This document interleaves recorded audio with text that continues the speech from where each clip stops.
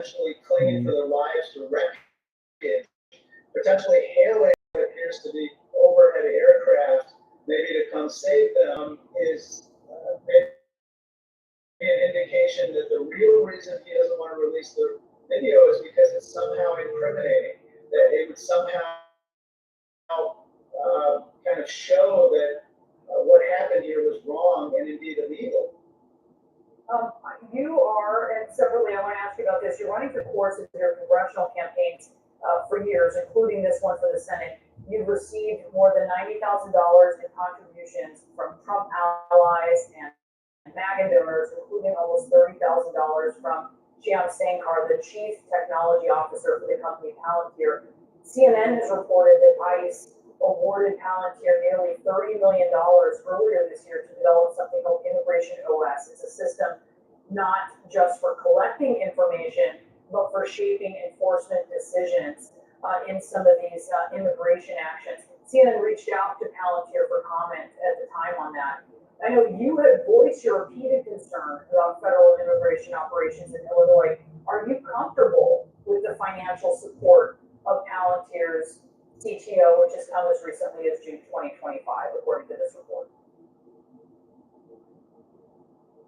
I think it's very disconcerting what ICE is doing, and any tool that they might be using in their operations. With regard to the bigger charge, it's kind of laughable. 0.2% of my contributions have come from similar Republican donors. I think my main opponent has received 10 times that amount. Nobody's more anti-MAGA than me, whether it's ICE or with regard to tariffs or with regard to Donald Trump himself, having voted to impeach him twice and led the initial investigation of him for impeachment. So I think at this point, I'm going to let my record stand, and I'm going to continue to hold the president accountable at this point.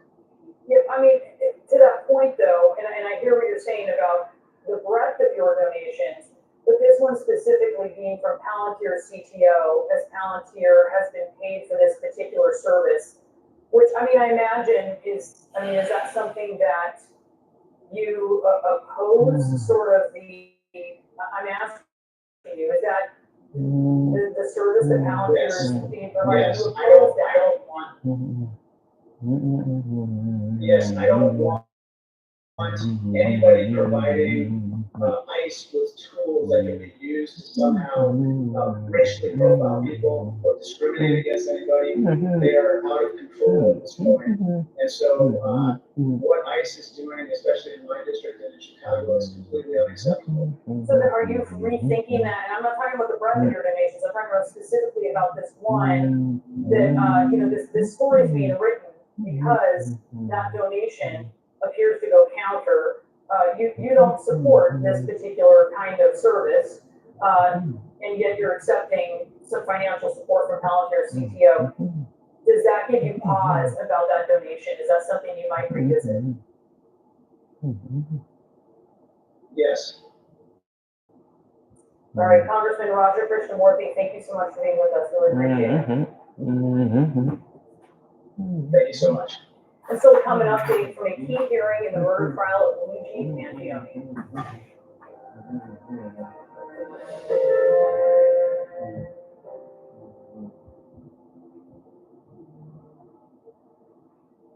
For the perfect present, the perfect place is your local Ace. This Christmas, order online and we'll deliver same day, or have it ready for pickup in 15 minutes. Around the block, what you need in stock, with service so good it's guaranteed. Ace is the place with the helpful hardware.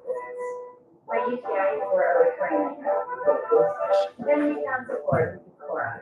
Cora has UTI relief products and science-backed supplements that offer a proactive approach to urinary health and finally, try today at Cora.com. I love Marvel. Marvel again. I say that. She's not crazy or This has made such a difference in her since we started giving her that either straight. This is the best he's looked in a long time. She's running up downstairs and acting like a puppy. I do the best for her. She does the same for me.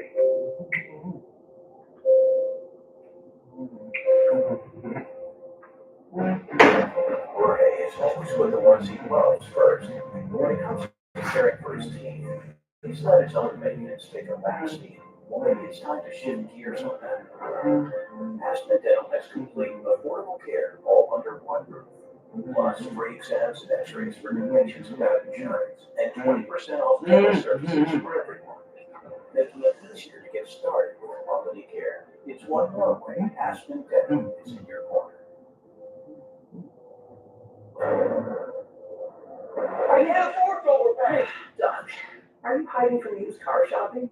Maybe. I'm always here to help. Sorry, our folks. Almost half of our used cars have been in an accident. Half. Carfax can show how damage impacts prices. You don't have to overpay. Whoa, I don't have to overpay. You don't have to overpay. You don't have to overpay. I don't have to overpay. What? You don't have to overpay. Always look for me and shop millions of great deals at Carfax.com. Opioid addiction gets between you and what you love.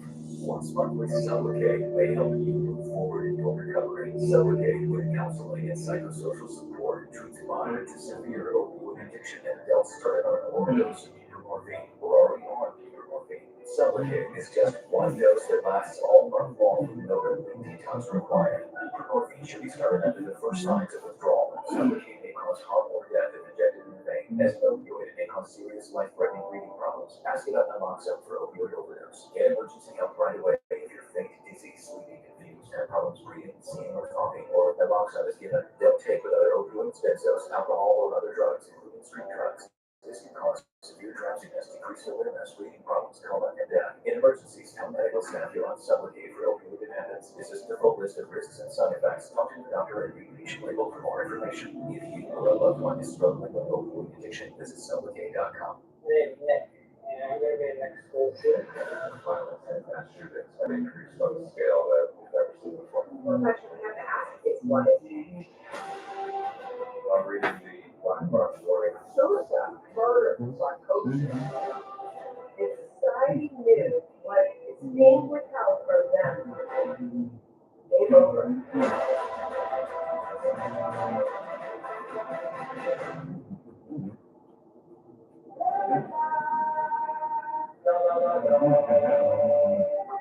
Servant Tom had it all. The philosophy, the number game, the line, oh my gosh, you forgot himself. Even if your idea, not young death, is not open the box. Shop in store or online for curated cookware, baseware, anything you want to make. Servant Tom, for those who love in the kitchen. I'm Kylie Atwood at the State Department, and this is CNN. Now to some of the headlines that we're watching this hour. After calling out sick last Friday, an accused killer, Luigiano Mangione, was back in a New York courtroom today to resume his pretrial hearing.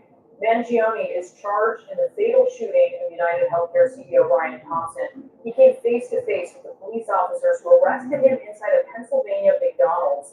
Those officers found potentially incriminating evidence inside Mangione's backpack, evidence that defense attorneys are trying to get tossed out. Also, a powerful earthquake triggering a tsunami warning and evacuations in Japan. Video shows violent shaking across different parts of the country. The Japan Meteorological Agency said some areas experienced tsunami waves early this morning that caused power outages. That warning has since been downgraded to an advisory. Japan's new Prime Minister, Sanai Takeichi, says the government is now working on emergency response measures. And after months of speculation, pop star Katy Perry and former Canadian Prime Minister Justin Trudeau are an actual couple. Look at this photo here. They went Instagram official over the weekend, cuddling up to each other here. Perry posting photos online, all smiles, cheek to cheek, during a star on her world tour. You photo it, of course. Hundreds of previously fired workers at the Department of Education are being told to return to work temporarily. Back in March, nearly half of federal workers at the Education Department were fired by the Trump administration, but after a court battle, they were reinstated and then placed on administrative leave. Now, the department has to bring back some 250 employees with the Office of Civil Rights to help with an existing caseload of discrimination complaints. CNN Washington correspondent Summer Safari joins us now. Summer, what else can you tell us about this reversal? Yeah, well, employees within its agency, they say that this reversal really is, they say, a tacit initiative on the part of the administration that they went too far with the gutting of parts of this agency of the Department of Education, that they essentially just need people to come back and do the work that's being undone at the moment. Now, this is happening in a very small office within the Department of Education. It's called the Office for Civil Rights. They deal with civil rights violations against students in school. And many employees, they had been on administrative leave after they were terminated in March. They were brought back with a court case. So they were essentially in this purgatory where they could not work. They were being prohibited from working, but they essentially were still being paid. So in this purgatory situation, that's all changed. This late in the day email on Friday afternoon of last week, they were called back to 50 of them, called back according to the email that we obtained. It says it is important to refocus OCR's work and utilize all OCR staff to prioritize OCR's existing complaint caseload. Now that certainly piqued the interest of many employees that were in this situation where they saw the backlog in this time over the course of the year just grow and grow. By way of comparison, prior to the inauguration this year, OCR had 9,000 cases pending. They now, according to sources, have 16,000 cases pending. So those are cases that are not being solved, not being taken up with students that certainly need help. So the office is calling these employees back, essentially saying we need help to get through this caseload. Interesting enough, though, this is on a temporary basis. Now, that's important to note here. Julie Harmon, who's press secretary of the Department of Education, says, in the meantime, it will utilize all employees currently being compensated by American taxpayers, saying that the move is very temporary. It's important to note there because their final goal, of course, is to dismantle the agency. So they're saying we come back for a certain time, but then we intend to not have you stay full time. Wow, it's almost Friday, makes me very cool. So, had a Pineapple Express that ain't so sweet. Details ahead. The Arena with Casey Hunt, next on CNN. Sit well with us. Your hard-earned money sitting in traditional bank accounts, collecting more dust than interest. So we reimagined savings with Vanguard Cash Plus to offer up to 8 times more interest. Like that. Vanguard. Imagine a world where no child dies of cancer. That is what drives us day and night at St. Jude Children's Research Hospital. Help St. Jude find more cures for more children. Donate now at stjude.org. This is the sound of the season's favorite gift. For a limited time, Omaha Steaks is offering a favorite gift package that includes our famous bacon wrapped filet mignon, our delicious air choked chicken breast, burgers, franks, sides, and desserts, all for just $89.99. That's 65% off. Order now. To include 4 more burgers free. This exclusive TV offers are the best of the season and won't last. Order today at omahasteaks.com/TV. Hey, I'm the residue. Those spots and streaks on your dishes, all me. You need Finish Jet Dry 3-in-1. Wow, no. It works after detergent to prevent residue, dry better, and prevent clouds. For dishes that shine. I was tired of sitting on the sideline. Now, thanks to Jointivia, I'm back in the swing of things. Wait, $7 for a refill? Better try Single Care. So look up your prescription, show the coupon at the pharmacy, and save. No, really, Single Care crushes the cost of my prescription. Almost as much as I'm crushing Chad. Unbelievable. See why more people are saving with Single Care. Downside visible, chucking more pricing spaces at this hospital. Guys ain't chat. Your next breakdown could be anytime, anywhere. The last thing I remember was just the engine cut out. Insurance, as you covered, it was like almost a $6,000 job. Insurance covered it. Right now, you can get $300 off any plan. Plus, a year of elite benefits, a $2,000 value, free. All backed by a 30-day money-back guarantee. But you have to act now. Call 1-833-608-6605 for a free quote. Plantar fasciitis feels like pointed, sharp pain. It just hurts all the time. It feels like your foot is squeezing on itself. When I drove past the Good Feet store, I thought, I'm gonna stop in. They wanted to make sure that they gave me low-riding arch support for my feet that were personally fitted just for me. Then it was like, okay, this is something special. These make a difference. See for yourself. Free personalized arch support fitting at the Good Feet store. I still love to surf, snowboard, and of course skate. So I take 2 of my knees to support my muscle bones. Qdo's high absorption magnesium glycinate helps me get the full benefits of magnesium. Qdo, the brand I trust. Doctors Preferred Liver Defense is doctor developed to support your natural detox function with clinically validated triple-tested key ingredients to energize and review your liver. Find Liver Defense in the supplement aisle at Walmart. Doctors Preferred, better science, better results. As a cardiologist, when I put my patients on a statin to reduce cholesterol, I also tell them they can deplete their CoQ10 levels. I recommend taking Qdol CoQ10. Qdol has 3 times better absorption than regular CoQ10. Qdol, the brand I trust. You put everything into getting it right, from launches to milestones and team recognition. With expert support, quality products, and on-time delivery, 4imprint makes sure your brand shows up strong. 4imprint.com. 4imprint for certain. Welcome to Times Square. This is the place you can come and podcast. I knew you were gonna like this. We have a great show planned tonight. I thought you would have been fired by now. I thought you would have been good down here by now. Well, it's an incredible community that we built up together. You're here with us, and we are with you. Turn it off, everybody. New Year's Eve Live with Peterson and Amy starts today on CNN and watch on the CNN app. Bit of an odd name for a weather phenomenon, Pineapple Express, and though it seems kind of funny right now, it's raising extreme flooding concerns that could bring life-threatening conditions to millions of Americans in the coming days. We have meteorologist Derek Van Dam standing by. All right, Derek, what exactly are you tracking and where? North Carolina, I wish it sounded as sweet as it does, but unfortunately, the Pineapple Express is bringing gloomy conditions to the Pacific Northwest. Just look at this live sky cam of Seattle. It's shaking. The winds are out of the south. You can see the raindrops hitting the lens. Very low ceiling here. There's a Space Needle with downtown Seattle in the background. It really paints a big picture here of what's happening. We call it an atmospheric river, and we really have to look to where this originates to get a better handle of what type of weather pattern we're going to be dealing with across the Pacific Northwest, which it is here to stay for the next several days. We call it a Pineapple Express because of this deep connection with the tropics, and a lot of this moisture is just being funneled in from Hawaii, where they grow a large portion of our, let's say, pineapples, for instance, right? So that tropical connection is so key to what type of weather we'll encounter here across the Pacific Northwest.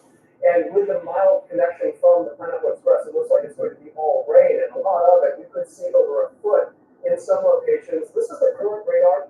Really lighting up like a Christmas tree right now. Of course, snowfall indicated with the blues and purple, the heavy rain indicated in the yellow. And look at how it fluctuates from north to south. That's very characteristic of an atmospheric river, which we actually dub as a river in the sky. Get this, it has the ability to transport up to 15 times the amount of water that flows through the Mississippi River. So that is all being transported in the form of heavy rainfall, and it will be significant enough to potentially raise river levels to major flood stage going forward. You can see all the projections here, around 9 major flood stage gauges here in the coming days.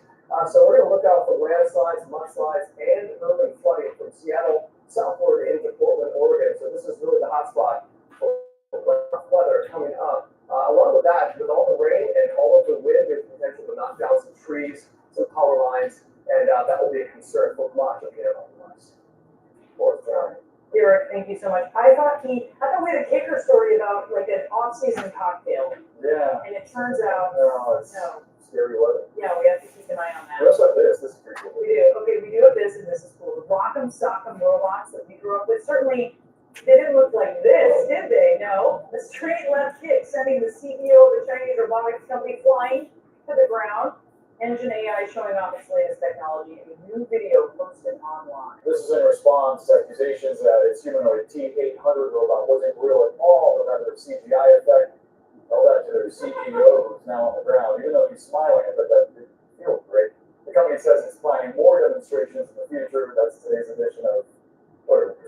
That is the fakest smile. He's like, I'm so glad this robot just kicked my you-know-what. Yeah. My goodness. All right, the arena. When Casey Hunt starts right now.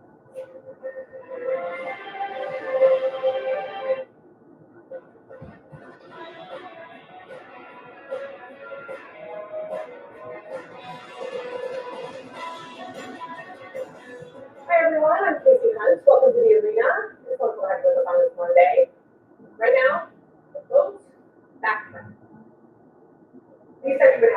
problem with releasing the full video of that strike on September 2nd on the Venezuela. Secretary Hanks has now said, you said that you would have no problem releasing the full video. Okay, well, Secretary Hanks said, he has it under review. Are you ordering the secretary to release that full video? Whatever you decide is okay with me. The president, just moments ago at the White House, says, quote, "I never said that."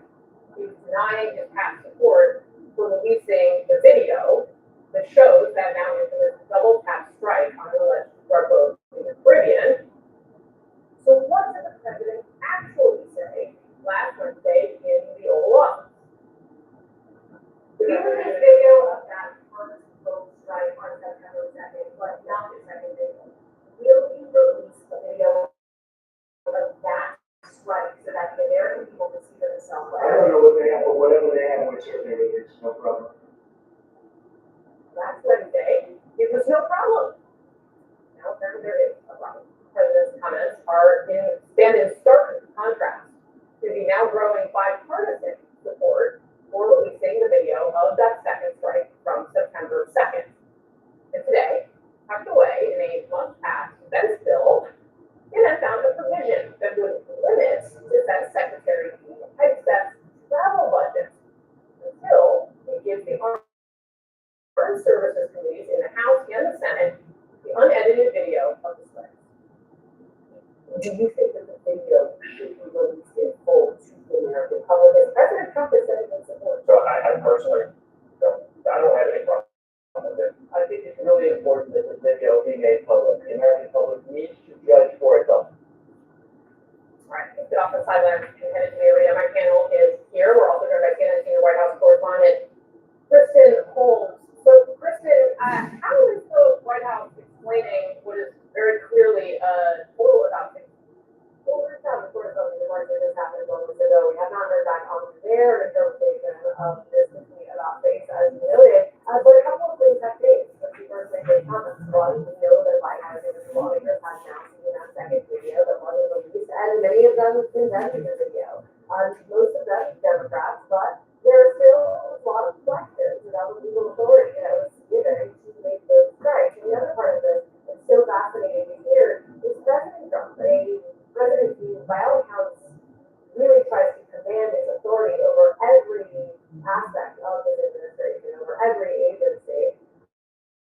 In this moment, even though he has the full power as commander-in-chief to order that video to be released, is now saying that it's up to the Secretary of Defense. So you're seeing him put squarely on Pete Hegseth's his decision to either release this video or not release this video. And that is something that should be noted. President Trump actually has said that he likely wouldn't have done the second strike. We know that he has said multiple times that he denied that he knew about these people being injured. So there are still a lot of questions here. And it is incredibly notable that President Trump is simply passing the buck to Secretary Hegseth, who I will note just arrived at the White House about 5 minutes ago when it comes to this video. Right.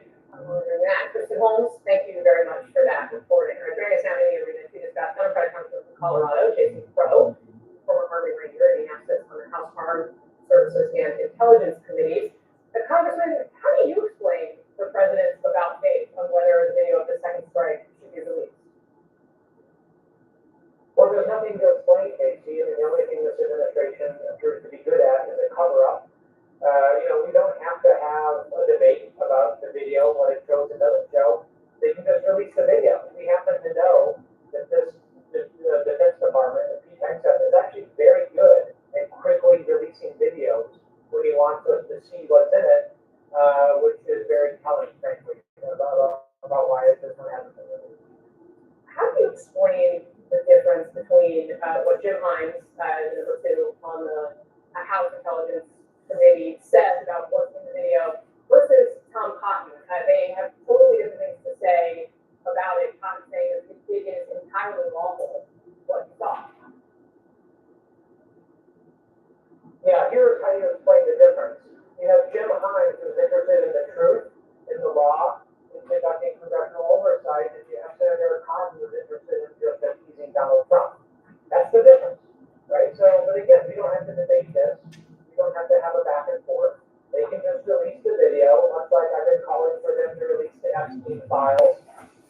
see for themselves. This video is anywhere near what is described, which is, you have two unarmed, combat ineffective, stranded individuals who are holding on to a burning, sinking wreckage who have been taken off the battlefield. And then a long time after the initial strike, another one is taken to kill them.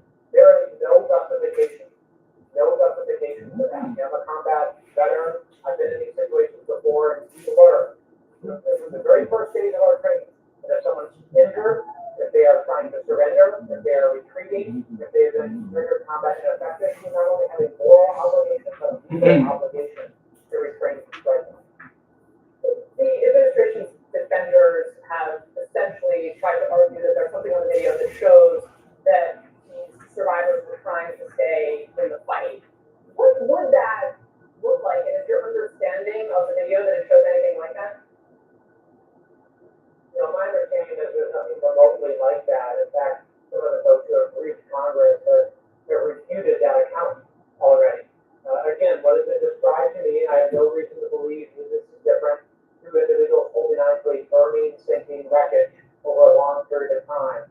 And I, again, see no justification for why you would kill those individuals. And here's why these rules matter. Because everyone's like, well, these are drug runners and these are combatants. Here's why it matters.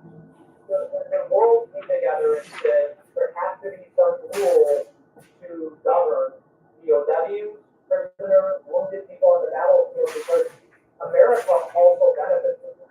In every recent conflict we've had, Iraq, Afghanistan, the first Gulf War, Vietnam, American service members have been taken hostage, have needed aid on the battlefield, and we have benefited from those very same rules.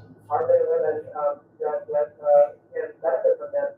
So we break those rules, and we are putting our own service members at risk in the future. Congressman, the global war on terror did, in some ways, see the United States of America adjusting some of the way these rules or versions of them were applied. President Obama came in for not an inconsiderable amount of criticism for the way he used drones, for example. Pete Hegseth over the weekend said, quote, these narco-terrorists are the Al-Qaeda of our hemisphere. Do you think that's the correct assessment? And what does it mean that he's putting it that way? Yeah, what it means is they've learned nothing from the last 20 years of our failed military interventions and adventurism. Like we spent 20 years, $3 trillion, 7,000 American lives, 2 decades of lost opportunity, tens of thousands of Americans who now have suffered visible and invisible scars of those battles and those wars, and they ended poorly. And so that tells me that if something was wrong then, it's also wrong now. And why in God's name would we be using a counterterrorism or nation-building construct to do any of this, right? Because why? We're so damn good at counterterrorism operations. Is that the lesson from the last 20 years? Or that we're great at regime change or nation building? This administration hasn't seen a problem that they don't believe they can solve by dropping a bomb on somebody. And it is turning their back on all of the lessons that me and others learned in a really hard way in the last 20 years. Do you think that these groups pose anywhere near the same danger as the United States of America as Al-Qaeda? Well, here's the deal. America deserves actual real counter-drug strategy. Tens of thousands of our kids are dying by fentanyl. This administration is actually doing nothing about that. Right now, a single one of these strikes has targeted fentanyl. Like, that's a shocking fact. And it hasn't done anything to disrupt air routes, to disrupt land routes, to disrupt the demand within the United States. There is no counter-drug strategy for this administration. And America deserves better than that. Our children deserve a real strategy. What this is a performative exercise where Donald Trump and Pete Hegseth want to show videos of wooden boats being blown up. By the way, they're spending hundreds of millions of dollars in taxpayer dollars to do that. And it's not actually going to solve the problem. We've been fighting the war on drugs in this nation for 70 years. And this is the same old tried model that has failed. We need something real and something serious. And before I let you go, I want to ask you for an update on the FBI investigation in that video, has the FBI made additional contact with you? Do you plan to sit for that FBI interview? Yeah, there have been multiple outreaches by the FBI. Listen, I'm not going to be intimidated. Let's be clear about what this is. There is no basis in law and fact for their investigation. Donald Trump is weaponizing the Federal Bureau of Investigation and pulling it away from counterterrorism operations, pulling it away from focusing on healthcare fraud, from focusing on all organized crime, all the important things. He is instead using it to attack his political opponents, me and others, which could upset every American, not just for what it is, but for what it's not doing because of the detours and the distractions that Donald Trump is having to focus on. But I'm not going to be threatened. I'm not going to back away from this. And no, we are going to treat this for exactly what it is, an attempt to threaten and intimidate members of Congress who are doing their job and who are upholding the law. And I am sure as hell not going to back away from it. And finally, there's a number of Republican veterans in the House here that condemn you and your colleagues for this video. What do you have to say to them? Yeah, it's extremely disappointing because you know better. You know damn well that what we talked about in the video is exactly what we talk about when we're in the military, exactly what we train our troops on before we go on operations and go on deployment. And it is unfortunate that you have decided to bend the truth and to take Donald Trump's side for political expediency instead of side with rule of law, the Constitution, and what our service members deserve. So it is never too late to do the right thing. And we'll call on them to join us to uphold the Constitution, uphold the rule of law, and to stand by our service members who have been put in terrible, untenable positions by this administration. Stand by those men and women who have taken the oath and we have an obligation to stand by. And let's support them. Thanks very much for your time today, sir. Thank you. All right, so next here in the arena, the blockbuster case today at the Supreme Court involving Donald Trump. Liberal justices say the outcome could, quote, destroy the structure of government. That is the quote. Conservatives, well, they think the opposite. First, President Trump declaring today that affordability is, in fact, a real problem. On the White House is putting their economic agenda front and center, including a $12 billion bailout for Americans hurt by the president's global trade war. We inherited a mess, affordability, but you can call it affordability or anything you want, but the Democrats caused the affordability problem, and we're the ones that are fixing it. Roywood Jr.'s very, very, very, very holiday special. Sunday and come see it.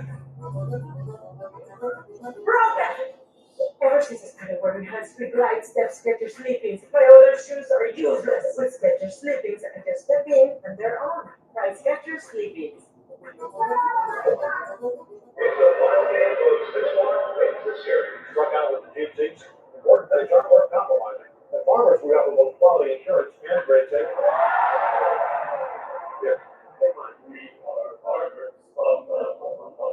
Everyone's cheering for LMK. With Emma Performance Plus Stars Born. Lord, help me if you can do it. I can make people's lives better. It's hilarious, smart, and a breath of fresh air. How are you, Estelle? LMK, PG-13. Never have I ever called my sister to the finish line on my first marathon. Now you can. Just switch to T-Mobile's 55 Plus plan and get 2 lines for $30 a line. Plus, iPhone 16e with its advanced camera system on us. What you do with it is up to you. You won't believe what I have.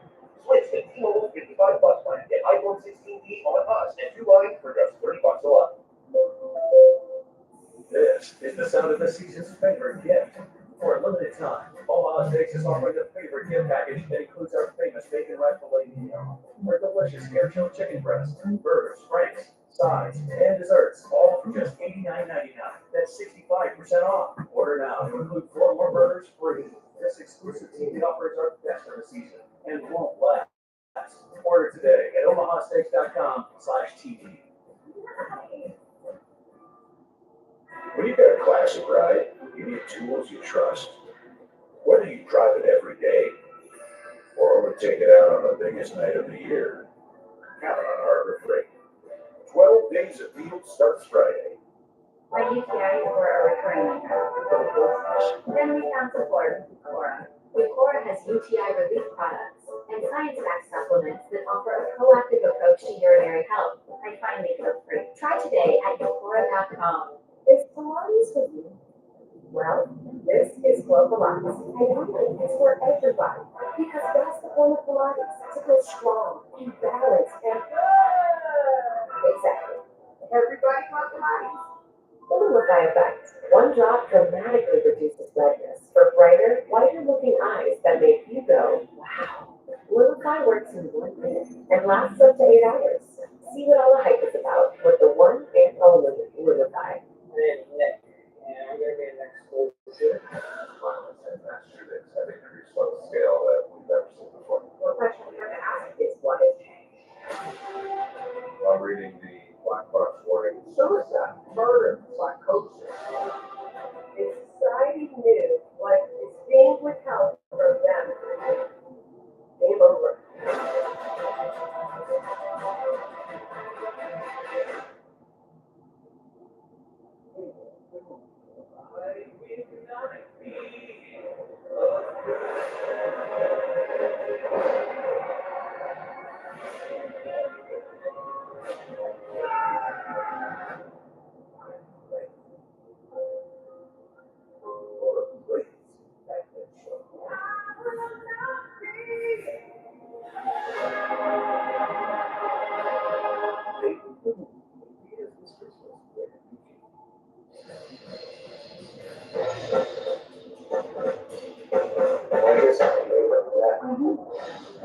you steal stuff? You. It starts as a strength that you want to have a drink and stuff with family. I made it. You did. I learned to be more confident in myself. I do have some questions for you, but now I'm afraid to ask them. Here's our next stream on CNN. We inherited a mess. Affordability, but you can call it affordability or anything you want, but the Democrats caused the affordability problem, and we're the ones that are fixing it. President Trump last hour at the White House announcing a $12 billion government bailout from Americans that are getting squeezed by the president's own global trade war. Most of this money is going to what the administration is describing as a bridge program for farmers across the country. And the lifeline being thrown out as the White House ramps up public events around the issue of affordability. Something today that the president did acknowledge as a problem after previously saying, well, you know, This is fake narrative that the Democrats talk about affordability. The word affordability is a con job by the Democrats. Affordability is a Democrat scam. Affordability is a hoax. It's a con job. I think affordability is the greatest thing they use the word affordability. It's a Democrat hoax. yeah, the hoax is real. Tomorrow, the president will head to Pennsylvania to promote his economic agenda amid new data and new criticism. A Fed survey out today shows a rising number of Americans say their finances are, quote, much worse now than they were a year ago. Now at a level that economists last saw in April, and that was when the president launched his trade war with that Liberation Day announcement. Some friends and foes in his Republican Party are hoping it's not too little too late. Affordability is a real issue. President says it's not, says it's a hoax, affordability. It's one of the top issues, not only in my district, it's across the country. For an America First president, the number one focus should have been domestic policy, and it wasn't.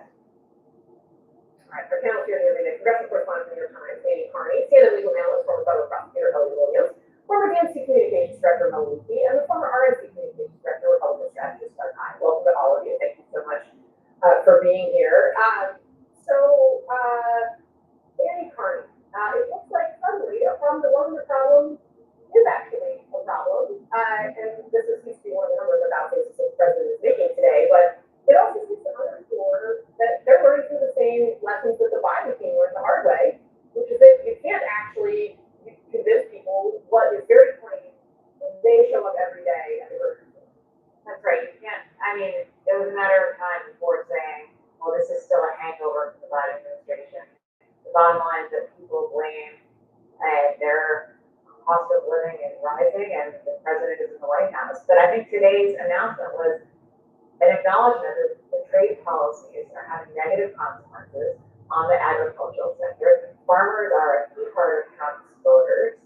And basically what, usually bailouts the Democrats are more associated with. And on the Hill, what I'm hearing today is the Democrats announcing this, saying he's using, the only reason he has to do this is because he's fixing a problem that he created by doing tariffs on China. So, this whole thing is him getting out of his own mess. Yes, what I find fascinating though is that comment about affordability being a con job in any other era would have been devastating and would have shown up in every campaign ad with every Democrat across the country. Wait, no, listen.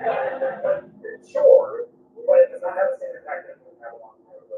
Sort of desensitized comments like that and sort of behavior like that from the president. But it is really fascinating though, the timeline we're in. If you can get away being president of the United States with a comment like that.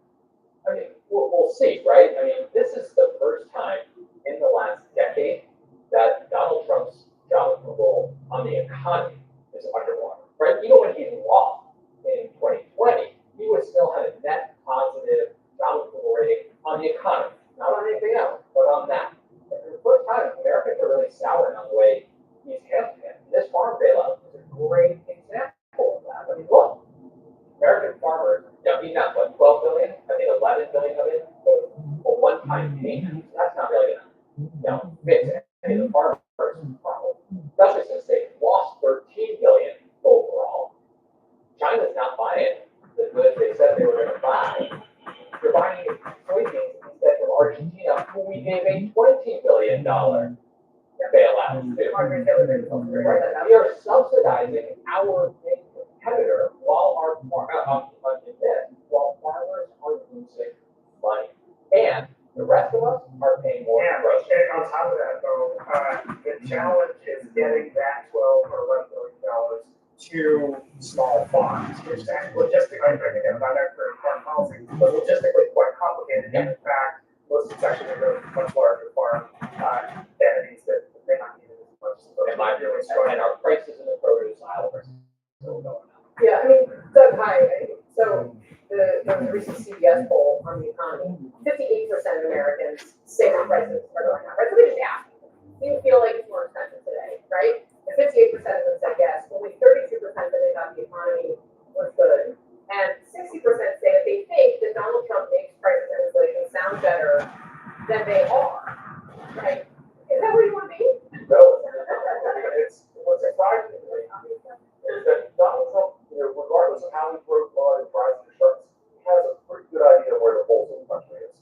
And so to hear him say that prices are just a hoax and all of that, affordability is a big word and that kind of stuff, shows that he's sort of lost touch on that. This is an issue that he's done very well on, certainly in the last election. And it's something that was a big motivator for not just his base, but for independent voters. He said, things are too expensive, the rent is too damn high, and I'm going to support Donald Trump. And now just a year later, he's the one who's now sounding like sort of the Biden White House. It's a real surprise. Well, he spent so little time on domestic issues or traveling domestically. He's been abroad a lot. How would he have that finger on the pulse of what people are feeling? I interviewed Marjorie Taylor Greene a little while ago before her extreme break with Trump. And she was saying that she was very concerned that he's in the White House surrounded by a small group of aides and losing that connection. Doesn't that sound familiar? Yeah. It's so interesting that you say that. And, I do want to play a little bit more of that Marjorie Taylor Greene interview with Leslie Stahl on 60 Minutes. And she talked a little bit about the death threats and the violence that come her way since she has made this very public break with President Trump. Let's watch that. Does the support come about because they're afraid that they'll get death threats? I think they're terrified to step out of line and get a nasty Truth Social post on them. Yes, the subject line for the direct death threats on my son was his words. Marjorie Trader Greene.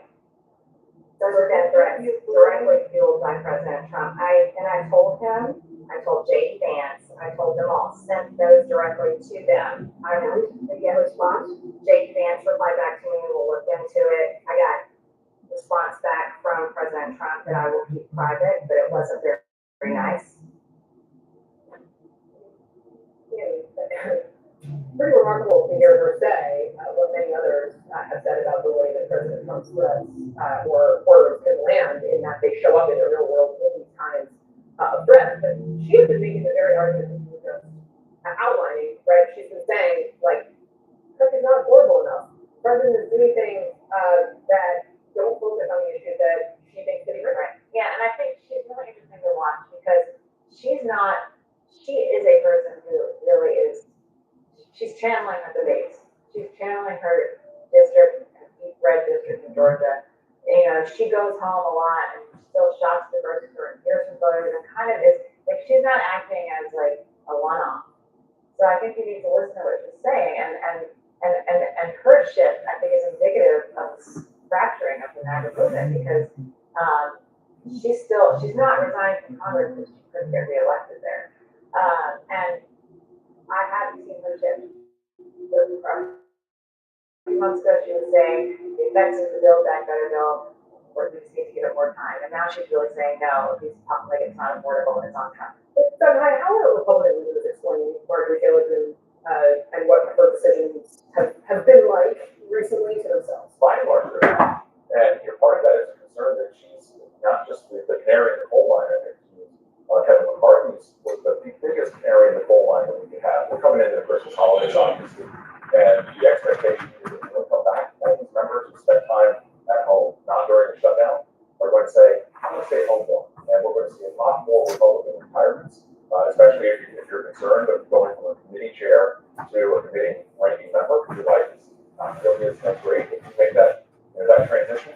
So that's the bigger concern. It's not this member or that member. It's how many members, and are these members of Congress who are retiring? Are these the animals that sort of stir it?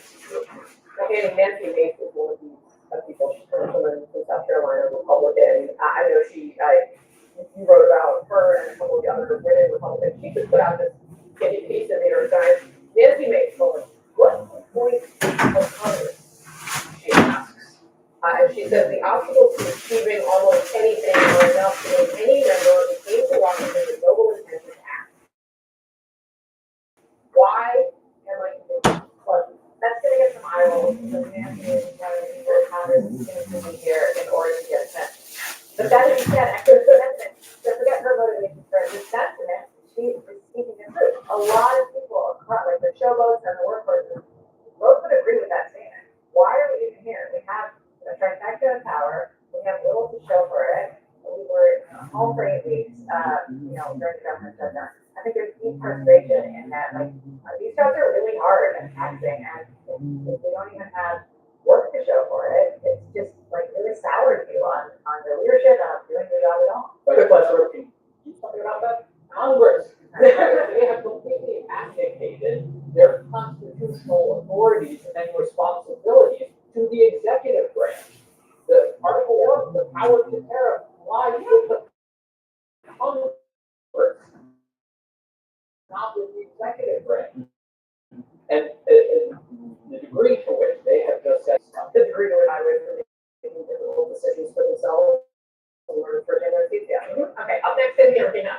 Supreme Court on a power trip. The lead of justice is getting big clues today on whether they'll give Donald Trump even more control of the government. Plus, one of the president's most vocal critics telling CNN she's not crazy if she jumps into a key Senate race, which is a fellow Democrat out. Can you tell me about the conversation that you had with your friend Jasmine Crockett, how that went down and how you made the decision to let her take the wheel? I assume that's the way that you do this. Well, I wouldn't say I did it that way. Deputy ordained Parks and Rec broadcasts now streaming exclusively on CNN. This is my mom, and she has the best meat pie recipe, and she has not yet given it to me. That is because you're not ready. Totally ready. You're not ready. Well, We are ready to discuss senior care. Living alone is not easy, so I've come to terms with them. The expert advisors and free resources provided by Place for Mom make it easy to find wonderful senior care options right here in our community. Well, that's really comforting. But now we can get back to the e-hire recipe. Oh, you're not ready for that? Hi, I'm Steve. I'm Lee, and we live in North Pole. I was noticing my hearing was not, but I got hearing aids. My vision was not as good as it used to be. Got a change in prescription, but I was missing something for my brain. I saw a Prevagen commercial and I thought that makes sense. I observed the changes in Steve, I thought I should try that too. After taking Prevagen, I just didn't have to work so hard. Prevagen has been the #1 selling brain supplement nationwide for over 10 years.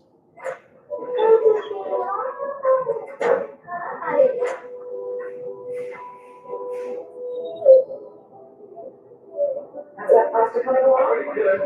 Great job.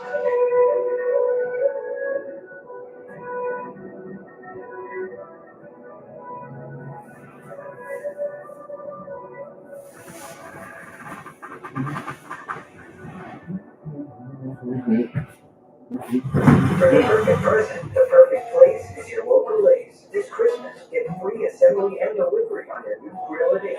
Around the block, what you need in stock. With service so good it's guaranteed. Ace is the place to help you out there.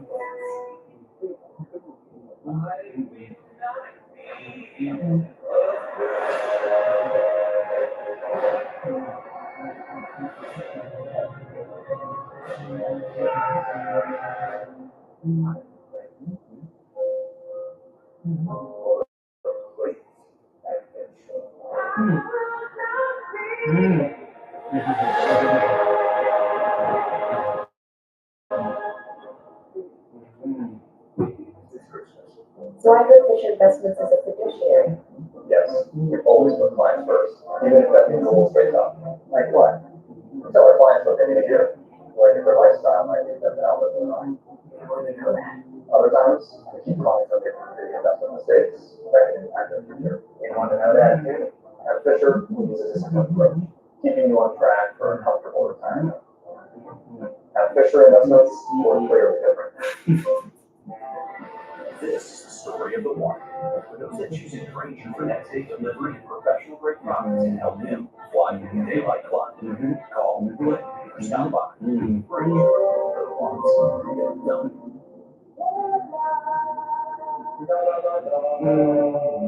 Servant Health has it all. Even your idea of how yum is not open the box. Servant Health, for those who are not better to cook in the kitchen. No one wants to admit it, but we're in a recession. It's killed the profitability of my small hardware store. I'll keep it going for as long as I can for my employees and suppliers. I'll be retiring soon. Thank goodness beyond that, I started investing in gold decades ago. Each time the economy goes down, I've been lucky to also have gold. Boy, am I thankful for that. Visit noblegoldinvestments.com to learn more. What is it about these division games that just makes it different?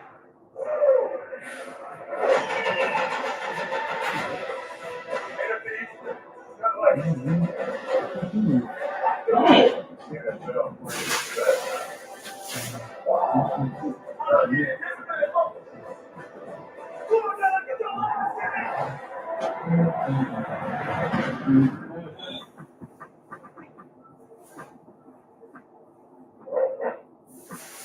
right, welcome back. Today at the Supreme Court, justices are hearing oral arguments in a case that could dramatically expand the powers of the executive branch. The core of the case, whether President Trump had the power to fire a leader of the Federal Trade Commission who was fired back in March. The court's ruling will essentially determine whether the executive branch has the power to control what have historically been considered independent agencies. The High Court did actually rule on this 90 years ago, in 1935. A precedent that conservative justices today seem willing to overturn or at least narrow. The court's more liberal justices appears concerned doing so would fundamentally reshape the structure of the U.S. government. So the result of what you want is that the president is going to have massive, unchecked, uncontrolled power, not only to do traditional execution, but to make law through legislative and adjudicative frameworks. Once you're down this road, it's a little bit hard to see how you stop. It does not seem as though there's a stopping point. Addressing those concerns, the lawyer for the Trump administration said this. The sky will not fall. In fact, our entire government will move towards accountability. The sky will not fall. Elliot, is the sky going to fall? The sky's not going to fall, but the country will be dramatically different than it was. The government will operate differently. Independent agencies, and sort of to step back, there are a series of agencies across the government that, and Congress has said on the independent, the Federal Trade Commission, the Securities Exchange, and so on, right? There has been a push among certainly conservative voices in the legal movement for 25, 30 years or so to say that no, the president has the power. These are in effect executive branch agencies, and the president ought to have the power to hire and fire their leadership. That's going to change how they operate. If they cannot be on sort of terms that are staggered, that go from Democratic to Republican administration, the president can remove them as well. They'll change. I mean, will the Republic fall? No. I mean, the country literally has gone through profound changes over the course of its lifetime. But this is a big one. Because in part, and this is the argument from Republicans, has said, do you want regulation of food or objects? Like, consumer products. And like, you don't want to have lead, you don't want that, you don't want that to exist outside of the president. Well, this needs to be a furtherance of what we were talking about before, which is the general kind of the amassing power in the executive branch with the president. That's serious. I'm going to stand by lightning about the assassination of President Garfield. One of the really interesting things about that was how it precipitated the first major push for civil services reform and successful. Because I love that people talk about Garfield because there are I know, right? the first person who draws it out. I need to watch it. It's a great show. I think they're Great line. But, we have for over a century and a half been making moves to protect the American people from the winds of, unchecked winds of the executive branch. And this president, from the day he took office in the second term, has seemed more than happy to eliminate all of this. We're not playing the same old leftism right now. Scope of government. Elevate.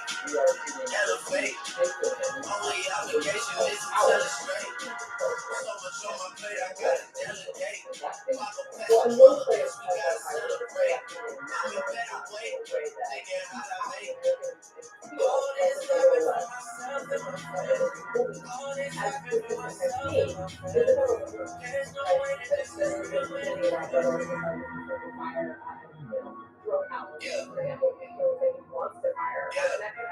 If you need me, call me, I say this evening, get money. You know what is on my mind. All I think about is honest. I stay busy, working on me. I stay busy with my business on me. I already know when you left run on me. She is not the type that lets you take things slowly. My mouth is pulling off like no location. I got a chance and my niggas got it too like it's contagious. I see the future, I get paid. But I couldn't picture being champagne when I went by that shit and save it for the right occasion. I couldn't picture changes when I was with Miss Gray. The lady hates me. Couldn't picture wife and braided when I was pumping gas on road trips and over Cincinnati on the day. I wanna thank God for working way harder than Satan, playing favors, elevate. Only obligation is to tell it straight. Me and all the guys find a better way. This a light beat, we can never separate. I'm a better way, thinking how to make. All this happened for myself and my friends. All this happened for myself and my friends. There's no way that this is real anymore. Alright, head here in the arena. I'm going to talk to you about this portfolio now. Senate campaign in the state of Democrat have been desperately trying to do it. But how we're doing it, I can only tell you shit in pieces. As it happens to me, I begin to write the thesis. Freddie got the RV set up like it's a free nick. Vegas like Marine Land, that big better treatment.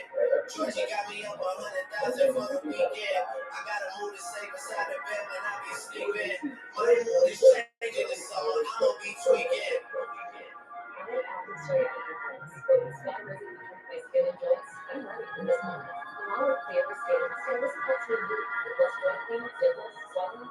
And it's just 4 days a year after two starterdosis, don't lead to allergic. Serious allergic reactions, increased infections, or longer than the flight that may occur before treatment can check for infections in TB. Tell your doctor about any flu-like symptoms of vaccines. There's nothing like clear skin and better movement, and that means having a your doctor about status of care. Elevate. Only obligation is to tell it straight. So much on my plate, I gotta delegate. Walk a fast drug, we gotta celebrate. I'm in better weight, thinking how I make. All this rapping for myself and my friends. All this rapping for myself and my family. There's no way that this is real anymore. Yeah. Yeah. If you want.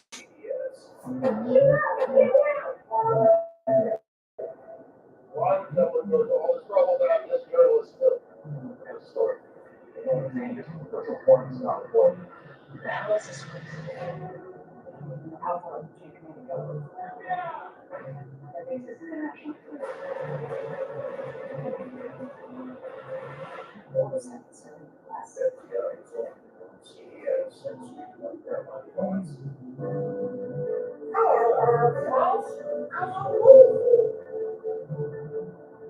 I never would have guessed that it happened to us. It was the worst day of our life. Whenever we got to St. Jude, it felt like they were picking up the pieces for us. It was like they were showing us that there was a way to hope. St. Jude Children's Research Hospital works day after day to find cures and save the lives of children with cancer and other life-threatening diseases. From the point that we walked in, we didn't have another worry outside of just Nathan. Every day we wake up knowing that there's nobody in the world that we would rather have providing care to our baby. And St. Jude reinforces that every day. Right now, you can call or go online with your credit debit card. We'll send you this St. Jude t-shirt and come there to show your support to help St. Jude save the lives of children like Macy.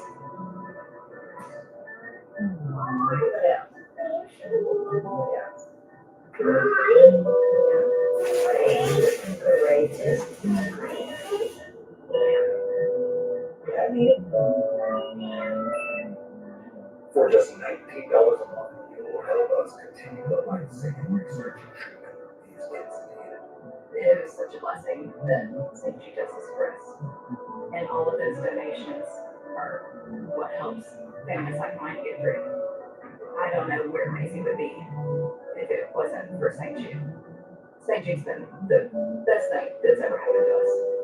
Please call, go online, or scan the QR code right now. Together, we can save more lives. So what do you think? Thinking, what Africa? Or swim with elephant higher, lions growling, drastic coming through your window. Wait for it's fine. Great question. Like everything, takes a little planning. Or put like a duck in. And that's room for baby. Babies. Baby. Let's take a look at those scenarios. JP Morgan Wealth Management has advisors in Chase branches and tools like Wealth Plan to help keep you on track. When you're planning for it all, the answer is JP Morgan Wealth Management. Closed captioning brought to you by Infant Health. Call 1-800-710-0020. Do you have an invention idea but don't know what to do next? Call Invent Help today. They can help you get started with your idea. Call now. 800-710-0020. I am absolutely thinking about running for Senate, and I'm hoping to have an answer within my inner circle, probably within the next week and a half or so. I'm polling to determine whether or not I can expand the electorate and I believe that I can, but if I can't, I can tell you for sure, 100%, that I will not run. So that was Texas Congresswoman Jasmine Crockett. She told me about 4 weeks ago that she was getting close to a decision about whether to jump into what at the time was a pretty crowded, competitive Democratic primary for Senate in the Lone Star state. The breaking news this afternoon, Crockett has now officially filed to run for Senate. We expect to see her formally announce her campaign in a little under an hour. She told Our Hiding Bear over the weekend that she was waiting until the very, very last minute to make this decision, taking out 2 cashier's checks made Tuesday. One, she would have to submit if she was going to run for re-election in the House, the other to launch her Senate bid. Of course, the other piece of this anti-carney is essentially pushing Colin Allred, who was running for Senate, out of the race. Where are Democrats and whether they have any shot? I mean, the pipe dream of turning Texas blue or winning a statewide federal office out of Texas for Democrats gets repeated and frequently fails. We'll let those finish one. It's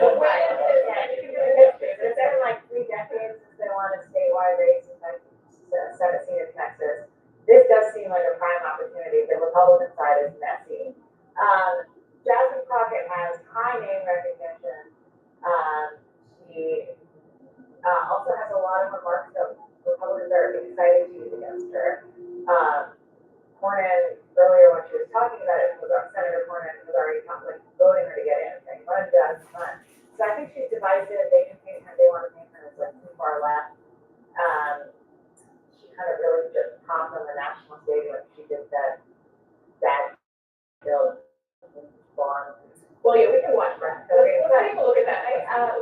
Just because it helps explain, especially in kind of our celebrity political culture, part of why Jasmine Crockett has got out on the stage. Here is the conversation between her and Margaret Taylor Greene. I think your fake eyelashes are messing up. No, I mean, nothing. I'm just curious to better understand your ruling. If someone on this committee then starts talking about somebody's weak line, bad built, bush body, that would not be against the personality, correct? What now? That was a great moment in last year's Congress. Like, look, she went viral on that.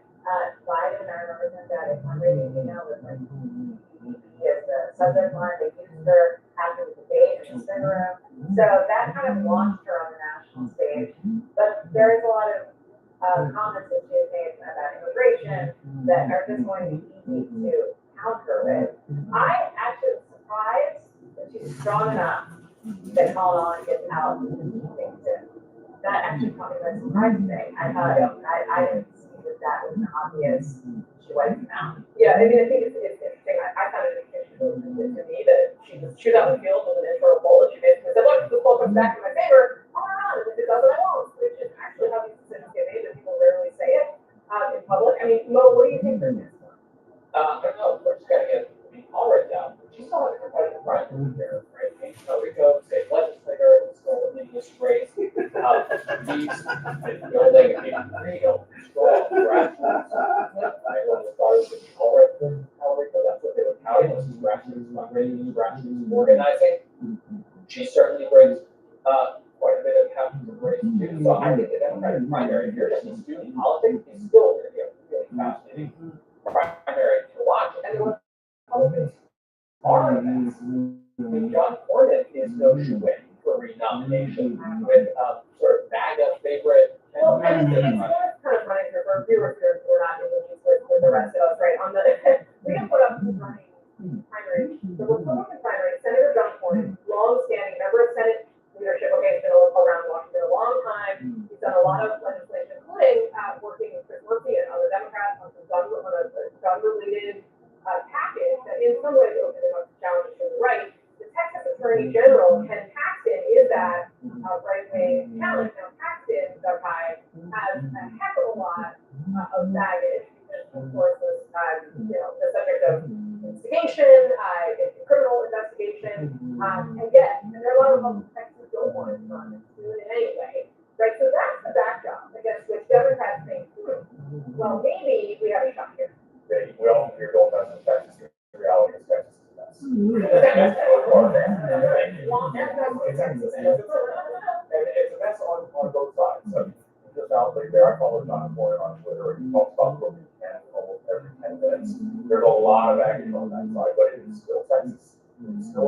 Republican state. And if we go down to Second Street Northeast, where the Republican senatorial is, they are very happy that Jackie Crockett got in this race. That she somehow chased out the candidate that they fear the most, Colin Allred. Tells us a lot about where the Democratic Party is, but they feel in a much better position with Republicans do today, right now, than they did say 6 hours.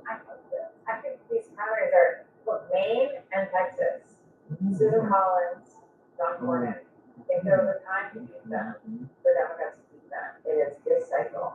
And their own primaries are becoming very messy, and it's no sure thing.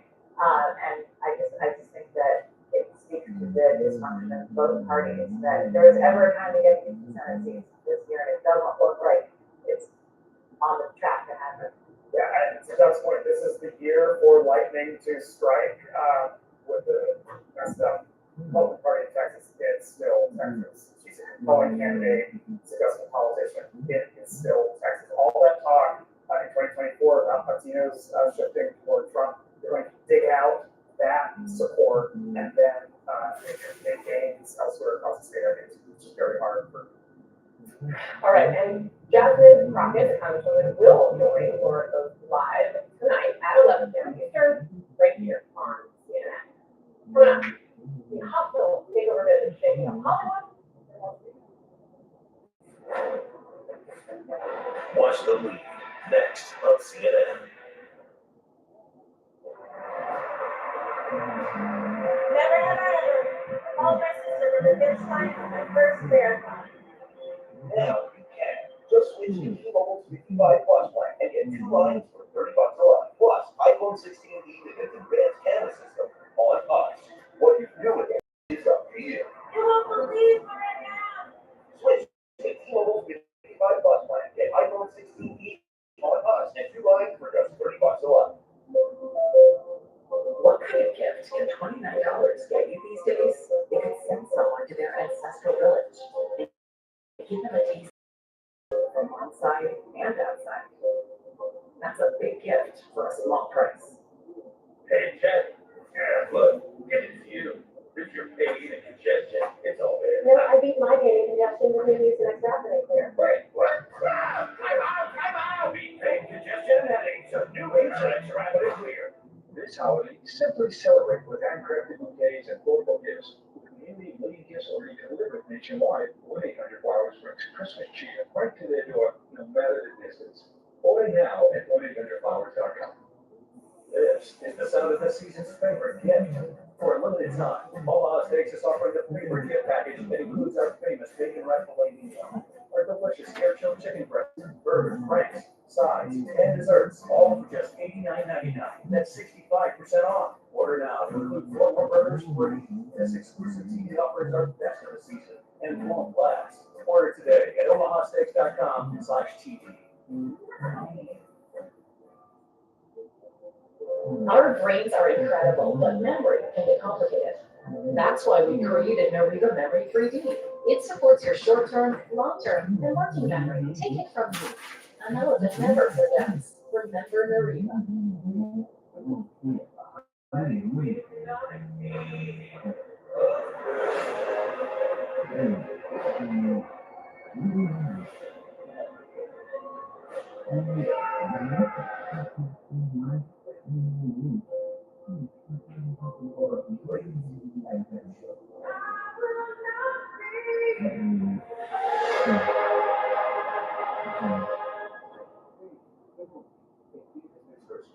$250 years ago, a promise was made.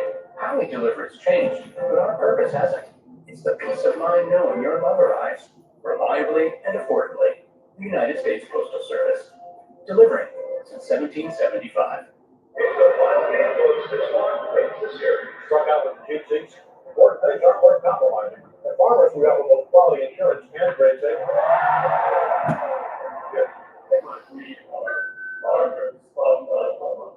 My heart has experienced life-changing wins, losses, and countless smiles. To keep living at my speed, I trust Tune on CoQ10. CoQ10 is the #1 cardiologist recommended supplement for heart health. Tune on, brand I trust. Let me just tell you a secret. Masterclass gives you real skills to move your career forward. Think job interviews, get feedback if you're looking for a promotion, how to negotiate a raise. Learn from the best at masterclass.com.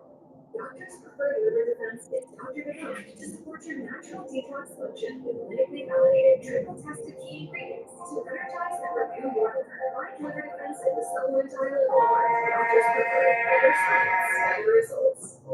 I still love to surf, snowboard, and of course skate. So I take Kilo Magnesium to support my muscle and bone health. Kilo's high absorption magnesium glycinate helps me get the full benefits of magnesium. Tuno, the brand I trust. The holiday season is here, and CNN Underscore is your VIP pass to unique gifts at the best prices. Right now, we're going to be testing how much these wagons can carry. These are the kinds of things that I'm going to bring out here. First time in my life I've seen a long way down. Alright, so how did it get really comfortable? Oh yeah.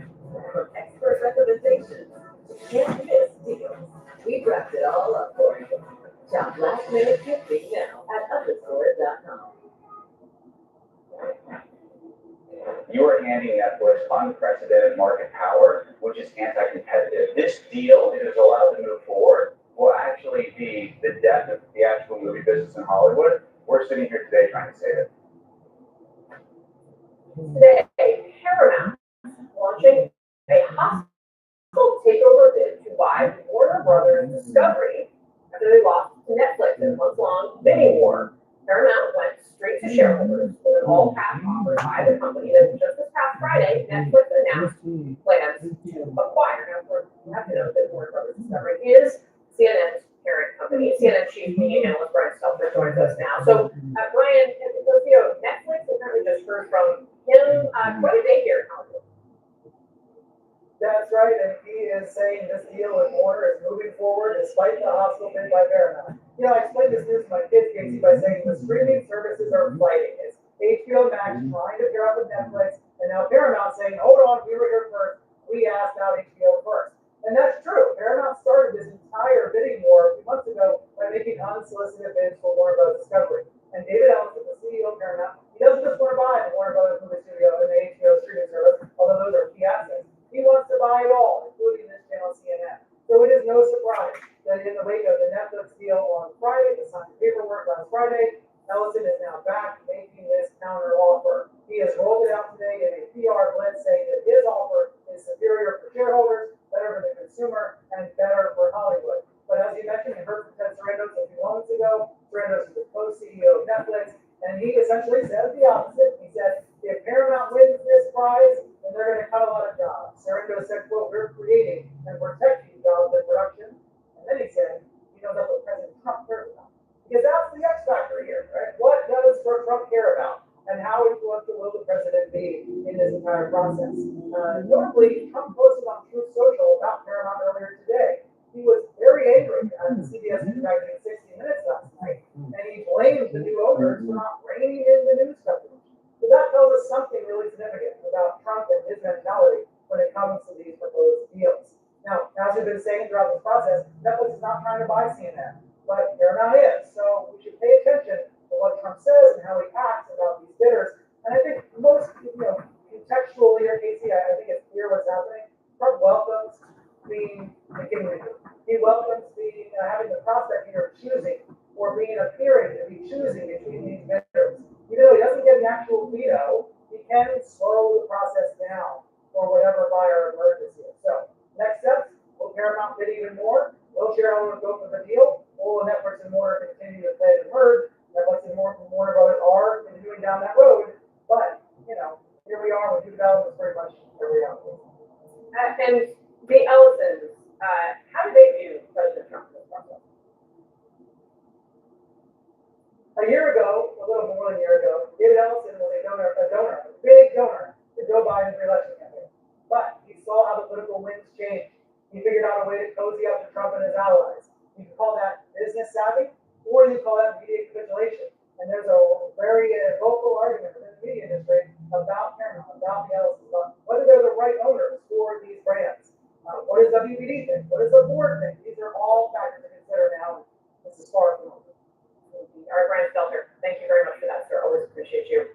Jake Tucker is standing by now for the lead. Hi, Jake. Hey, Casey, big game tonight. We'll see you back in the arena tomorrow. There it is. You too. How much influence does President Trump have over big media? The league starts right now. One of the biggest brands in media, Paramount Skydance, is making an aggressive pitch to own Warner Brothers Discovery. Why it matters. What Trump just said about the new bid, and how his son-in-law, Jared Kushner, is a factor in all this. Tech journalist Kara Swisher will be here. Plus, a Senate race shakeup in Texas, why former NFL linebacker Colin Allred is abruptly ending his candidacy. As outspoken Congresswoman Jasmine Crockett looks to fill the void for Democrats. And one of the most recognizable faces in rock and roll, Kiss frontman Gene Simmons will be here on the lead.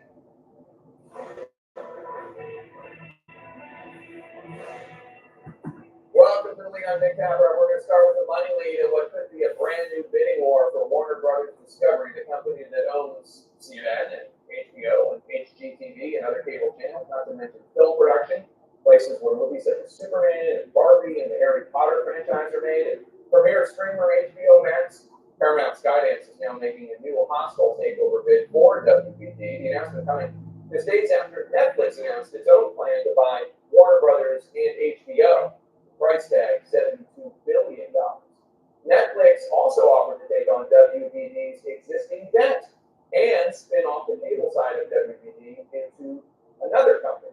That Netflix deal beat out bids, including one from Paramount Skydance, the company that owns CBS News and Comedy Central and Paramount Pictures. Instead of accepting defeat, however, Paramount is going straight to WBD shareholders with an all-cash offer. And if accepted, that plan would keep WBD's film and cable portfolio together. Just as news of the hostile takeover went public, 42-year-old chairman and CEO of Paramount Skydance, David Ellison, went on to CNBC to make his case. We do believe that there's been an inherent bias in this process because, again, to make a $30 all-cash offer and to literally text the CEO that our offer is not best and final, and then to not hear back. What do you think the answer is? Deep in Paramount's plan is a Trump card, or should we say President Trump card, because President Trump's son-in-law, Jared Kushner, his firm, Affinity Partners, is one of several investors for Paramount that is helping it put up the money for this new bid. On top of that, Affinity Partners is heavily invested in by the Saudi Sovereign Wealth Fund.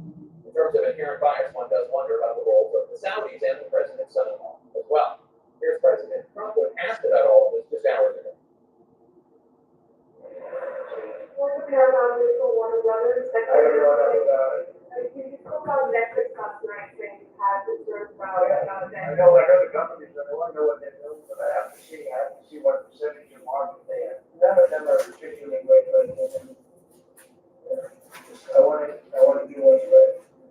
So very important to do what's right. Paramount is supported by the I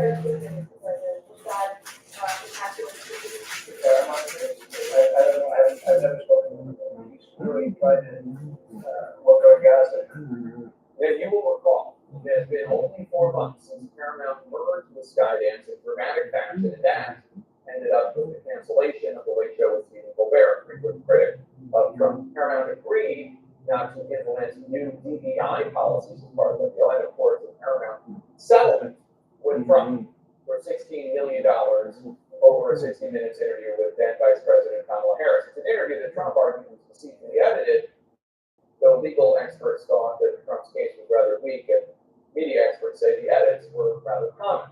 Still, Trump is apparently also still a frequent 60 Minutes viewer, still watching, and he couldn't help but weigh in on the show's interview last night with his new nemesis and former friend, retiring Congresswoman Marjorie Taylor Greene, Republican of Georgia. She brought up the Epstein files. It's an issue that she has split with Trump in recent months.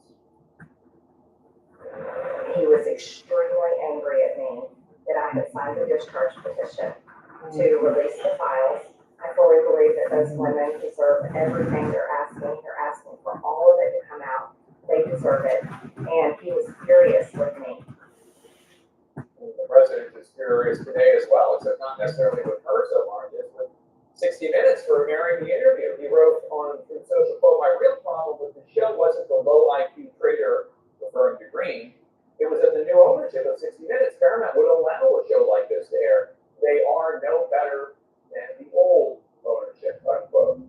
So let that be a lesson of sorts, I suppose, to Mr. Ellison or to Mr. Mohammed bin Salman or to Mr. Kushner or any other aspiring news magnate. President Trump is not happy if any channel merits any criticism of him from anyone. Here now, CNN contributor, tech journalist Tara Swisher, and entertainment journalist and platform senator Matt Bellamy. Matt, for those unfamiliar with the term hostile takeover, explain what exactly is Paramount trying to do here?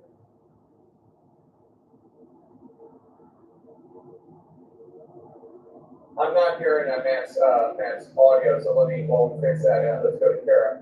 Kara, today Netflix co-CEO Ted Sarandos said the move by Paramount was quote entirely expected. You just heard Paramount's David Ellison said he thinks there's been inherent bias in the process. Were you caught off guard by the hostile takeover? Do you think that there was any bias? No, not at all. Not ridiculous. That seems rather unsophisticated. He is unsophisticated, actually. No, of course there was going to be it. They completely expected it. What was really rich to me was him talking about unfairness. When he has Jared Kushner on his side, he has the Saudis, he's been playing up his Trump relationship. They had the sweetheart deal for TikTok, which has to enter the discussion here with the Ellisons. And so it was kind of interesting to watch that. Of course, they were going to do a hostile bid. Of course, Netflix, which is a very sophisticated player, and Ted Sarandos, the CEO, a very experienced CEO, had to know that they were going to do this. This will all be up to the shareholders and depending on how much money people pay, ultimately in the end. But there is some question of, you can't call unfairness when you yourself are touting your unfair advantage by being close to the president. So explain, if you would, why, just to play devil's advocate, so Paramount's guidance, Ellison says, hey, we were offering $30 a share cash for the whole kit and caboodle, all of it, and Netflix just wants part of it, and they're offering like, what was it, $27.50 a share?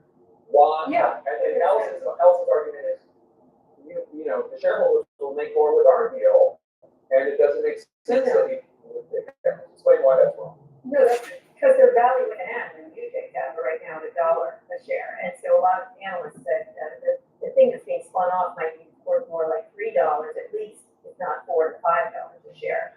And so it's interesting that I think the assets around CNN and the cable are playing a big deal here. So it depends on what they're worth when the thing is spun off.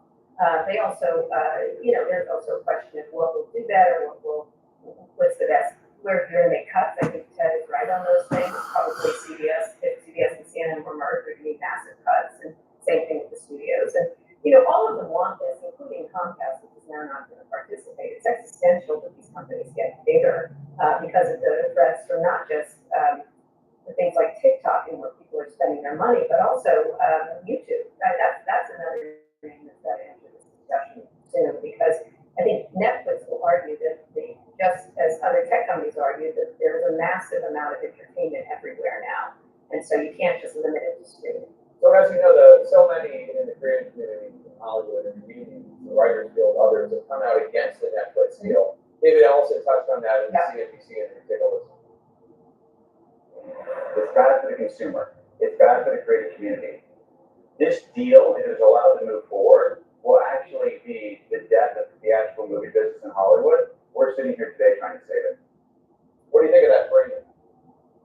Well, I think that the actual movie experience has been dying, and it has nothing to do with Netflix. It has to do with $12 popcorn, bad experiences, bad screens, not giving customers what they want. I think it's easy to blame a company like Netflix. And by the way, what's fascinating here is in any other kind of situation, the villain would be Netflix because of the way it's changed the economics of Hollywood. That has a lot to do with how Hollywood has behaved over the past 20 years, ignoring all these changes. Now, consumers seem to like Netflix, right? Or else wouldn't be doing so well. And the question is, how do we change the economics of Hollywood to make theatrical make money or make it be promising? Even though I haven't gone to the movies in a long time, or less so. I went to see Wicked, I guess, the Wicked. But this is about the changing economics of Hollywood. And one of the things that I can remember is 15 years ago, Jeff Bewkes, who kind of started this whole thing off, if you think about it, called Netflix the Albanian army is going to beat us. They were making fun of what Netflix was doing. And so, everybody in Hollywood has to start to embrace the changes that consumers have been fast forward on. It'll be an interesting thing. Look, whoever has the best money deal will win. And if the arbitrageurs, the arbs want their money, they want $30 now versus $32 later, that might have a say in it. But to pretend that this is an unfair thing, it just, whoever has the most money and the best deal over time will win this, because, you know, Jake, it's Chinatown. Right. What to say? So yesterday, President Trump said he's going to be involved with the process. This morning, the president, he blasted Paramount, owned by David Ellison, because he didn't like the fact that they interviewed Martin Luther King on 60 Minutes. He posted they are no better than the old ownership. Since they bought it 60 Minutes, it's actually gotten worse. So, I mean, it is not unheard of for President Trump's whims and tastes to impact the FCC and the Justice Department. Sure. In this case, yes. And what struck out to me as a comment, they're not many of them my friends. Something about the Ellisons, I was like, uh-oh. To the Ellisons, I was out on Ted Sarandos, who called them fantastic last night. It was interesting matchup. I've heard from some people. There's a whole group that are Ellison side, on the Ellison side. There's also a whole group that's advising President Trump, hey, get on the side of the future, which would be Netflix. I think he likes a winner, and he perceives Netflix as winners in some fashion. He might Mamdani with this thing, as you know, he's quite friendly to Zoran Mamdani. You never know what he's going to do here, and the fact that he said none of them are my friends, I was like, wow, ouch. Well, especially because the Paramount deal has the backing of Jared Kushner, his son-in-law. I mean, that's one of the financiers backing the takeover bid, which also, includes Saudis, Qataris, Emiratis, and today's SEC filing notes that those have agreed to forego any governance rights, including board representation. But I know there are a lot of people. Well, what do you think about that? I mean, the Saudis getting involved with stuff. I mean, trying to export images of phone cells. Yes, exactly. They should not be owning any U.S. property. I'm sorry. I mean, they could kind of do on the golf stuff, I guess. But these are big media companies, and so I think the Saudi influence has gone throughout our country with lots of different industries. But this is a problem, the Saudi ownership. If the Ellisons are so rich, they should pay for it themselves if they think it's worth it, rather than get other money. They do have some smart money in Apollo. Mark Brown is really smart. But for some reason, bringing in the Saudis and Jared Kushner just feels even more like a grift, doesn't it? It's sort of like all our friends and allies being here. Just like they're doing over at TikTok, which is, they're getting TikTok at such a discount, they're practically giving it away for free to friends and allies of Donald Trump. So I don't know which way he's going to go here. I gotta tell you, I was really struck by calling. I got like this maid headband. I don't think it'll go with that. Why can't we look at your address? Because I want you to know where I live. Kara Swisher, always great to have you on. And our apologies to Matt Bellany. I'm not sure what happened with the audio, but we'll have you on with you soon. Thanks again, Kara. Coming up, some big news just in for comedian Jimmy Kimmel, another person who often finds himself about President Trump. But first, the president's major shift. After saying this last week, he had no problem publicly releasing the Pentagon video that shows that second deadly strike on the suspected drug boat. Man, just how often U.S. citizens are being rounded up in immigration raids led by the Trump administration?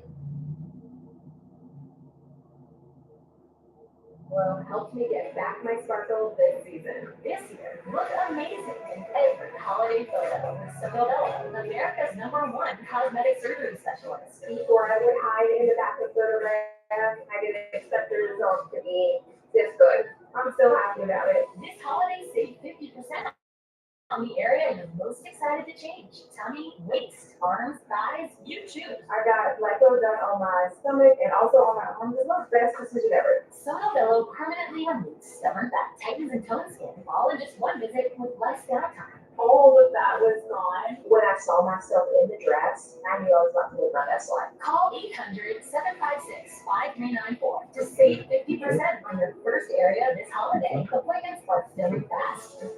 Right. Because if you could feel half of what I feel, totally worth it. This is a limited time offer. Save 50% on your first area. Call Sonobello today. Asthma was making me miss out on things I love, like spending time with my kids. My treatment plan was not doing enough for me. I was concerned about future attacks. So I asked my doctor if we could do more. He ran some tests and recommended adding Fasenra. Fasenra is an add-on treatment for eosinophilic asthma. Now I'm breathing better. I haven't had an asthma attack in a year, and I'm back to the things I can miss.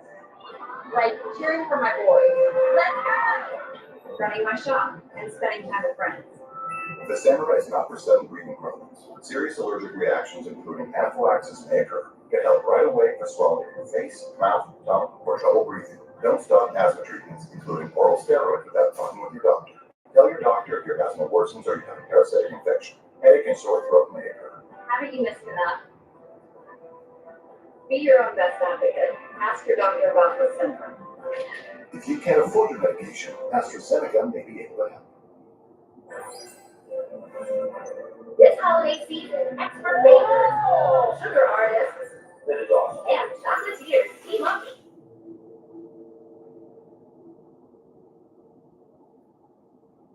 Format we have part one. Part two, where the committee did themselves a disservice, and in the process did Miami or Notre Dame a disservice. They should have flipped them a couple of weeks ago, and we would not be having this issue. Because I truly believe Notre Dame's got a national championship roster, that they were done a disservice waiting until the end. Having said that, don't bail out of your bowl. The University of Notre Dame, you're one of the biggest brands in all the sport. I get that it hurts today, but there are a lot of players in that team that will never play in the NFL that would have loved to have worn that gold helmet one more time. I want to go back to the NFL, the battle of attrition in the AFC North. The Steelers and Ravens came into their game Sunday about 6-6, with the winner taking over first. Pittsburgh hung on for the win late after Isaiah Likely's TD with 2.3 was overturned. Baltimore came to the Super Bowl favorite that is on the outside looking in. And what happens when you look at this, the Ravens and Chiefs are going to get in. If they're going to, they need to win out and get some help. Baltimore is staying in 3 of the last 4 games, with next week's game at Cincinnati. That's awesome. City is favored up over the many games that we're here. And the Ravens. So Herm Edwards, what we have here, we have a lot of our favorites coming into the season that may miss the playoffs, including a team that has dynasty attached to their name. So you're disappointed right now, the Chiefs. You can say what they accomplished last time, right? Expectations of high for the football team, and they have their own expectations. But I thought you saw it coming early in the season that they were down a bunch of offensive linemen. They were hurt at times. Senior position. Mahomes was trying to breathe life into this football team. They never got settled. And then I think after their loss last week, they might be done. Yeah. And look, that's shame too. When you look at what they were building, they tried to get the first team ever. They had 3 straight Super Bowls. They came up short of that. They thought they would reload this year, and it just does not look like it's going to be done. They could not get it done. The Colts now. They were one of the great stories. Early part of the season, their Daniel Jones was out for the year. They lost 3 straight. Quarterback issues are the Colts book based on what we saw.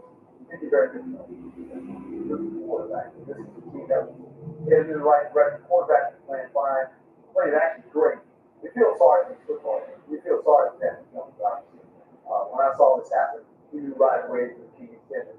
We went down. So this team will be very difficult for them to finish the stretch winning like. And everything was just so good for them early on. Not a little bit of adversity, but more so but as the quarterback. And Herman, I've got you here. I want to do some 5-star performances. I want to start out with a game that had a lot of defense. Oh, wait a minute now. Now we're starting 5 stars. Okay. All right. Christian Bedford intercepted a double off pass. It turned into 63 yards for a score with 5:25 left. They rallied the field to get Joe Burrow to come back. Everyone's feeling good. They win 39-34 with the Bengals. But Burrow's next play came through a naked AJ Epinesa that led to another Bills TD. So what was your takeaway from the Bills? They circled the wagon to that. You know, that quarterback, wow. He put the cape on, and it was in the snow. The biggest play of the game was when he was running and he slid. You can't make this stuff. If you don't like the Buffalo Bills are fine, just watch Josh Allen play football. Marvel at the Williams guy. And he's on. That's the league we're talking. Okay. Let's say the best player in the league. Well, what else? Maybe not the best league player. Let's see what my tough performances. Because thank you, Matthew Stafford had 3 touchdown passes in the Rams, 45-17 around the Cardinals. He's got 22 3 TD games for the Rams. Passing Kurt Warner for the most ever. And the league with 35. Stafford, I believe. The rebound and 11 assists. The Lakers went over the 7th century. That put his 49th career, 30 points, triple double. Putting him down to Nikola Jokic or Westbrook second.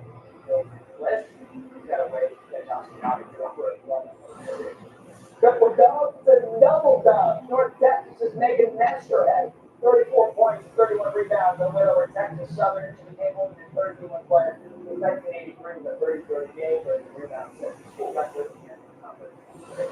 The Thunder keep rumbling. Beat the Jazz, 15 straight wins. How about the Jam? They did it. Actually, looks that's pretty good. Jet Holmgren, what a player wants, what a player needs. Jalen Wade, who gets 25 points, so he's 23 to 1. Season, those are 5 stars coming right after the fourth final of the show. Big that the Monday Night Football and reaction to maybe one of the worst bad beats in the history of bad beats. It looks like Jalen Hurts is wearing Beats headphones, so he would get the medal on that. Double breasted suit always looks the part as an Eagles necessity. Sorry. Sports Center, presented by Grey Goose. Make time wait. Please enjoy responsibly.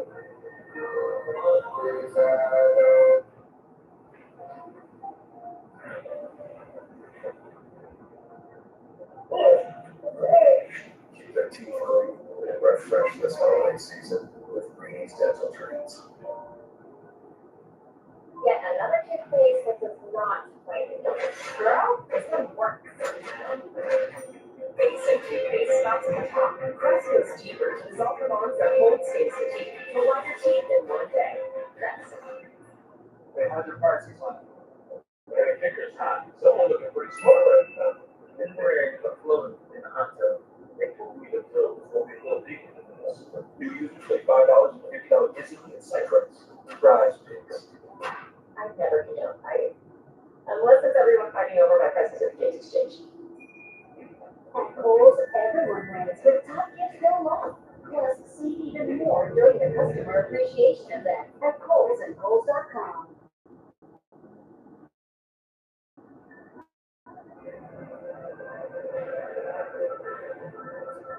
Hey, Matt,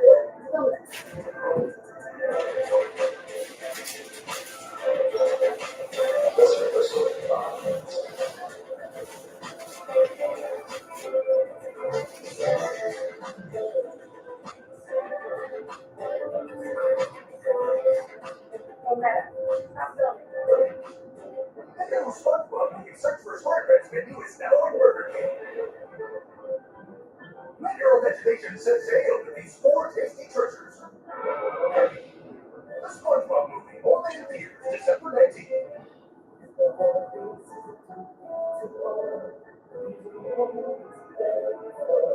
Skechers Slippers. Skechers Slippers. Get everybody Skechers Slippers. Listen to me, people. Perfect gift and free Skechers Slippers.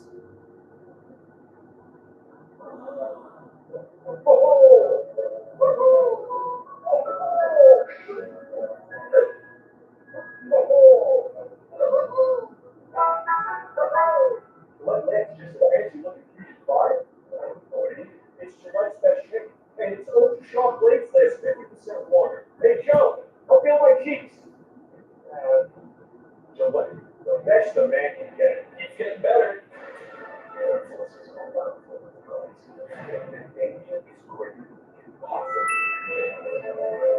Simply enter the seat of monsters.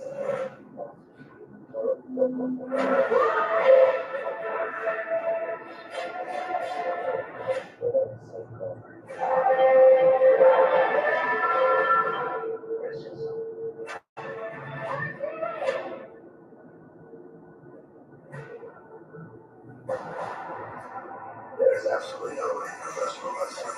The best will be the all. The only can all just stand there and we said. Being fun, playing hero, your fate will always be bowing down to me.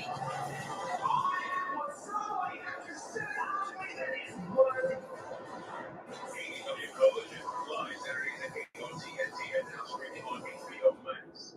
Everyone's wrong now. The Emmy winner for Best Drama. 150,000 people die every day. Starring Emmy winner Bill Wiley. He's now charging there on TNT. Let's go save some lives.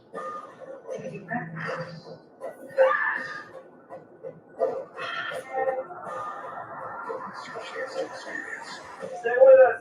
The Pit, Mondays, back to back, starting at 9 on TNT. Welcome back to Sports Center, presented I did. Surprise. Michael is butter to be on a roll. You know what this is? Here, look at this. First, exactly what you saw him on camera, off camera. Wow, what 10%? Imagine the impact of road life in the road when you're there. I feel sick. Woo! He changed the culture, he changed sports. Yeah, wait, watch that Wednesday premieres. I get these from this player. Stewart's got cancer research to honor Stewart's legacy. The award's granted to scientists who are addressing racial disparities in cancer outcomes and provide opportunities to research and unrepresented groups. ESPN and the Foundation are proud to support this cause. Honored to support it. You gotta work. Down to Monday Night Football. The other one, once a day, you play mental health and trauma. PJ Brown. Certainly Devontae Smith. As they have it. And it's explosive lately, and they figured out tonight as we bring in the fourth ball. 11-13 over 10. That's dead. That's useful. Yeah. Tell me your team momentum. What takes you like that? Absolutely not. These two are the perfect dance partners for an under. So that's going to be the best. 41.5. Two teams that rank bottom 5 in the NFL in pace. What's pace? It's basically the time measurement between the end of one play and the start of the next play. These two move extremely slow. Eagles actually run the fewest plays of any team in the NFL. The Chargers allow their opposition to run the fewest plays of any team in the NFL. You're not running plays, Matt. You're not scoring points. You're taking down the opportunity. Throwing two backed up offensive lines, I think this is going to be an absolute slog. Now, if you want a home run swing, let's play Dallas Cowboys to score the first touchdown at a price of 14-1. Great price, because he hasn't scored any of his last 4 games. But this is a fantastic matchup for him against the Chargers. According to DVOA, Chargers struggled more against the tight end position than anybody in the NFL. Case in point against Brock Bowers last week, the Raiders tight end found his way into the end zone not once, but twice. But I got it to score first. You just threw some sriracha on that bag, going first time for first TD with Dallas Cowboys. I mean, you can play him anytime TD too. I like, oh, that's like fun. The first one, like, big swing. Maybe the bad beat all bad beats. 44-14, 8.5-point spread. Raiders with time expired and just kicking in on a field goal. Granted, as someone said, maybe not us, but someone say that all I ran. You're not seeing what happened before there. This game was dead to rights. We were out of time. A ridiculous win penalty stops the clock, and Harold slots out the field goal. Not even a Hail Mary. They had a long delay game, by the way. They're doing a weird delay game on Broncos. They're smothering the ball. Which, if you look at it, not really. No. Spread was 8.5. Lead was 10. Field goal got it to 7. That is sick. Look on the internet, you'll know who that is. Time down for some high five and some low five. Let's start high five now. Browns Titans 2. Both of these on the high side. As for Corral, 64-yard touchdown pass for another. He did have a costly interception in the third quarter. He was good enough to became the starter for the rest of the season. On the low five side of it for the Browns, which is where they're accustomed to being, 2-point conversion. The door not on there. That's what John Junkin.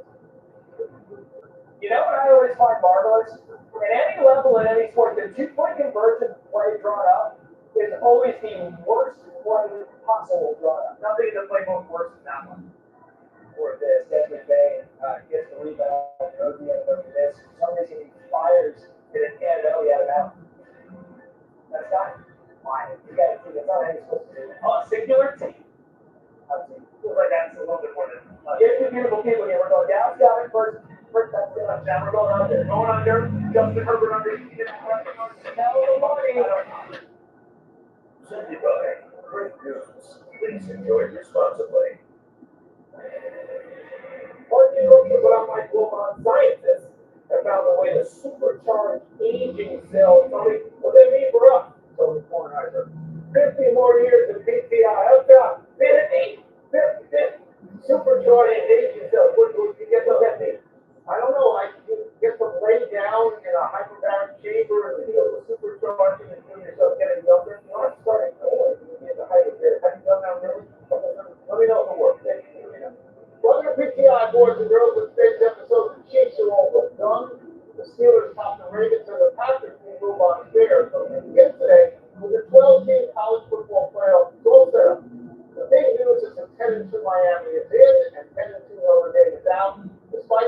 Dame being ranked ahead of Miami for weeks and weeks, even though Miami beat Notre Dame head-to-head. Also, 10-3 Alabama, and despite those 3 losses and a rushing loss, the Georgia in the SEC Conference Championship game on Saturday. Hold on, as you know, I think Notre Dame got completely home. What do you think about the team this playoffs? You know, Alabama didn't let down instead.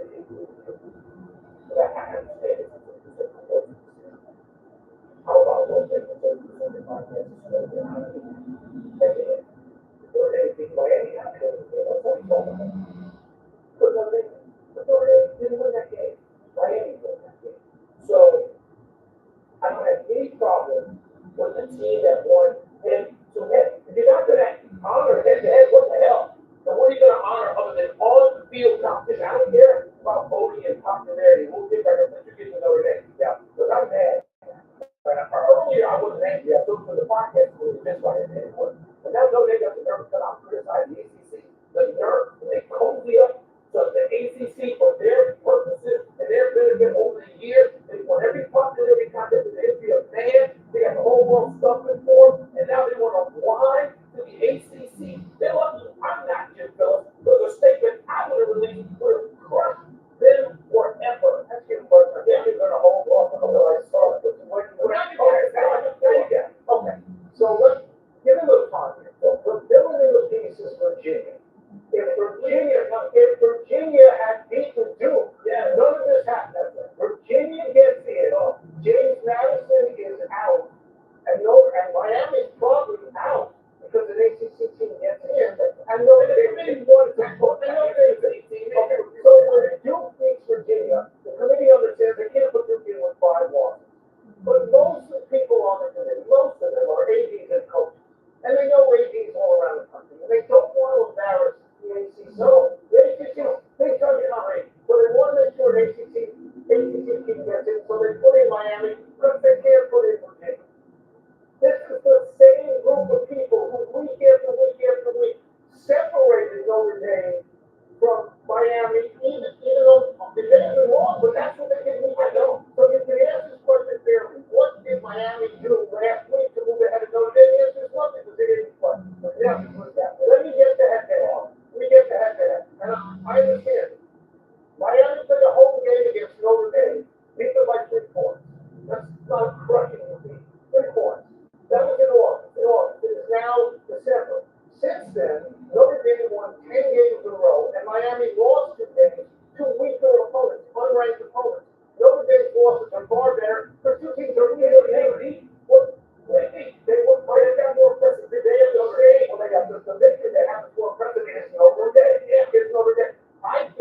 I honestly think that Notre Dame got hold because they're not in a conference where they play football. They cozy up and they benefit. And then criticize them today. I understand that. Yeah, look, let me go to Alabama. Look, Alabama is important.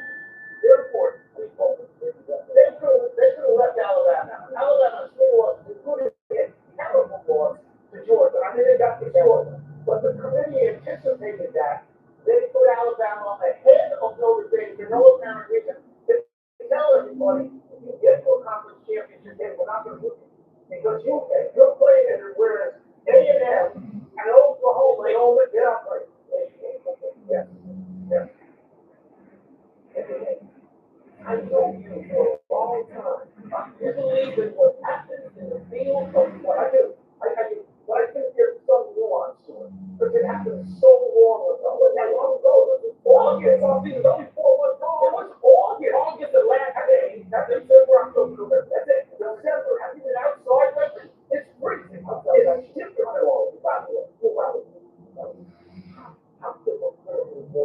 Let's see. What? The ACC. As long as I get my paycheck and then behave like this. To be fair. To be fair. I admit that I hate them. Now I hate them today. I'm glad they're home. I'm glad they're going nowhere. No playoffs.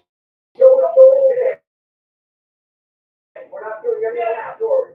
Get out of Notre Dame. I do hate them. Today more than ever. And I got reason. And I got support. Huh? Take Notre Dame. Yeah. Boom. Steelers beat the Ravens in ball. Moving south to the AFC North. Jaguars beat the Colts, take over the AFC South of the game.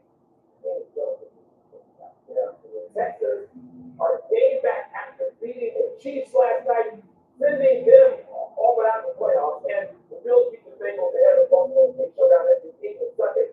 Which AFC team then had the biggest win? Not the biggest win. Kansas City had the biggest win. Kansas City is now out of their playoffs. For the first time since 2014. In the interim, they won 3 Super Bowls and they won 5. So much for your years of dynasty points. They have the dynasty. Never done. Every time I watch Kansas City this year, they've lost the same thing. Patrick Mahomes throws a perfect dance and someone drops it. Drop there to drop there. When you drop the C4 like that, you see drop there to drop there. So now Andy Reid has to figure out how to retool that team. And he also has to figure out if he wants to keep going. If you ask me what is the biggest win, I'm going to go pretty much off the board where you're concerned. I actually think it might be Buffalo. Because Joe Burrow was having this reign with them until those 2 crazy back-to-back interceptions. And then, now it's snowing, the weather is awful. Josh Allen takes over the game. Josh Allen gives an MVP performance and maybe the Bills down something.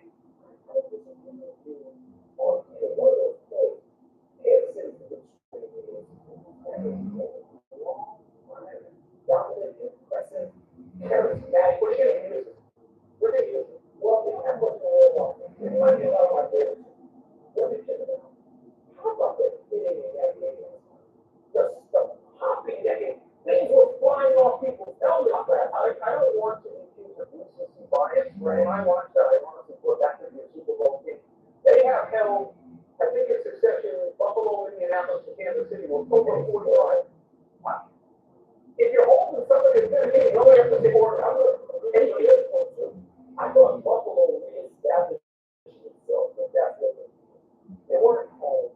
But Cincinnati, you thought Joe Burrow was going to deliver your win. And it did. I was starting to sway. It looked like he was. He had these bizarre interceptions that one of them said, I think they are. Here's why. One, for 6 to 8 weeks, I thought Lamar Jackson is knocked out Lamar Jackson. You can see it. Maybe he will be again next year. Not now. I don't think they're good enough. I don't think this works enough. Either no. Quiet the drum beat about Mike Tomlin a little bit. And Aaron Rodgers is very good in that game. He's very close to the rating. I think people will. Did you? It's a hard. And Indianapolis, who started out their done. They're going on. Okay, maybe this will be for Notre Dame. I can root for him because he ain't there. Maybe he's pretty good. Maybe he can hold the board. They're not out of it. They're trending out of it. Let's move now to the NFC and talk about impressive wins yesterday. The Rams crushed Arizona 45-17 in Arizona. The Packers held on and beat the Bears on the last meaningful play of the game with an interception in the end zone 28-21. And the Saints had only won twice when we beat Tampa Bay in Tampa Bay 24-20 to knock the Bucs down to a tie for first place in their division with Idle Carolina. Well, whose win was most impressive?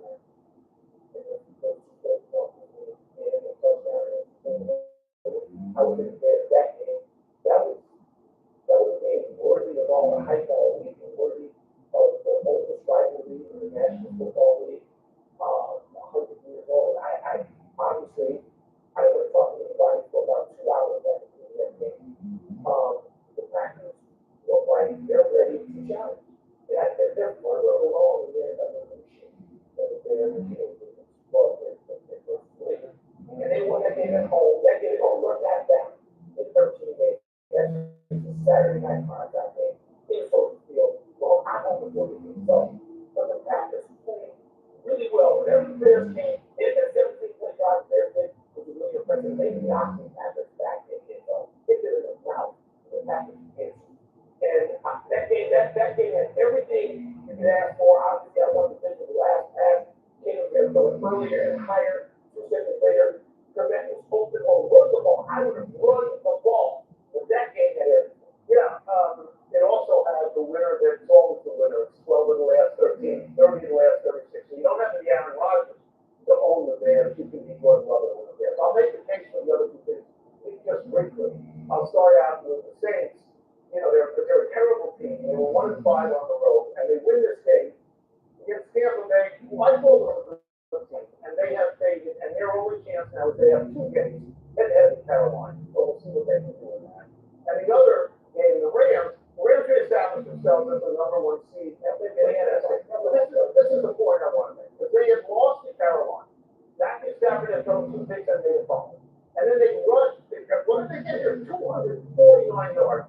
But, and there's always a but, Arizona is simply not going to, they're absolutely nothing. I told you this morning, that I watched the Bears and the Packers, and I thought, the Bears were a playoff team. Whether you had any doubts at all in the first 12 games, and what their schedule was and how they were winning their playoff team, they put on that big one chance. That was a really good game. My argument, not my argument, my disagreement with you, which we hashed out this morning, is I wondered, did the Bears use the timeouts correctly at the end of the game? And why didn't they go to the end zone more than one more stuff? We can't stop anybody, right? We couldn't stop the Packers in the 2 drives when we needed a turnover or a stop. So no, they played that right, except the call. I don't like how he lost this guy. Everything he's done. I'm running the ball. I just ran the ball down their throat. I'm not going to put that in the air when I can run it in Green Bay in that situation. What? Let's take a break. Let's go to the Cubs. The Browns fought the game time too on the Wildcats. George Sanders has been on the field. Jeff Pittman's the Hall of Fame, kind of over Barry Bonds and Rodgers. I'm angry now. No, I can see that. I'm legitimate. I wasn't angry. I don't know the podcast is more you're angry now. Yeah. Because they insulted you more than you do. Yes. Right. And you'll sit. Carbon introduction is presented by Brave Foods. Make time wait. Please enjoy responsibly. Start at happy hour. I did. Surprise. He changed the culture. He changed sports. When you get a classic ride, you need tools you trust. Whether you drive it every day or want to take it out on the biggest night of the year, count on Harbor Freight. 12 days of deals starts Friday. How did I get here? A grandma with vision loss from wet AMD, riding across the desert. It started when Provismo opened up my world. I was worried I was losing sight of the world around me, but my doctor recommended Provismo. Provismo is different. It's the only treatment thought to block 2 causes of wet AMD. I was so excited when my granddaughter asked me to ride across the desert with her, knowing that Provismo improves vision and delivers a chance for up to 4 months between treatments. Provismo is an eye injection. Don't take it if you have an infection. Activizable and more on allergic to it. Provismo could cause eye infection, retinal detachment, temporary increase in eye pressure, and uncommon risk of heart attack or stroke, or severe swelling and blood vessels in the eye. Report changes to vision or eye pain to your doctor or retina specialist right away. Now I've got my sights set on the road ahead. Open up your world with Provismo. The number 1 prescribed FDA-approved treatment for wet AMD. Ask your retina specialist about Provismo. Wonder Day Women's Healthies are made for your overall health, with nutrients for immunity and energy. So you never miss a beat. One a day, the one for you.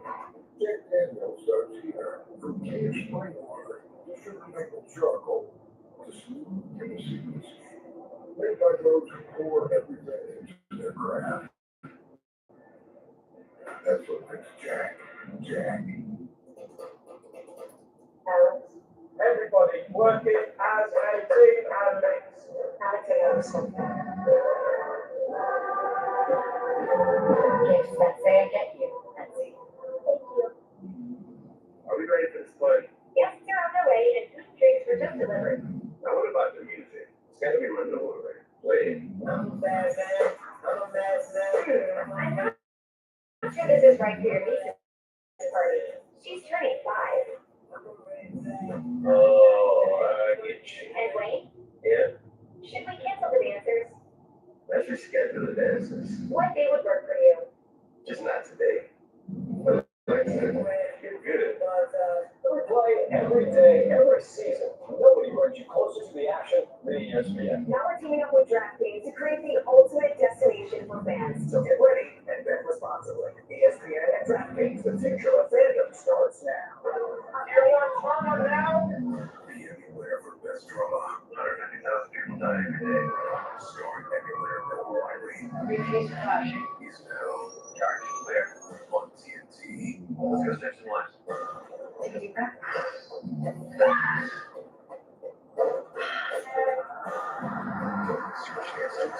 Stay with us. And Mondays, back to back, starting at 9 on TNT. With Ollie, I can check on Paul's health whenever I want. The app makes it really simple. I upload a few photos, and it does the rest. The Ollie Health team tells me exactly what I need to know about his weight and digestion if anything comes up. And it uses data from thousands of dogs to help create the best meals for them. Most importantly, it gives me advice. And that helps me be the best mom for life.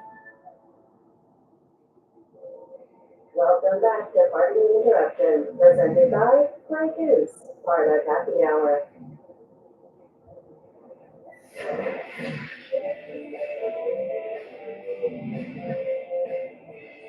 It is time for the missives from the millions and mail time. I'll put on my glasses to read the first. Should Shador Sanders have been on the field for the Browns get to tie the Titans? Yes. Absolutely. She had a field. I mean, it's at least a threat of running a four-play package which involves passing the ball for real. I understand that Cleveland is running wildcat prediction. But what about these guys? But Shador Sanders on the field, he's that hard. I was taken aback by it when I saw the Wildcats. It turned out to be a terrible play. They think it worked. In the past, they did work, but it didn't work this time. I mean, I want Shador Sanders as an option because to that point, he had thrown for 364 yards and 3 touchdowns, and he had run one in. So if I was a coach with that information in front of me on a clipboard, I would think Shador Sanders would be out there. The play was terrible. The Wildcats went backwards, instead of forward. The pass was what it was a clinic on why not to call that play. And the Rush has to have a clipboard to remember that his rookie quarterback has accounted for 4 touchdowns in that game when they stink. Then he needs to be fine the result. Shador Sanders was named today as the starter the rest of the way, and I think he's earned that. What, you want to fire the coach? Oh, Connie Jackson, they don't like Notre Dame story. It's a bad look for the coach. Not to know that the most important guy he's got on his offense is on the sideline with him. It's dumb. Your favorite player on the team, Garrett Nelson. How about that? When he's out of the league, have to block miles there. So, good luck. Yeah, cool. Let's hope they all play the game. And overall here, that game will let them one dog. Hall of Fame, when you surprised the Jets that was the only player to make the Hall be the contemporary era committee, which used to be called the veteran. I mean, we're going to call it the veteran. We are. And it's important to point out this and that. It's not the real vote. But that's the real vote. It's a different thing. I was a little surprised Jeff King made it, and then I realized that he has more home runs than the second base. Yeah, and a lot of guys get in this way. You know, later on, somebody votes for them. But I am not surprised at all that Barry Bonds and Roger Clemens didn't get it. But I am surprised they didn't even get 5 votes. This means the next time they're eligible, 2031, and if they don't get 5 again, they're out forever. So you are going to never have a 7-time Cy Young winner and the home run king of all time. You're not going to have them. And that's because this drug stuff is serious. And this will reverberate on Alex Rodriguez down the way. It is though. And I'm not going to say he never got hit well in the game. He's gone, man. He's gone. He doesn't have only people would have seen him play on the boat. He will be a road. Yeah, Carlos just got a lot of I'm fine. Can't go there. They did it all right. Well, they got it all time. Still down with one of that. What doctors going in? You know, the whole thing. I'm home. Clemens and Bond are clearly 2 of the best players of all time, and arguably the best players of their time. Yes. Yet they're not in. How long do you go? How punitive do you get? They are suspected of using performance enhancing. Alex Rodriguez, you're right. It's the same. It's the same situation. Nothing now. Let's take one last break. Still to come. You need to try to bounce back from 2 straight losses tonight. How will they fare against the Giants? And Oklahoma City keeps beating people's brains out. Let's get a question. Did you see those yellow uniforms in the starters? What's that though? Why are they wearing that? Nobody should be fine. They have one of the greatest units of all time. That person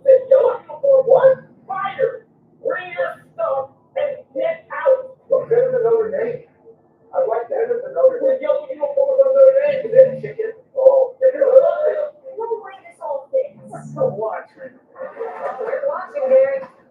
They're right. We need weather time. I thought they only make floor liners. Really, Gary? Really, Gary? We need to make a seat protector, scientific reflectors, no film lenses. And look how fun. And I just ordered weather sensitive products. Hitch basket makes for easy loading of heavy and bulky gear, and increased storage capacity with a roof basket on top. Weather got through it. Buy American at qqdwd.com.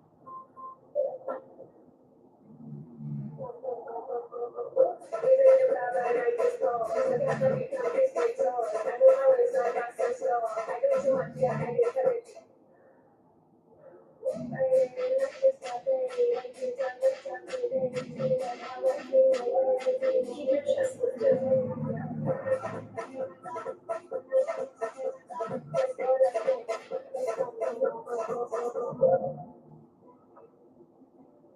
What if he says no? Regardless. Hi, Allie. Will you go to prom with me? During the Subaru Share the Love event, we donate to charities like Village. You wish for a prom?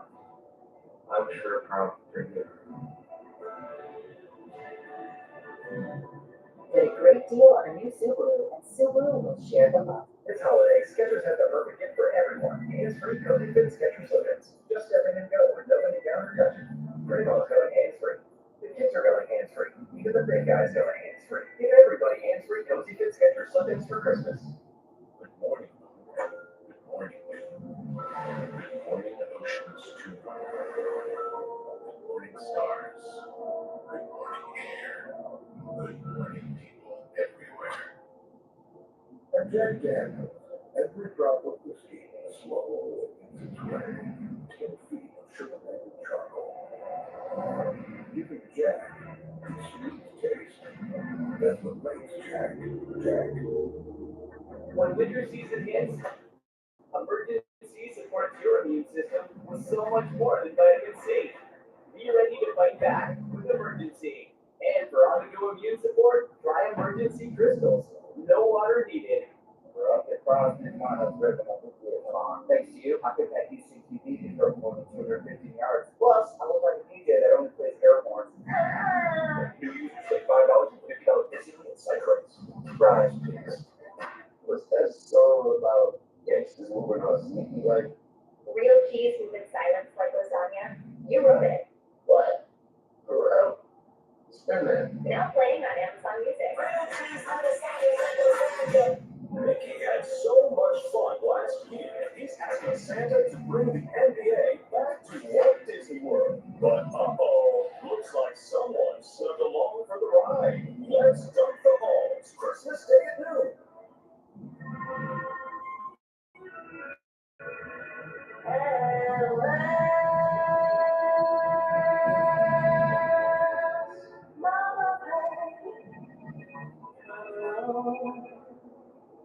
These hands create all of the material that will dry my hands. If my hands get really dry, I can't do my job. I depend on O'Keefe's. It's America's #1 selling hand cream for guaranteed relief. If it works for these hands, it'll work for yours. O'Keefe's is hard-working skincare.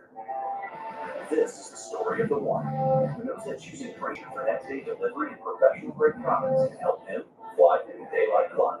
Call, click, or stop by. Grainger for the ones who get it done. Baby presents Holiday Deck. Dancing and dazzling. With sweaters so merry and bright. Join the party. Party interruption is presented by Great Gates. Make time late. Please enjoy responsibly. Start at happy hour. Happy time, people. Happy 25th birthday, Andy Potter.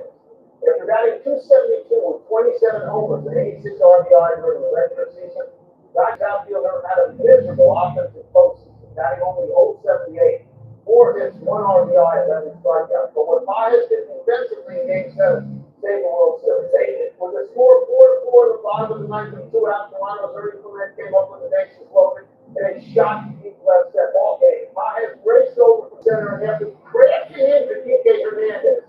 Baez leaped into the air to take the game winner away from the Blue Jays. The Dodgers won in by Will Smith in the shutdown meeting from Yoshinobu Yamamoto. Remember Dave Roberts inserted Myers in the center field for Bobby Evans during the night. Talk about making the right move. The game's over. The World Series is going to another team. Yeah. And he's right. And as much credit as he gets, which is like all good at Roberts. What kind of instinct leads you to that? Wow. Happy anniversary, Baker Mayfield. On this day 3 years ago, the former overall #1 pick of the Cleveland Browns led an improbable comeback for the Rams over the Ravens. Capped off by a 98-yard scoring drive just 2 days after the Rams had played Mayfield off waivers. Mayfield had started the season with Carolina, but after a 1-5 record there, Mayfield was granted his release in early December. Rams were down 16-3 in the fourth quarter. Mayfield led 2 long scoring drives. He ended up 22-35 for 230 yards and no picks. After that season, Mayfield went to Tampa Bay where he has found his footing. And even with yesterday's loss, has kept the Bucs in the thick of the division race this season, despite injuries in all the rest of the season. And to him, you know, I did not like Baker Mayfield early on. I love him. Yeah. He's talented, he's tough, he's charismatic, he's been injured, no excuses. He's out there with half a team and half a line. And he loves he does. Yeah. Having trails of Vancouver in the MLS Cup, Lionel Messi assisted on 2 goals on Saturday as Inter Miami beat Vancouver in the final. Messi won the game's MVP and seems to be a lock for the second overall league MVP tomorrow. In all, Messi scored or assisted on 15 goals in the playoffs, a league record. 38-year-old has delivered time and again since coming to this league. Taylor's well results on Friday. Messi is open certainly to be part of Argentina's World Cup defense next summer, and yet he continues to participate for it. He's to go. Is he to go? Yeah. I thought you said Ronaldo was to go. Oh, okay. I would go to Vancouver and Mexico City to see the world. What about LA? It's going to be in LA. They don't go to LA. Really? Well, if I had my life in LA, Vancouver, Mexico City. Let's go to the big leadership because the Thunder beat the Mavs and the Jazz this weekend by combined 51 points for New Press. How about the Lakers? Yes, they told you. When are they going to take you serious? What point? I don't know. Christmas? 12 to beat your Jets. 30 and 2 when you're 30 and 32. 34-10. Your Jets went down. The Jets stink. What did I write down here? But since the GM was fired in Miami, you're 4-0. The coach probably take his job. Gonzaga blew out Kentucky by 35. He lost that fans get concerned. 5-4 tough schedule. How about Boogie Cousins? He did. Yeah, I love it out. Prior to Virginia Tech head coach Kirk Fry, get this, is reported to be joining the team as James Franklin's DC. That makes sense. It might, because he did it before. But it's weird to me. It's really just fired him. Big nice house. Very weird. Last one, Monday Night Football, Eagles and Chargers. You like Eagles to bounce back tonight? Yeah, where's that? Chargers in San Diego. That's a broken leg. I know it's the guy going in. It's not his leg like the guy in Indianapolis. We're out of time. We'll probably be better the next time. Sue Fiber, happy birthday. I'm Mike Wilbur. Same time tomorrow, Buffalo. And now to get you set for Monday Night Football, there's Scott Van Pelt. Tough soccer, national champs. Tony, Mike, thank you so much. Greetings from sunny Southern California. Great to be back out on the West Coast. Oh, the beaches are calling, but we got work to do. And we love the smell. Smell it out. The Eagles fans took over the Santa Monica Pier on Sunday. Go. They will be felt tonight in this building as they are anywhere they show up. I'm sure you're going to run away from SoFi Stadium where tonight they're saying, "Go Chargers, go." Two good football teams, excellent quarterbacks. It was a week ago that Justin Herbert underwent surgery on his non-throwing hand, expected to give it a go tonight. Went out and played that last week with that injury.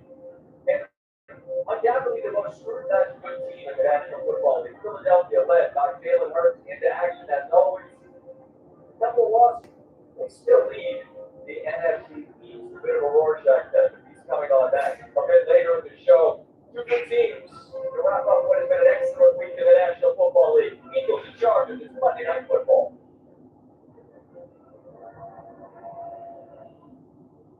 Monday Night Football.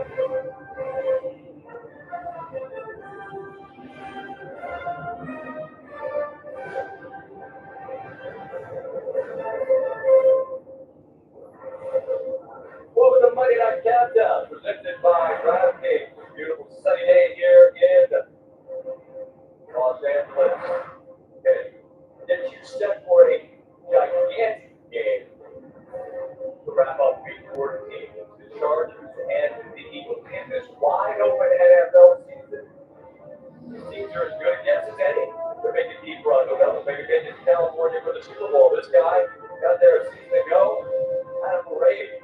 Nick Sirianni sat down with our Jason Kelsey. Who was their Jason Kelsey before it was our Jason Kelsey? That conversation's coming in just a bit. We got 2 hours to set the table for this one and recap some of what went on across the NFL on Sunday. This is a magnificent stadium, as I said on the top. Always great to be back at a video level at SoFi Stadium. Magnificent. It really is. That's Marcus Spears. There you go. When I talk, I'm Scott Mantel. Fantastic to be with you. It is warmer in here than it was in New England. Just a little bit. I got a story. Okay. So I'm getting ready for this week. And I tell my wife, I said, baby, you dress cute. Okay? You dress. I'm not doing that. You dress. Look good. So for 2 years, I've been coming to this show without having to go to the mall. Coincidentally, I found myself in the mall the first time I tell my wife to dress. And then I just realized, before we come on TV, I'm sitting my big ass up here in green, right on one of the Eagles. It just registered to me. This is not to go opposite of RC because he does team comes every week. She put me in green, took me to the mall, and now I feel just dumb, like I'm up there sitting going for the Whoa, nah. She also played you a time it was like a paper bag. She did. She said it was like a paper bag. Now, I don't know what that story got to do with anything. Not a damn thing. Nothing. But I thought it was important this year. It is. All right. It's a Chargers fan, obviously. Like, it's not a Chargers. We're going to the earliest pivot match we ever have. We will pivot to the action from Kansas City, which was a significant ball. Now, this will be ignored. Keep it with that. We're going to steamroll into the 80s. Better call hosting. This was a gotta-have-it game for Kansas City. This is a 4th and 1. For Kansas City on their own 31 and a 10-10 game, they went for it. Andy Reid, the vision that Swag will discuss in just a moment. His credentials are unimpeachable. We know it. But the Texans make it count. A third and 3 play with Stroud. A number of times he extended plays. Finds the rookie here, J.D. Higgins. And then after Woody Marks down there, Close had to leave the field for a moment. Now good for Wally made the most of his in the game. He pulls his way into the end zone, and the Texans have to lead again. If there's one play that might be a microcosm from the season, I suppose this is. Travis Kelce's got the ball on his hands, cannot secure it, takes a big shot, and after it's picked, you can see all of them landing in his lap, man. It's landing heavy. They have lived in a rare space, but they're now 6-7 in December, and they are facing an uphill climb. While that Houston Texans, no one would want to have to play in the playoffs. Patrick Mahomes had a night in terms of being off the mark. The lowest completion percentage he has had in 125 career games entering this season. He never been under 50%. It's happened now twice in the last 5 weeks. It happened against Buffalo in week 9, and it happened once again against Houston. And there's really a Houston component to this, which we can get to in a moment. Yeah. That's why I want to just jump 4th and 1 on your own 31 and a half, where Kansas City had really bottled up the Texans defense and rather than punt and let them make a mistake. What did you make of that decision? It's okay to disagree with Greg Coach. And I think Andy Reid is a great coach. I thought this call was awful for him to go to 4th down. And recently, yes, guys, and look, he leaned into this at that small quarterback. You want to dial up a play where you think you got an opportunity to convert. But it was a panic button. I think he hit way too early. And if you were paying this game, the Chiefs defense was starting to put their stamp on this game.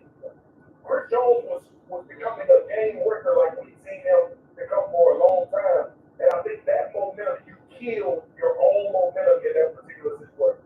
I get it, you're desperate, you feel like you gotta win it, but I would have definitely played that football and given my defense more surgery. And I'm sure the chuckle afterwards, I went for it because I thought we did it, which I think we all understand. And they went for it. That's why you do it. Correct. But then Rasheed Rice had to drop a concept that you have to say, Jason, I appreciate the lens you list the roots of emotion. I get it. If you just look from an analytical standpoint, what did you see and not see from Kansas City last night? Both of these teams, the strength of it on that side of the ball. And it felt like whoever's going to make some, they confuse a lot of mistakes and take possessions like they did, and you see the game out victorious. Texas did that between the drops, 4 down goals, that didn't go their way, that ended up being the deciding thing. The 4th and 1, actually, I put them on the Greg Mahomes, like one of the most guaranteed handoffs. So even if you're going to Brandon on the career on that, it's so successful. I think he would be.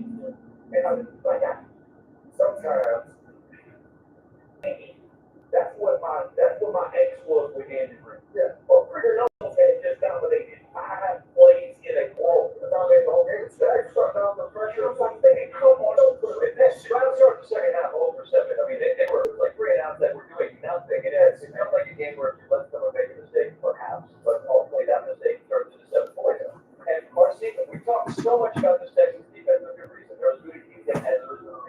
you see from the quarterback? Well, I think CJ Stroud was coming along this season before we got the injury against the Denver Broncos, but we saw him evade the pressures and make plays down the field to his big wide receivers. Here, you're going to see Drew Tranquil going to beat the tackle outside. He comes off unblocked. And CJ Stroud escapes to the right. Watch the way Nico Collins, who was supposed to be running a route to the outside, makes himself available for his quarterback. He's going to get back across the field, come back to the football, and it's a catch and run.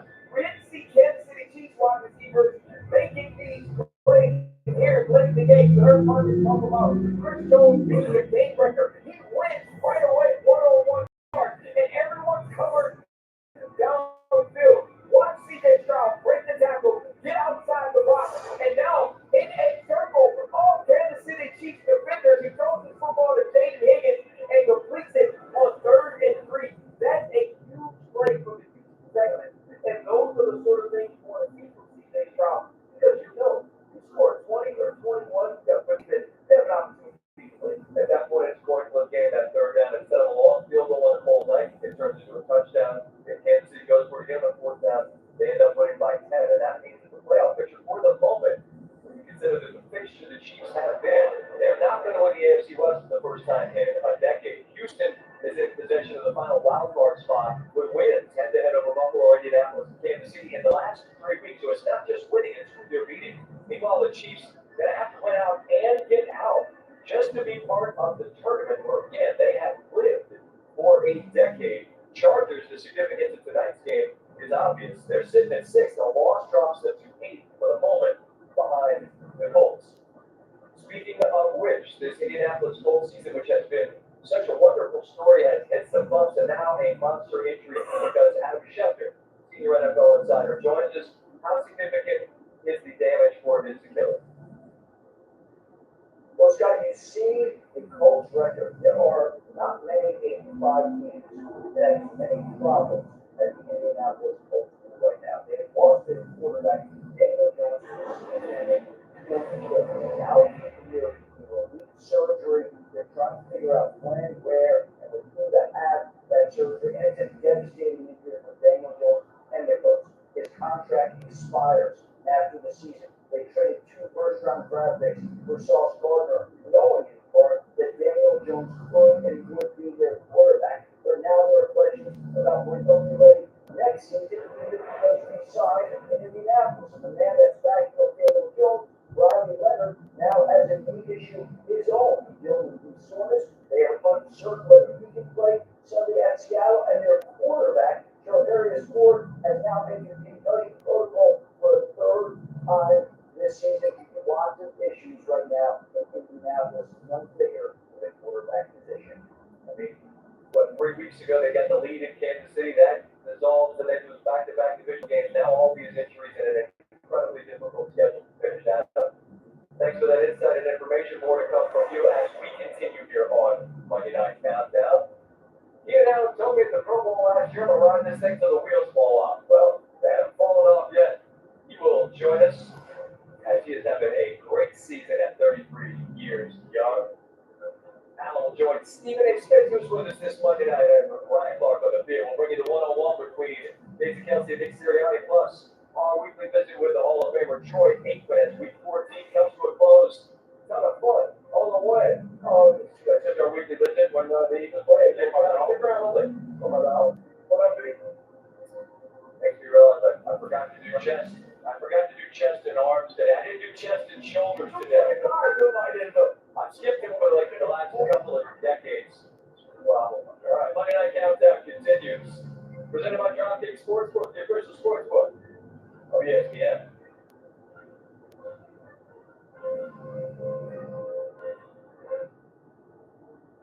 Lasagna. Lasagna?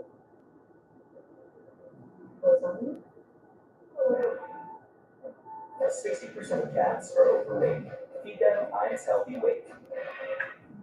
Gatorade has the #1 proven electrolyte drink, designed to hydrate better than water. Makes rehydrate, replenish, and refuel, so you can lose more sweat and run the game. Gatorade. Is it easy? Page 4 with precisely 2 likes at the Rio Center. closer. Stop pretending like you don't see our snack around the comments. It hurts. You thought we didn't see your comments? Petitions and posts, the DMs for 9 straight years. Those comments are the reason this exists.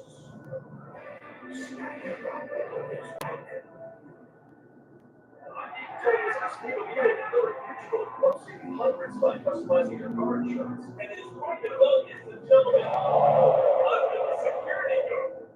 Okay.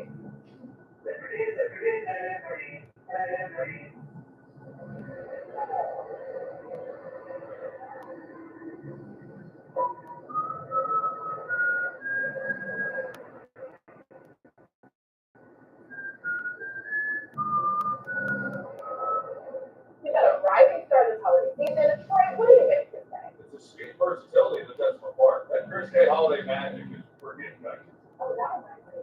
Let's look at that again. First day, I guess that's it. How about that Super Sweet Bar? You laundry, like our new grilled cheese cheeseburger. Sound good, anyone? Smart you. Applebee's 2 for $25. 1 apple and 2 entrees. I never feel fighting. Unless it's everyone fighting over my President's Gift Exchange. At Kohl's, everyone wins with top gift film off. Plus, see even more during the customer free Kohl's and Kohl's.com. James. Fancy school whiskey. Fancy egg. He wants it. 21 plus. He only shows up in a fight. He's never empty. You see, that's the end of his hours. Must be James. Your financial journey and ambitions, but that doesn't make it a solo mission. Money is a tool to help yourself and the ones you love most. Saving up for your first and setting up for your firstborn, paying down debt, and paying it forward when you can. At Thrivent, we help plan your finances for something bigger than money, because sometimes all you need to make a difference is someone to help you make it happen. Thrivent, where money means more. OCD is more than what you see on TV and interviews. It comes with unrelenting, intrusive images, thoughts, and urges. If you have OCD and need help, you can get better, specialized treatment. Go to nocd.com. A hot and steamy au jus is the king of dips and enhances the flavor of everything. Roast beef, onions, cheese, I'll get everything in au jus if I could. As a firefighter recruit, if you want savings, order on the app. This is a story about the one. The one who goes to Granger to make sparks fly. Getting it done right is a craft. It takes experience, the right material, and the right partner like Granger with a wide range of professional grade products. For the one, working hard means others get laid and harder. Call them at Granger.com or stop by. Granger, for the ones who get it done. Welcome back to Monday Night Countdown, presented by DraftKings. Good one to wrap up here in Los Angeles. Just how much green is there in this building? Could be a home game for the East Coast guys. London Gadsden, this talented and deep Chargers receiving unit. Along with Quentin Johnson, a rookie tight end, London Gadsden. They've got 500 yards receiving. You've also got 12 guys to help with that. Wow, guys, you know, only team in the NFL who can say that. 1, 2, 5 guys with more than 5 punch already. One of them is out there on the field. Brian Clark and Stephen A. Smith. It's great to have him with us tonight, fellas. Hey, SVP, man, we're here with Keenan Allen, the receptions leader in the entire history of the Chargers. Okay, I want to ask you this question now. They say you called the play, right? And Coach Harbaugh called you a genius. What was the play, and why did you go with that play call to get the reception? Pretty much like a speed sweep. Soft toss in front of the quarterback. Felt like it was an easy play, you know. And I felt like they were trying to get it to me because the choice route, just trying to get it like an easy little touch pass. Usually a choice route is undefeated, you know. But they were playing it pretty good, so I'm like, man, let's just do a speed sweep. Like, why we think about it? Let's think all the bad things that can happen out of it. Let's take it out, take a little speed sweep, and get this thing over with. When I was in Pittsburgh behind, got 1,000, we threw him a screen behind the line of scrimmage. And that was the way that he got his catch. Green would have been good too. Yeah, Green, that's not it. I'm looking at Justin Herbert out there, he's got blood on his left hand or whatever. A lot of expectations for you guys this season, 8-4 right now. How do you feel about how this season is going? And how do you feel about where it's going? Considering how y'all look right now. I think it's going good, you know. Looking at the things that happened, you know, during the training camp, we lost a big guy, Rashawn. Let's keep going through the season. Lost another guy out here. Marion goes down. Joe Wall goes down. I mean, like, we lost a lot of pieces, but I feel like the guys, the backups that came in, and they're not backups no more. They're ready to go. Their confidence is through the roof. I think they've been, you know, playing their role and doing exactly what they're supposed to do. And I feel like as a team, we've been, you know, making the best of it. Kenny, you play with quarterbacks in different parts of their career, right? Different stages. Right now, Justin is in that stage where he's ascending to be a top-tier quarterback. What or how much has his toughness impressed you throughout this season? Like you said, with losing some of those linemen, but also the way that he's been banged up and played through it. Yeah, I mean, his toughness been through the roof. I remember his first game here on this field, he runs through a linebacker, you know, head on, and the linebacker gets hurt. That was one of the first plays. They're like, oh, he might be, you know, I mean, Jim might really need out there. Yeah, it's impressive for sure, but it's nothing that we don't see every day. I know, you know, when he came back last game, he gonna play this week. So, you know, that's who he is. That's what he wants to do, and that's how he goes about it. And you know, he's definitely gonna go out there and show the world. You know, walking into the season, everybody was talking about the Kansas City Chiefs, obviously reigning supreme over the AFC West all of these years. I'm wondering about the Denver Broncos along with Kansas City, knowing the kind of division that you guys are in. How much does that play the role in elevating y'all level of play? It's one thing to just go out there and do whatever week out basis. That's another thing to be in that division. Absolutely, man. I think it starts with the Chiefs.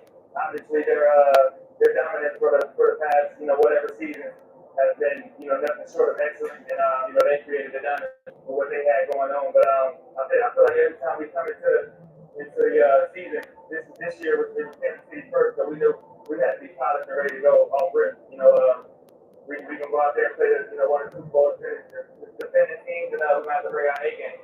And that's just what it is with this division. No matter who you playing, Raiders, Broncos, Chiefs, you got to come out and bring your A game because everybody's involved. Kaden, we know in this league, along with Devontae Adams, you've been one of the route guys, right?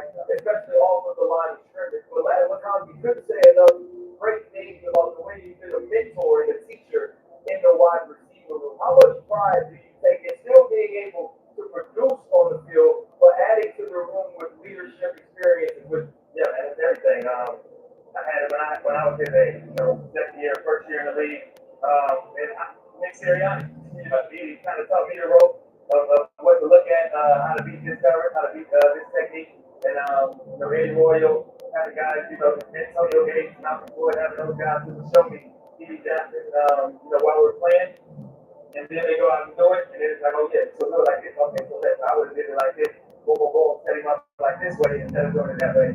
So I mean, having that first hand in the meeting room is different. So you gotta be a guy that you want your guys to look up to and come at me, and you know, we all have information back and forth. Well, I'll tell you what, man, if an alien ever came down and he was like, hey, I want you to show me what a wide receiver is, I turn on tape of Keenan Allen with the way that you conducted yourself on the grass throughout your career, but also the man that you've been away from the field, man. Best of luck tonight, man. Stay alive, man. Appreciate it. Back to you, Scott. Yeah, that's a real one right there at every part of it. Over 11,000, almost 12,000 of receiving yards, and there is his quarterback. As Keenan said, we knew last week when he came in after injuring that left hand that he'd be playing. It's worth reminding folks that we will throughout these few hours, now about an hour and a half. The man had surgery on his hand. Right?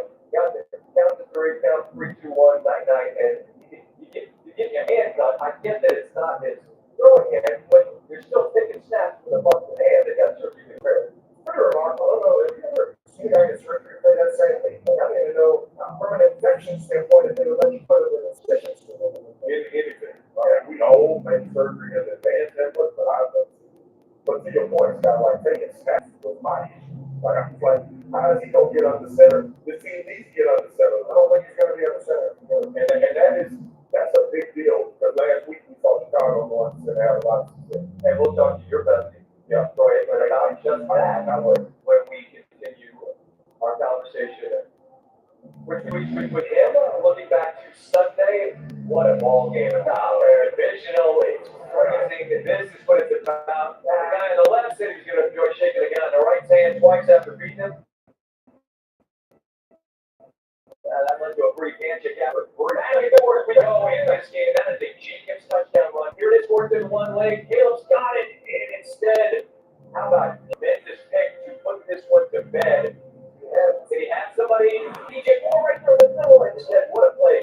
Richard Banks to high point it, secure it, and that is a happy bunch of Packers who now have the lead in the NFC North. And fellas, divisional game, Danny, what he said, Bill Belichick said it's like a game and a half, right? Particularly given that the Bears had the advantage. I felt like the Bears showed us a lot in their competitiveness, but the Packers won this game. What was the difference in your opinion? I mean, I think the Packers are the worst. Yeah, I think the Bears are really good, and it's a testament to what Ben Johnson's accomplished most season. Yeah, I mean, the thing I was important to watch this year is watching that offensive scheme versus half. I think that both of those units on both teams are good. And it didn't disappoint. It was competitive. The play where they have the play action, fake end around, set up, underhand to the straight. I was like, how do you even come up with something like that? And it was a joy to watch. I just think the fact that that defense is loaded. Jordan Love, when he's on, he was on.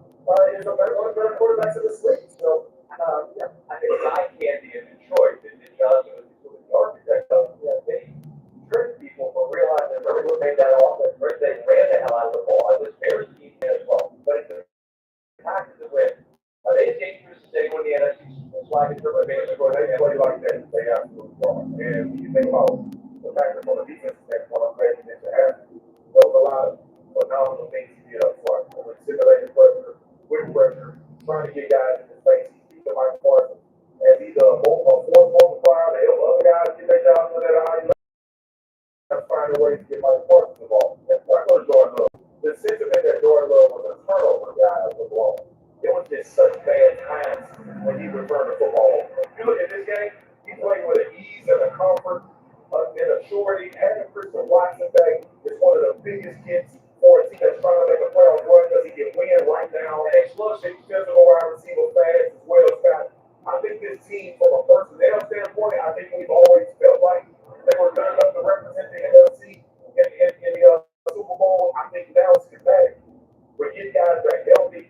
Josh Jacobs had a phenomenal night as well. As much as we talk about pass game, it's a complete team. And with a defense that can absolutely put the lights out if they get a lead and it turns into a drop back pass game. And they'll back up a receiver once to come back from that in that deal. Last year, you see the difference that he has in that offense. We know defensively, I don't think we saw what Philadelphia team in a defensive battle. Wouldn't be shocked if this both made a deep run in the playoffs in the NFC this year. There's AJ Brown, who was came up and said hello as we were doing our work, and he did his work. And he just the back of a middle linebacker. Slow back there right there, bro. Large human. He's very good at football. Also that. Also that. Everybody flies out here, fellas. I got it.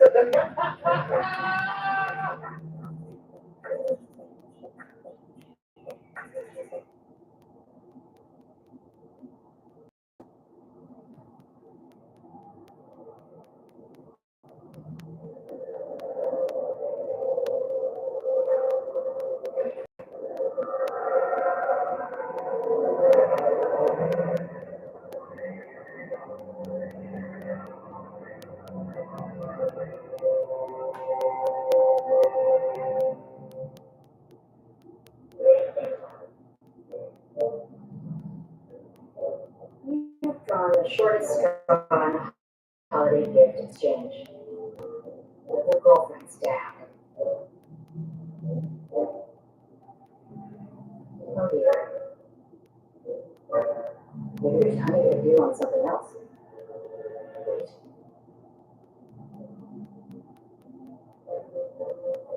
You might just make a few years after all. What's up, Carl Nation? It's your number one brother with the best full service wealth management skills in the biz. Actually, you can see something. Uh-oh. Yeah. to invest in fit on your own. And if you want, they can even manage it for you. Not to mention Schwab is a team of specialists with taxes, insurance, and estate planning, all with one. We're experiencing technical Schwab, a modern approach to wealth management. This holiday, Verizon has got the craziest deal ever. iPhone 17, iPad, and Apple Watch. All on none. But no game lost. You just ate. Don't worry, we know what this year. I'm always watching. I'm always watching. And always, yeah. Get the powerful new iPhone 17, iPad, and Apple Watch all for $0. No trade-in needed on any plan. The new SpongeBob movie Search for Smart Pants menu just dropped at Burger King. Dive into 4 delicious treasures while you still can.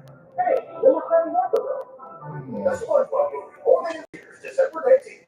If Nationwide can get great insurance and financial services company, what's stopping you from being so much more? It's time for you to be the insurance and financial services you. The Nationwide knows you.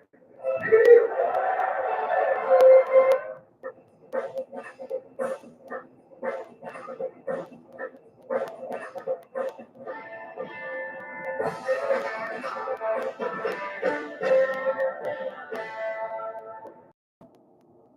Jack Daniels starts here. From caged spring water to sugar maple charcoal to smooth Tennessee whiskey.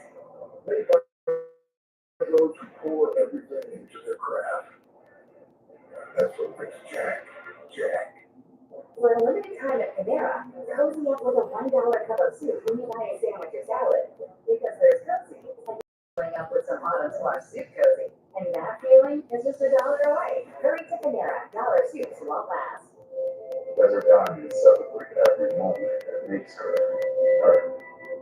The natural colors that reflect she will always be loved. For every shade of who she is. Discover the new Lane Desert Diamonds collection. Okay.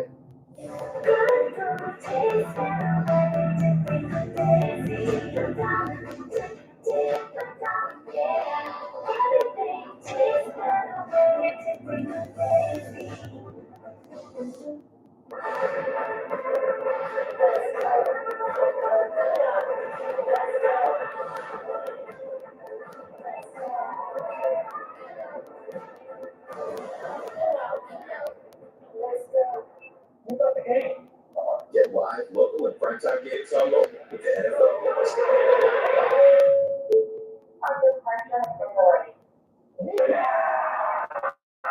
NFL Plus.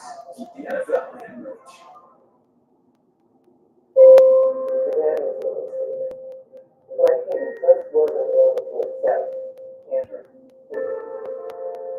North love being the dad. To me, I guess he was always just strong. Never considered for never been little. But he could not do. When you're afraid, you can choose fight or flight. You choose fight. ESPN shows 30 for 30. Booyah! Chronicles the life and career of the late great Stuart Scott. See his legacy and impact like never before. Booyah premieres Wednesday, 9 Eastern on ESPN. And it's really the most important week, most significant endeavor for all of us at our network, BB. We honor Stuart Scott's legacy in the fight against cancer. The Stuart Scott Cancer Research Fund supports critical research which helps improve outcomes for communities disproportionately affected by cancer. And you can help honor Stuart and support that important cause. Thanks to Principal Foundation generosity, you can double your impact. They are matching up $1 billion in donations during BB. So if you are able and move to do so, please visit b.org/donate. 100% of donations go directly to cancer research. Week 14 International Football League wraps up with an excellent football game. Two good teams. You wonder what kind of impact a victory tonight could have on the trajectory of their season. Saquon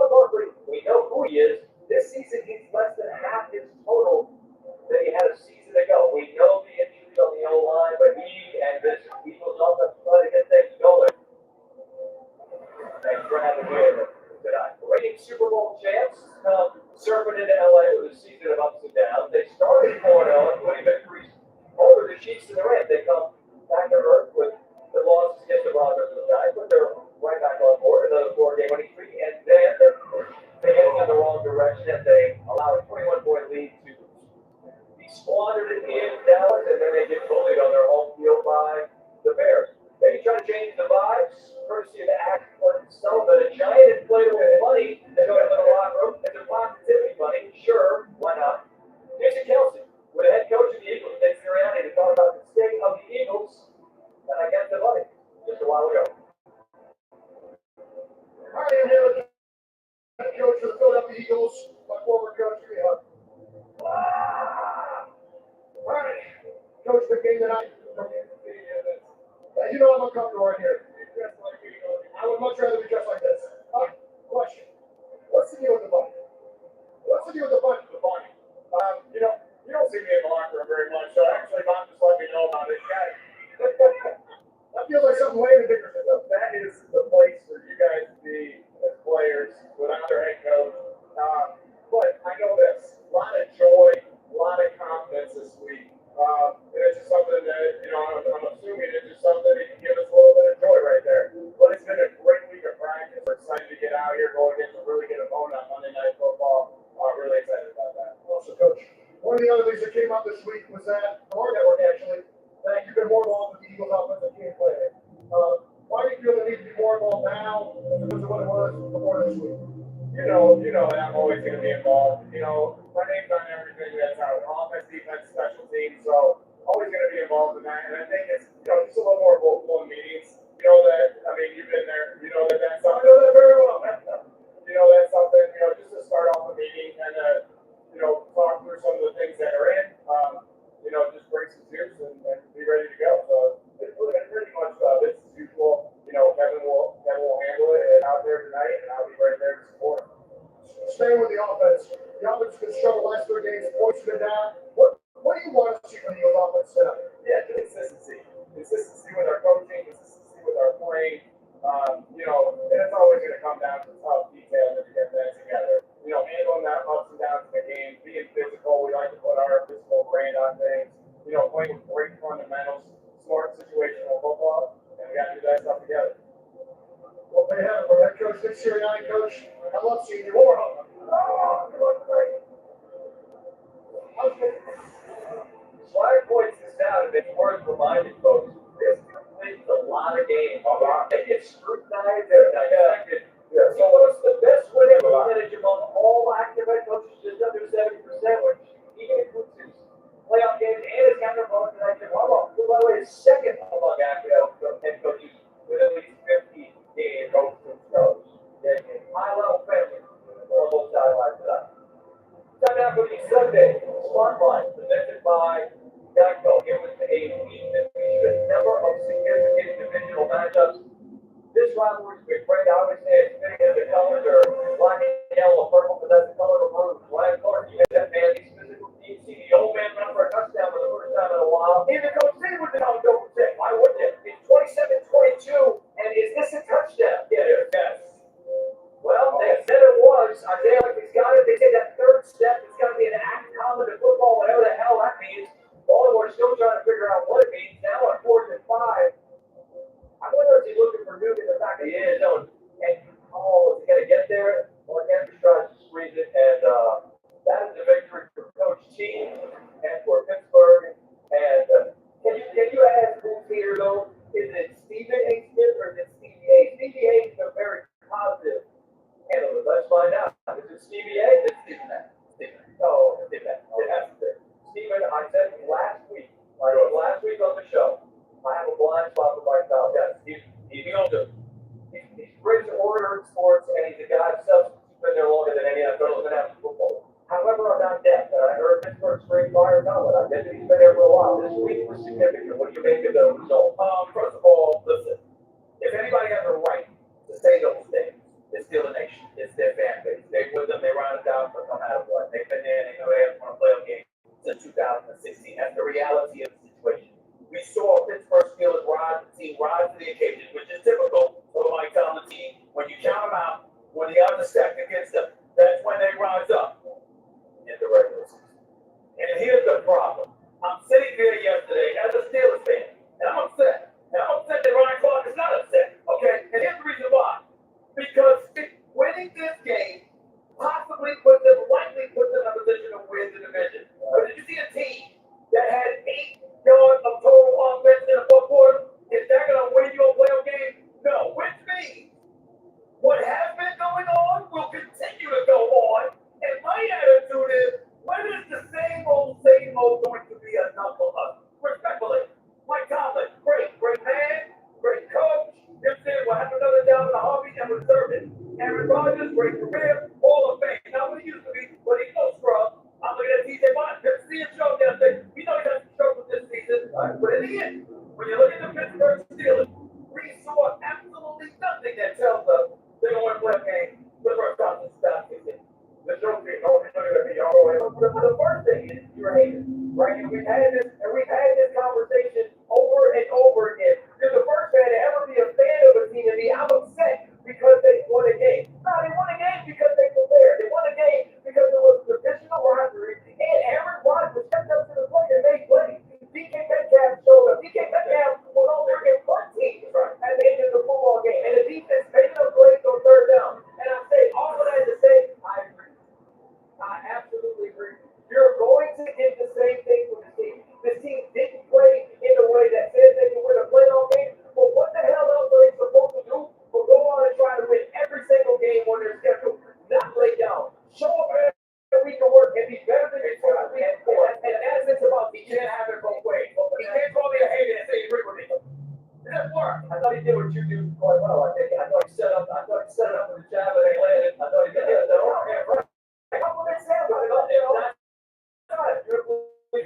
That's the issue for Pittsburgh. They live in a place where they're not bad, but they're not great either. Right? That's been the issue that I think you're looking at. On the other hand, Swag, we have a Baltimore squad you spent some time with. I keep waiting for them, much like the Chiefs this year, to be some version of who they did, and they're just not. They're broken.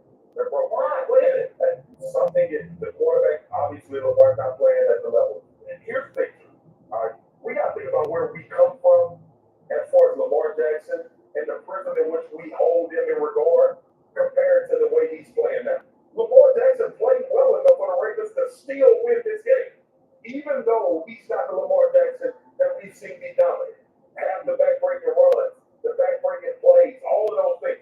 I feel like we all disagree that was a touchdown. That may have been the game-winning touchdown in the football game. So again, as much as we talk about the Baltimore Ravens, it's like the Chiefs.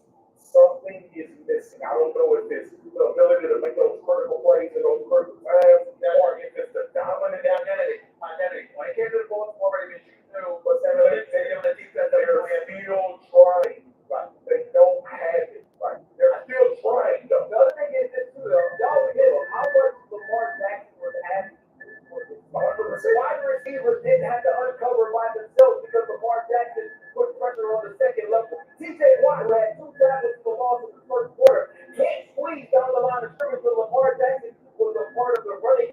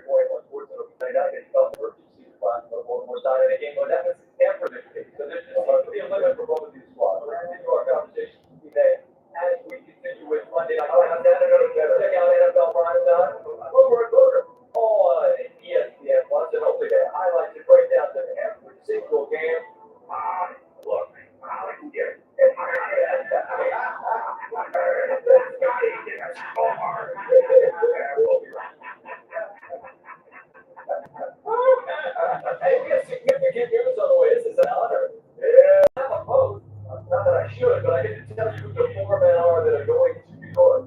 They're the most prestigious individual award in all of college football. Proud to announce the Heisman finalists when we continue. And more from Los Angeles. Sunday Spotlight brought to you by Geico. Feel stupid, Geico. We'll be right back on Monday at that time, I should say. We'll be right back.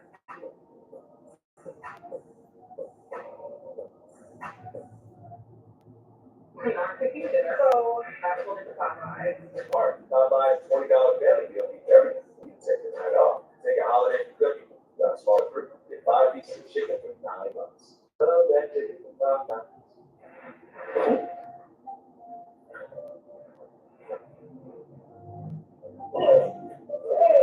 Keep their teeth clean and breath fresh this holiday season with Reed's Dental Treats.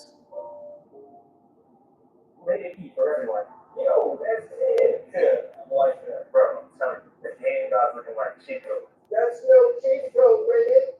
That's just you. The thing. It's a mirror. Here's a mirror like that. You look pretty colors, you look good. Yeah. It's not fantasy. It's facts. So what? Oh, let's get it.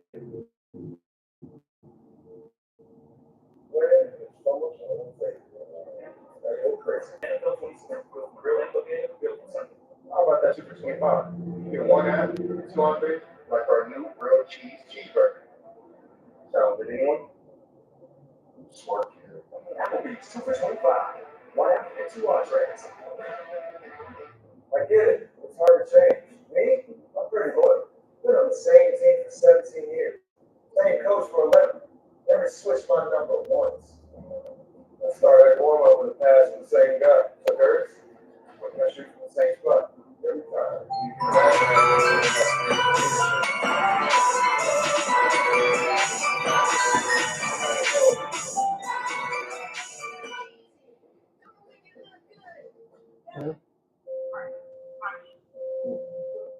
This one. It means everything to them. And to all of us. And everyone. Their journey is simpler, with comprehensive coordinated care for better patient outcomes.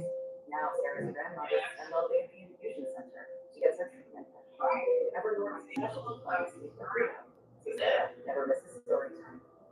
Everyone's specialty services. Because every movie counts. We're gonna come on newest and proudest customer. So far, we're around creation. Shop will be 100% aligned with customers who shop anywhere. That's so shit fun. There's a check bar. Or a car bar. They're $100 a day. Come on, let's reveal the secrets of Jameson Black Ash. It's carefully chosen select batch Irish whiskeys. Or it's exquisite notes and toasted oak and with those smokes. It's the greatest whiskey I ever drank, and the greatest story I never did tell. Here's to the stuff that never stopped. To the flavor that found its way into everything. From just one spot to America's #1 spot in the world. This isn't just a meal. This is a ride. Wingstop is here.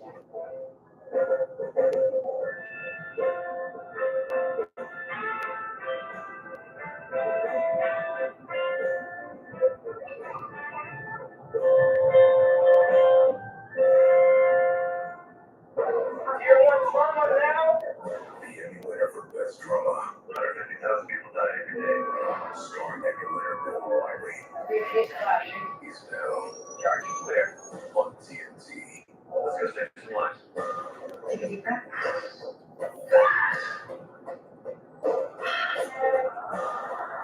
It's your chance to experience Stay with us.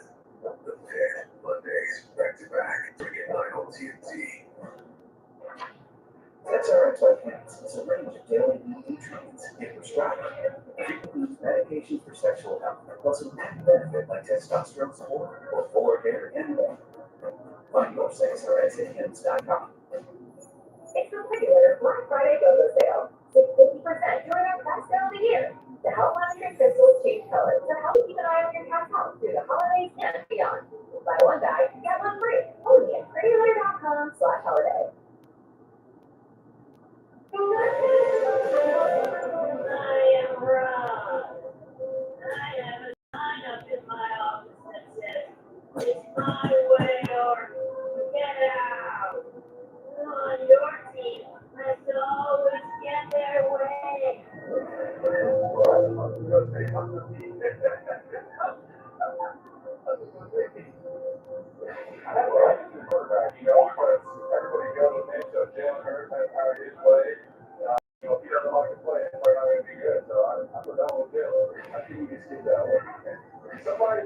necessarily in the organization is Big Angel, the way that he runs his drills, the way that he wants us to get in shape, everything that he does for the football field. He always gets.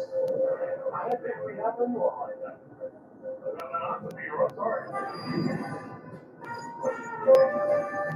Play football tonight on ESPN2, ESPN+, Disney Channel, Disney XD. Appreciate the awareness of AJ Brown. He's captain.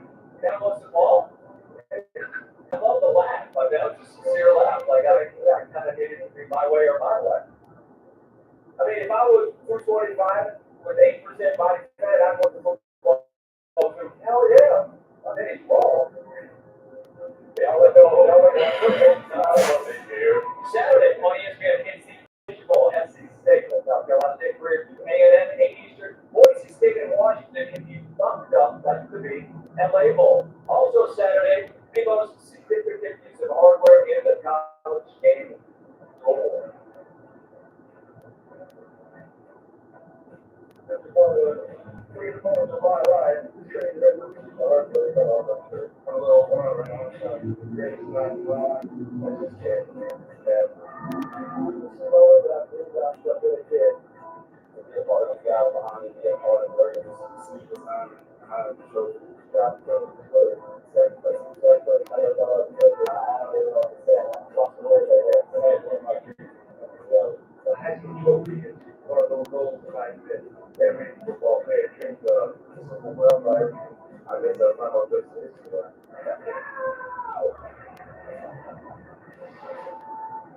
Very cool to be able to share with everyone right now the 4 finalists are the Heisman Trophy Trust and information from the way.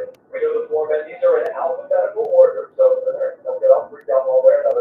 The 4 Heisman finalists will be in New York City. Without further ado, I'll tell you that Jeremiah Love, an incredibly impressive young man, has been a guest on SportsCenter on a number of occasions, and man, has he been spectacular. 21 touchdowns this season, second most in FBS behind North Texas and Caleb Hawkins. Notre Dame, they have 7 Heisman Trophy winners. The most recent Tim Brown has been a 37-year drought, given all that they've won in the longest, perhaps love and great that.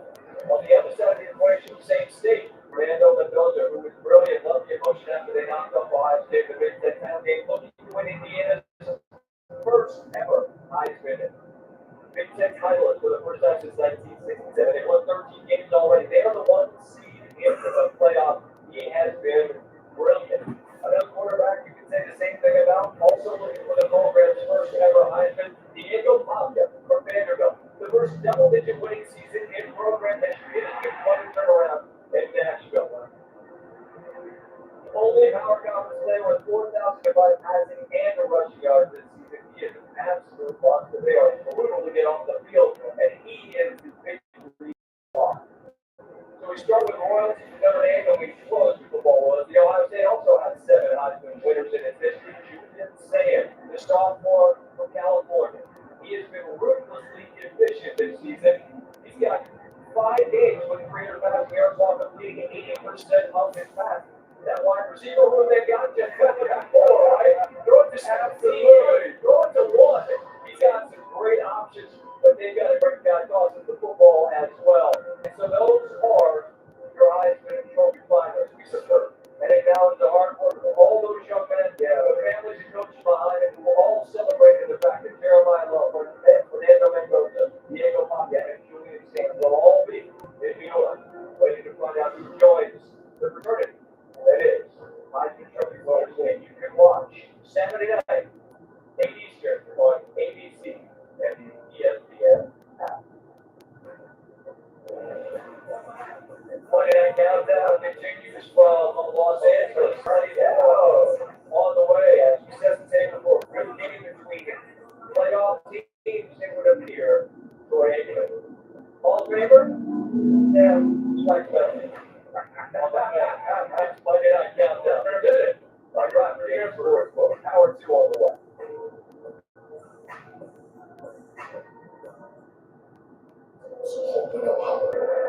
Just give it give your whole heart.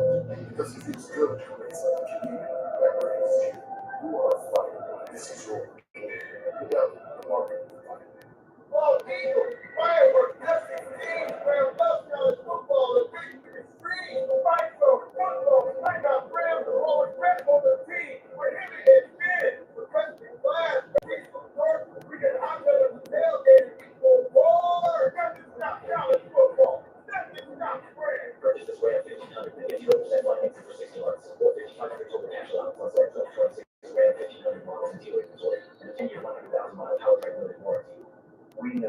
Tradition.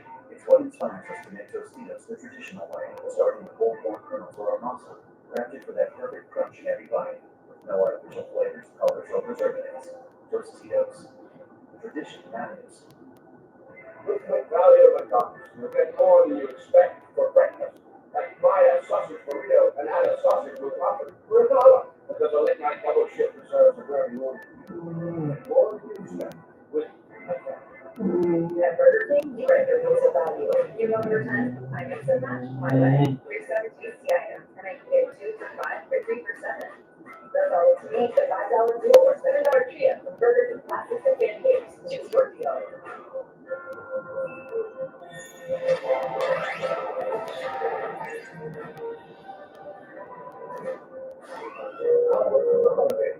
with Energizer Ultra, the #1 longest lasting AA battery.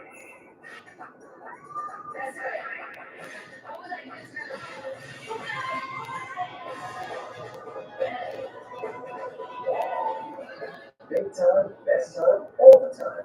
Come seek the Royal Caribbean. You okay? Everybody's loving that Grubhub deal with Prime, huh? Amazon Prime member, you can get $0 delivery fees on Grubhub. Go to Amazon.com/Grubhub, activate your free Grubhub Plus membership, and start ordering with $0 delivery fees on Grubhub. From top restaurants to your local faves. Eligible orders only, terms and additional fees apply.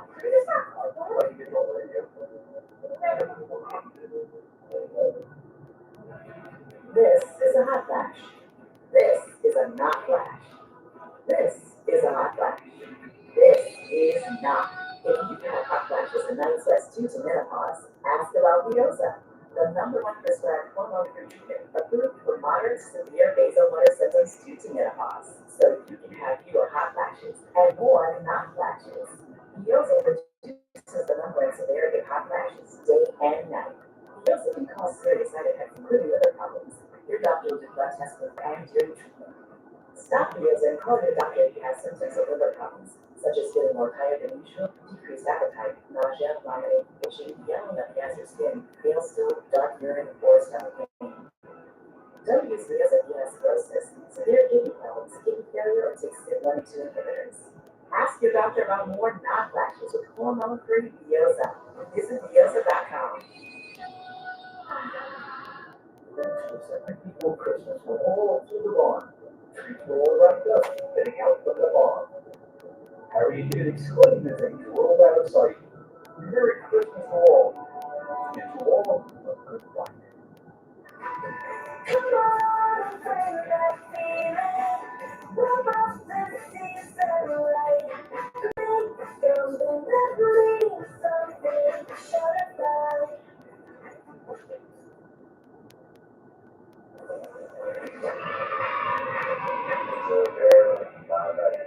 Los Angeles service. When I first started playing football, my dad had me tackle him. Working to him, working. Then came from working to him to the front door. I think that's why I started.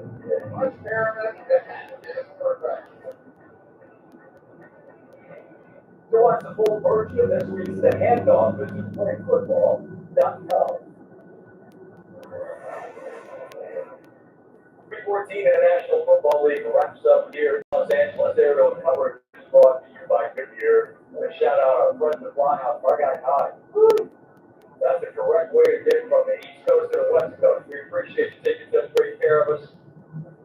Thanks again to our friends at Flyhouse. We are about an hour away from an excellent game, a significant game for 2-8-14.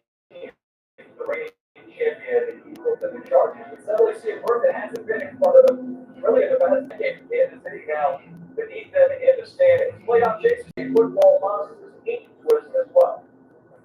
Boy, you don't run that.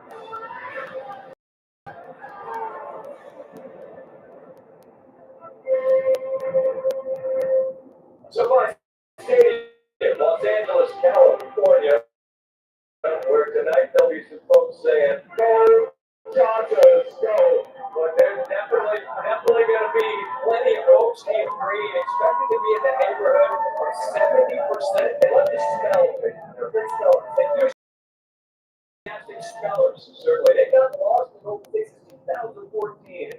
Justin Herbert, a week ago today, the man was having surgery and he's going to play tonight. Our buddy Mark Schler sent me a text and said, I had surgery, checked myself out of the hospital, played that night, kicked the Raiders ass. I don't want to hear about how tough this guy is. Love to stick.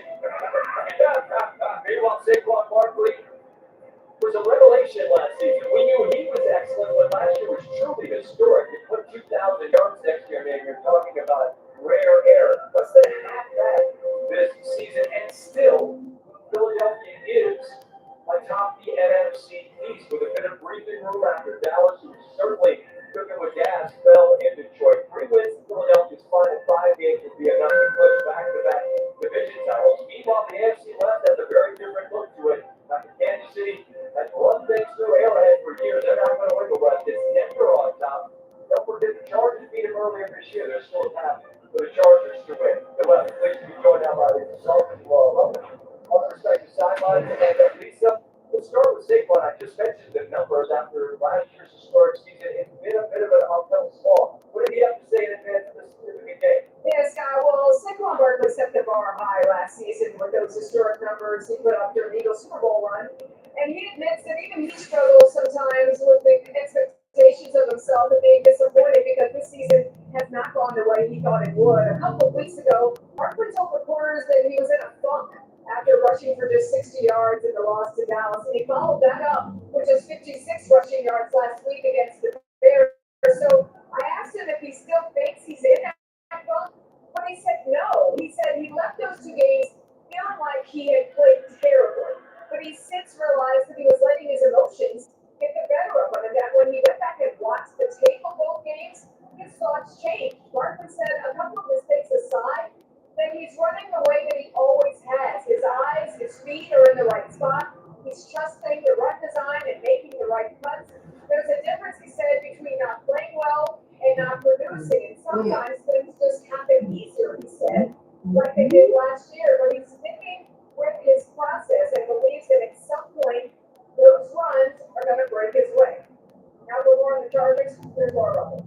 Well, thank you, Lisa. The story we're following tonight, of course, is Justin Herbert's non-throwing hand. As Herb Scott mentioned, he got that surgery a week ago, and the main key there was stabilizing the brakes. So they did put a plate in there as well as some screws, and they feel it's very stable. They have shown, as we've seen it out here tonight, that he's got a protective splint on the outside of the hand, trying to protect that middle finger area, the middle of his outside of his hand, the palm relatively free. Now, it remains to be seen how well he's able to hand the ball off. He can actually take snaps under center. That's what we're watching out for. And certainly Trey Lance could play a role in this game. Jim Harbaugh said his message to Lance was, don't try to go out there and beat Justin Herbert. The offense would change, of course. With him out there, but Herbert does feel like this is an opportunity to prove his toughness to his team, saying that so many of his guys on this team have had to play through worse injuries. He thinks this is a chance to show them what he's got, as much as Mark Flair may not like that. Another big key here, Scott, is that okay, back. That gives him a boost in the run game.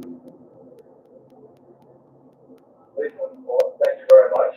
This is important, fellas. Remember we were here for a Baltimore game a couple of years ago, and we announced the baby. Well, these folks, they're hoping to get the baby's jersey signed. I think we can get that done there. Yeah, you get that down. There you go. Okay, Kelsey's jersey. Yeah, that's the littlest Kelsey jersey I've seen. I'm very excited for it.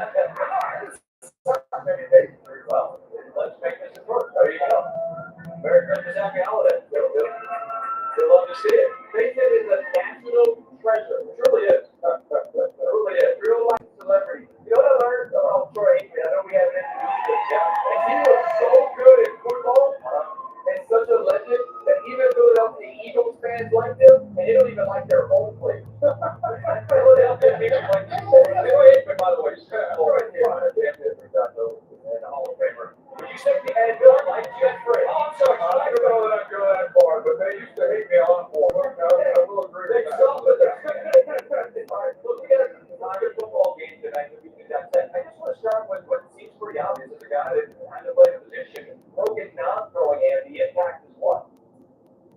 Well, we saw him come back last week and he played with it. So, I mean, there is some issues that he's got to deal with. As far as taking the underneath center, I would imagine he's a right hand underneath the center, as most quarterbacks are that are right-handed.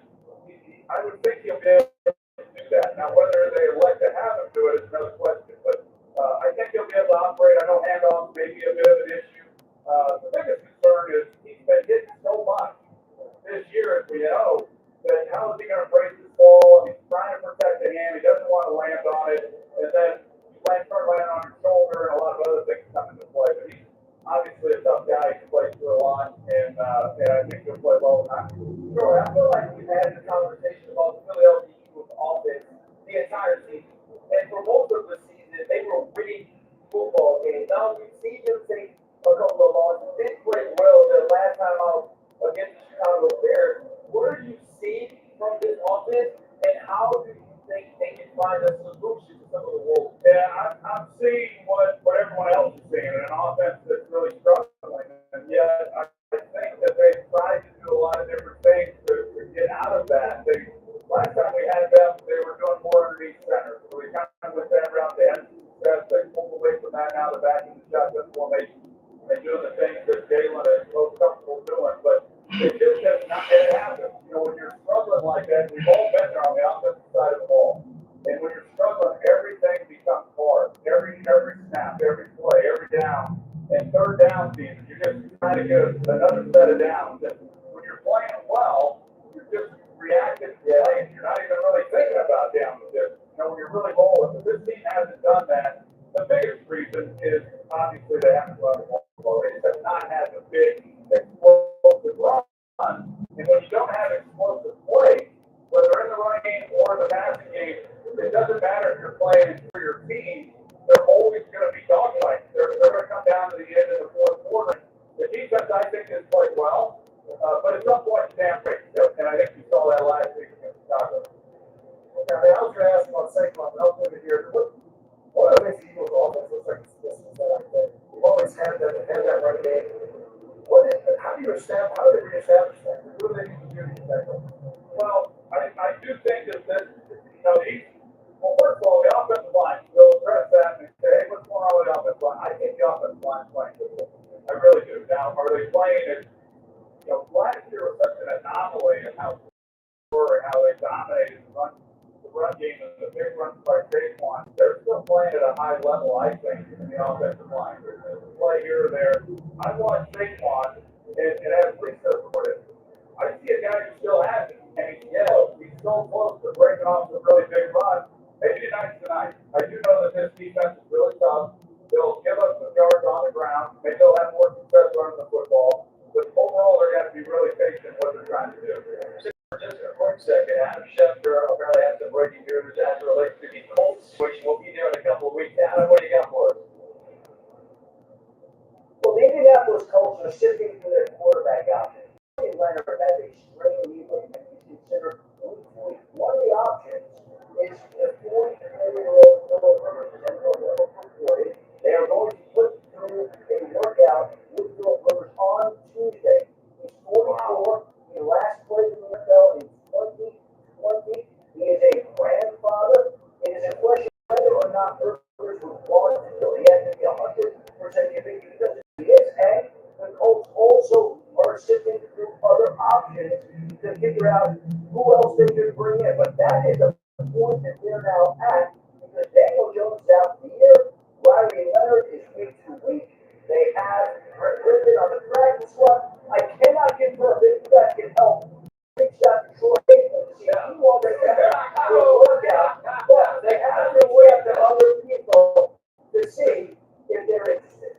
I mean, you're in incredible shape. You ready to take? I mean, I've only been out of the game for 25. I don't take a pay cut. I mean, I'm full salary. I'll never come back. They say you take a pay cut. I mean, people all that money, you have specialists. They'll come in on third down. I mean, listen, there's a funny reaction to this, and you see swag and you go, and I mean, I'm sure my eyes are like, wait, what? But I mean, this is a year for the Colts. The trajectory is incredible. Now here they are. You're talking to Philip Rivers. I mean, is that a viable thing?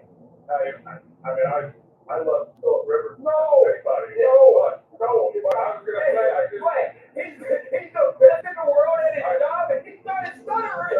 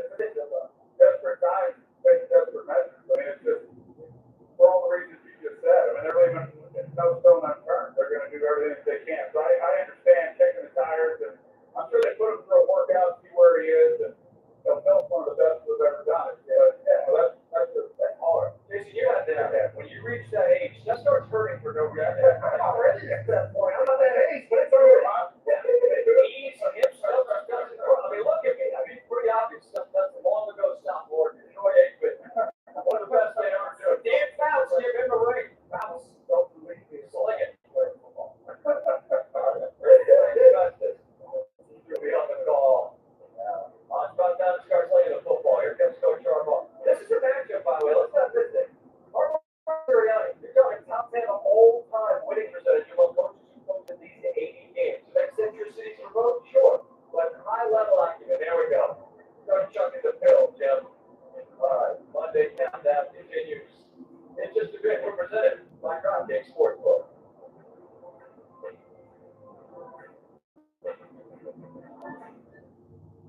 From the AI survey, I just got this generic answer. It's like the AI is not using our data. Oh, yeah, it's not. But we have the data. It's on our cloud, it's in our data centers, it's in the air. That's the problem. It's all over the place. The AI can't use it, but it's right there. Cool. Any business use AI. IBM helps you use AI to change how you do business. That's Create Smart Business. IBM. We've got a rising start this holiday season. Troy, what are you making for today? It's a sweet versus Hilly, but that's for Mark. That Chris Day holiday magic is pretty infectious. Oh, that was my food. Let's look at my kid. Christine, as I said, So my good Brooke, what do I do now? Oh, if you find a lower price on the same item, they'll match it with their lowest price guarantee. And they do next day delivery on hundreds of appliances. Loads up to you. Holiday for less. One of those days, we're not going to be dinner. So, actual Popeyes. Mark, Popeye's $20 value deal beats everything. You take the night off. Take a holiday for cooking. You got a smaller group. Get 5 pieces of chicken for $9. None of it for $5. I'm out here telling people how their big financial friend experience can help them find cards. Let me ask you a question. Do you have a BFF? I do have a BFF, yes. Do you know that you also have a big financial friend in experience? Yeah, how does that work? Your BFF can help you get matched with credit cards based on your credit score. Download the app. All good. It's all here. You can see cards based on travel, low APR, the rewards, balance, transfer, cash back. I have the budget. In the app now. For your big financial friend experience.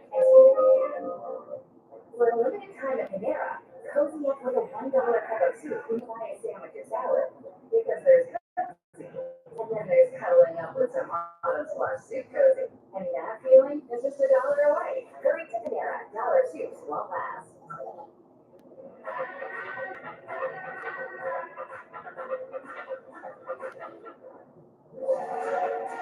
With low prices store-wide, eat well for less at Whole Foods Market.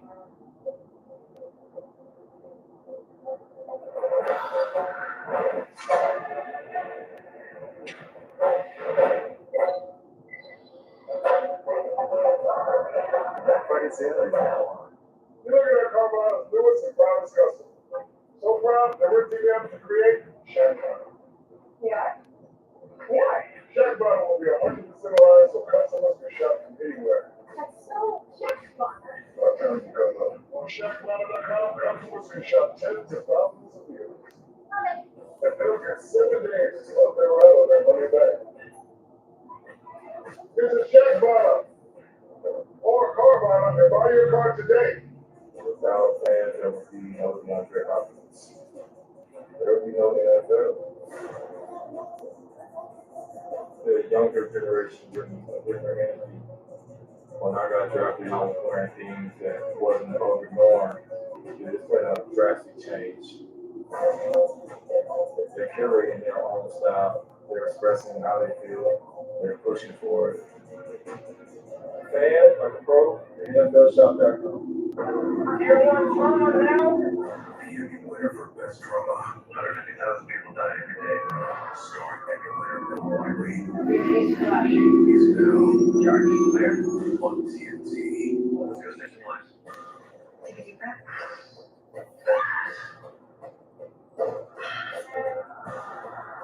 It's your chance to experience.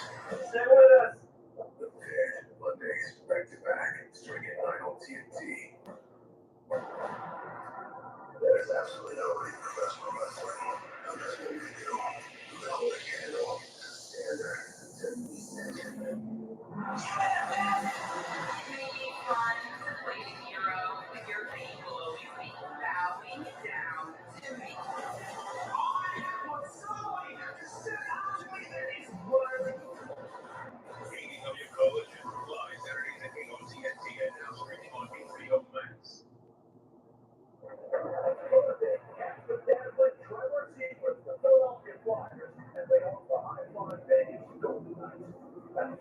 the NHL is still a good game. And I'm on here, come on, Avalanche, taking on the 2-7 Stanley Cup champions, Florida Panthers. It's the NHL, and it's on ESPN.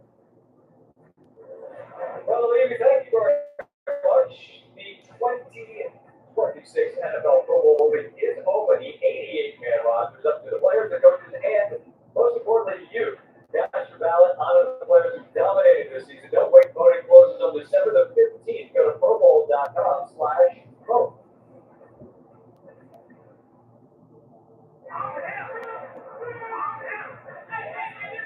Are you familiar with the Hemi Award? I am.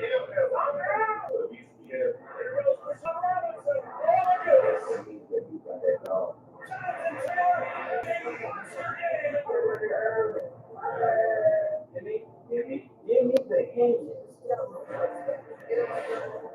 It's that time. Not quite the Heisman. A little different. This disclaimer off the top. Josh Allen has already won 3 times, which means we eliminate him from contention. Got it up. You were for him, particularly if it snows out. Boy, he did. I want to get out of it again. You would have won again. Yeah, you would have. But he's not up for nomination because he's won 3. Swag, you're up first. Who you got? Your boy says if you up, big dog. Congratulations, man. You made history as a rookie quarterback.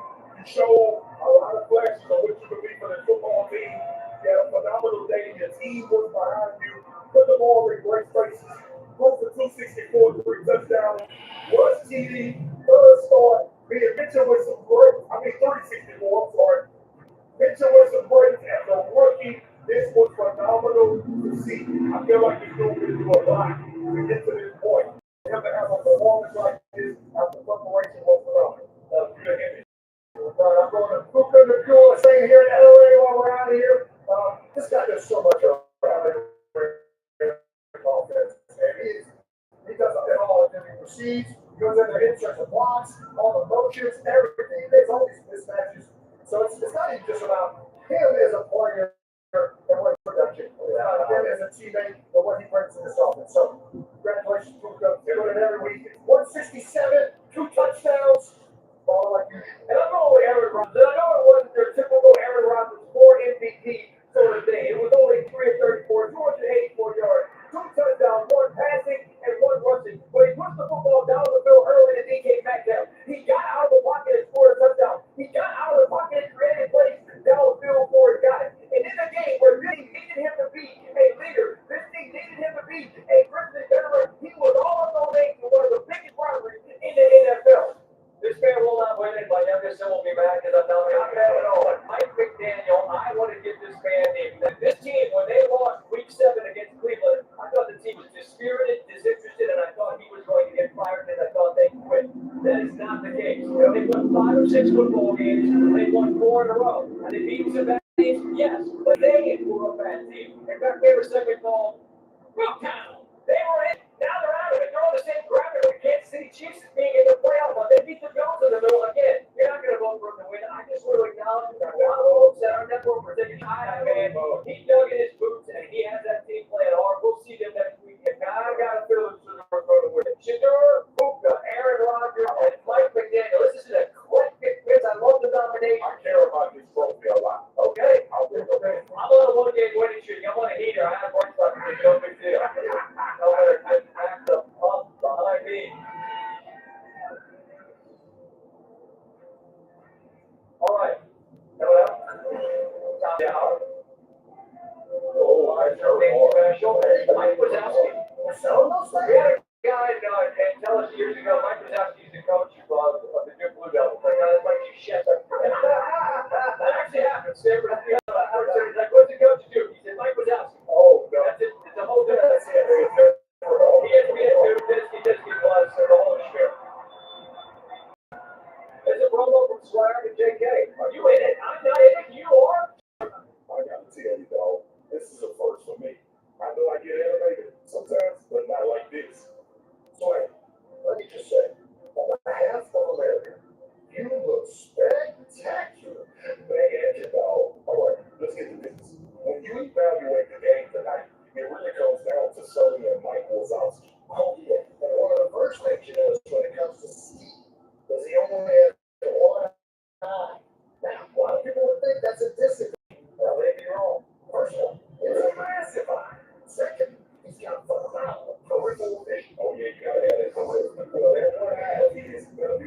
alpha zone. He's all over the tape making big time plays. Sneaky speed, really quick feet for a player his size, and can play both sides of the ball. Well, one thing's for sure, this one has all the makings, no doubt. We crossed that right now. We sure did.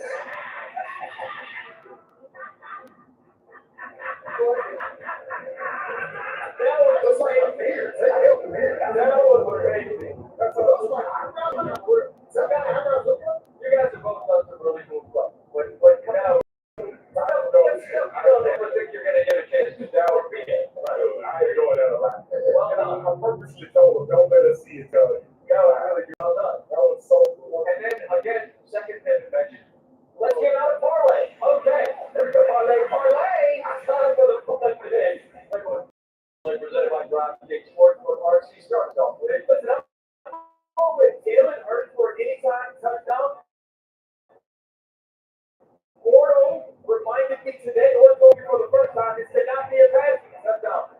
Rushing or receiving. He would have hit this in 2 of the last 3 games. He has 8 TDs outside, and he will get one tonight on the Twitch. I'm going ahead. McCarthy, 5 plus receptions.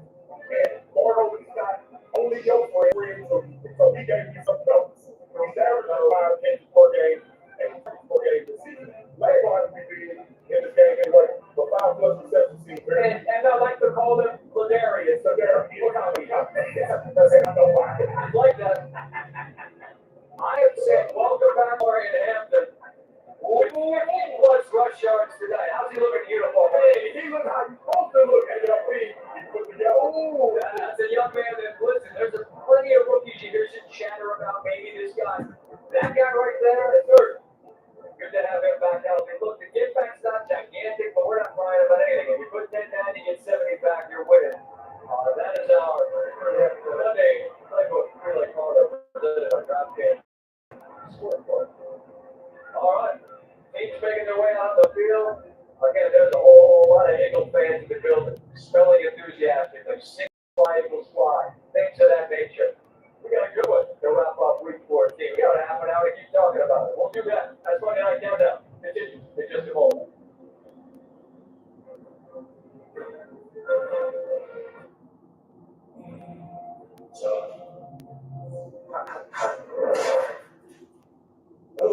Set up brief with proteins attack with every trade. It's soup that he's like a middle. Why do you have your uniform on? It's regular.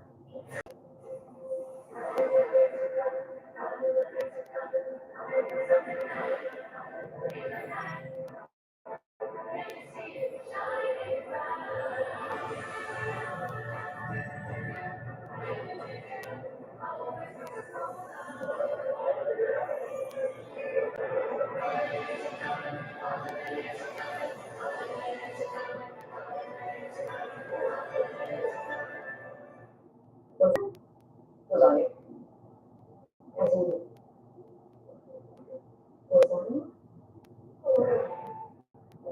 60% of cats are overweight. Feed them highest healthy weight. Maybe 4 weeks ago, with precisely 2 weeks, a 7 now posted. Stop pretending like you don't see our snap wrap comments. It hurts. You thought we didn't see your comments? In addition to posts, the DMs for 9 straight years? Those comments are the reason this exists. Snap wrap is back. There it is, leaving on the 50-yard line. Soon we'll tell the whole stadium how Liberty Mutual customizes car insurance. To save people hundreds!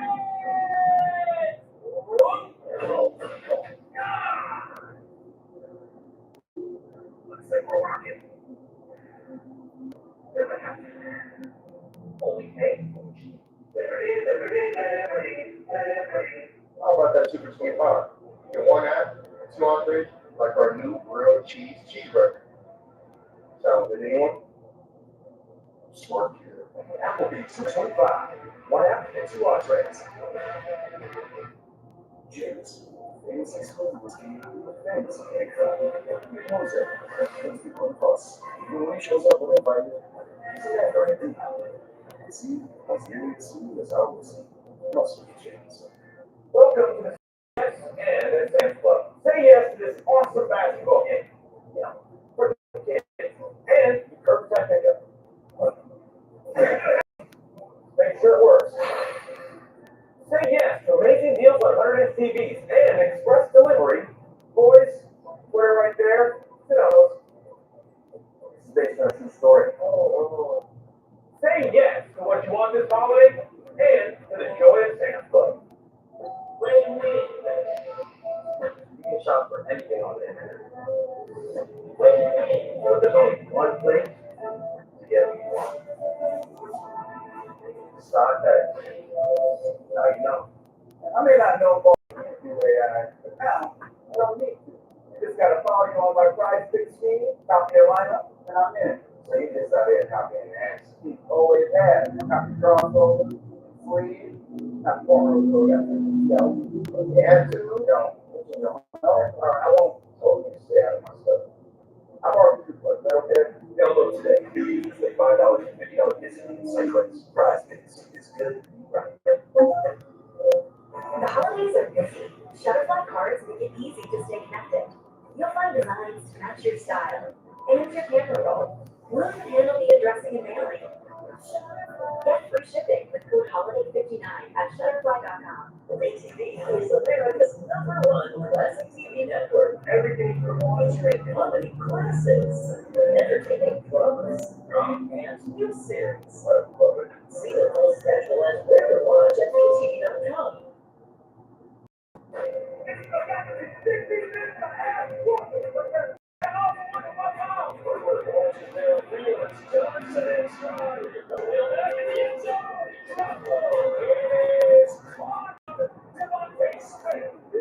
This is Monday night. Excellent football game to wrap in the National Football League. Under half an hour here in SoFi Stadium. 8-4 from the NFC East, 8-4 from the AFC West. And though we are a couple thousand miles away from Philadelphia, it is decidedly going to be a home game. Yeah, not a great for the road team. Hey Scott, I don't know if they told you Philip Rivers is going to work out for the Colts. I heard that. Yeah, I heard that. Breaking news. We're going to be where our feet are, which is right here in the end zone in SoFi. Kelsey Swag, right now, Stephen A. Smith with us here in Los Angeles.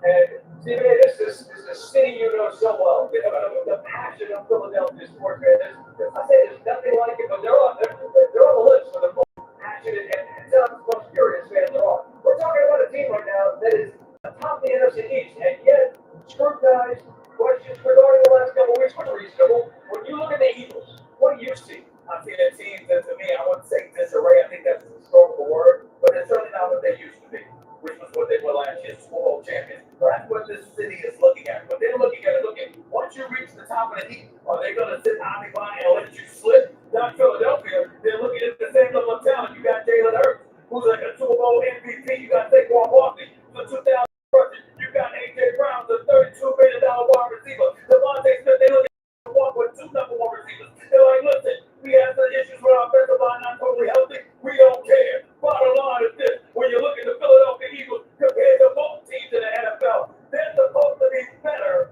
than they look. And Philadelphia knows that, and that's the problem.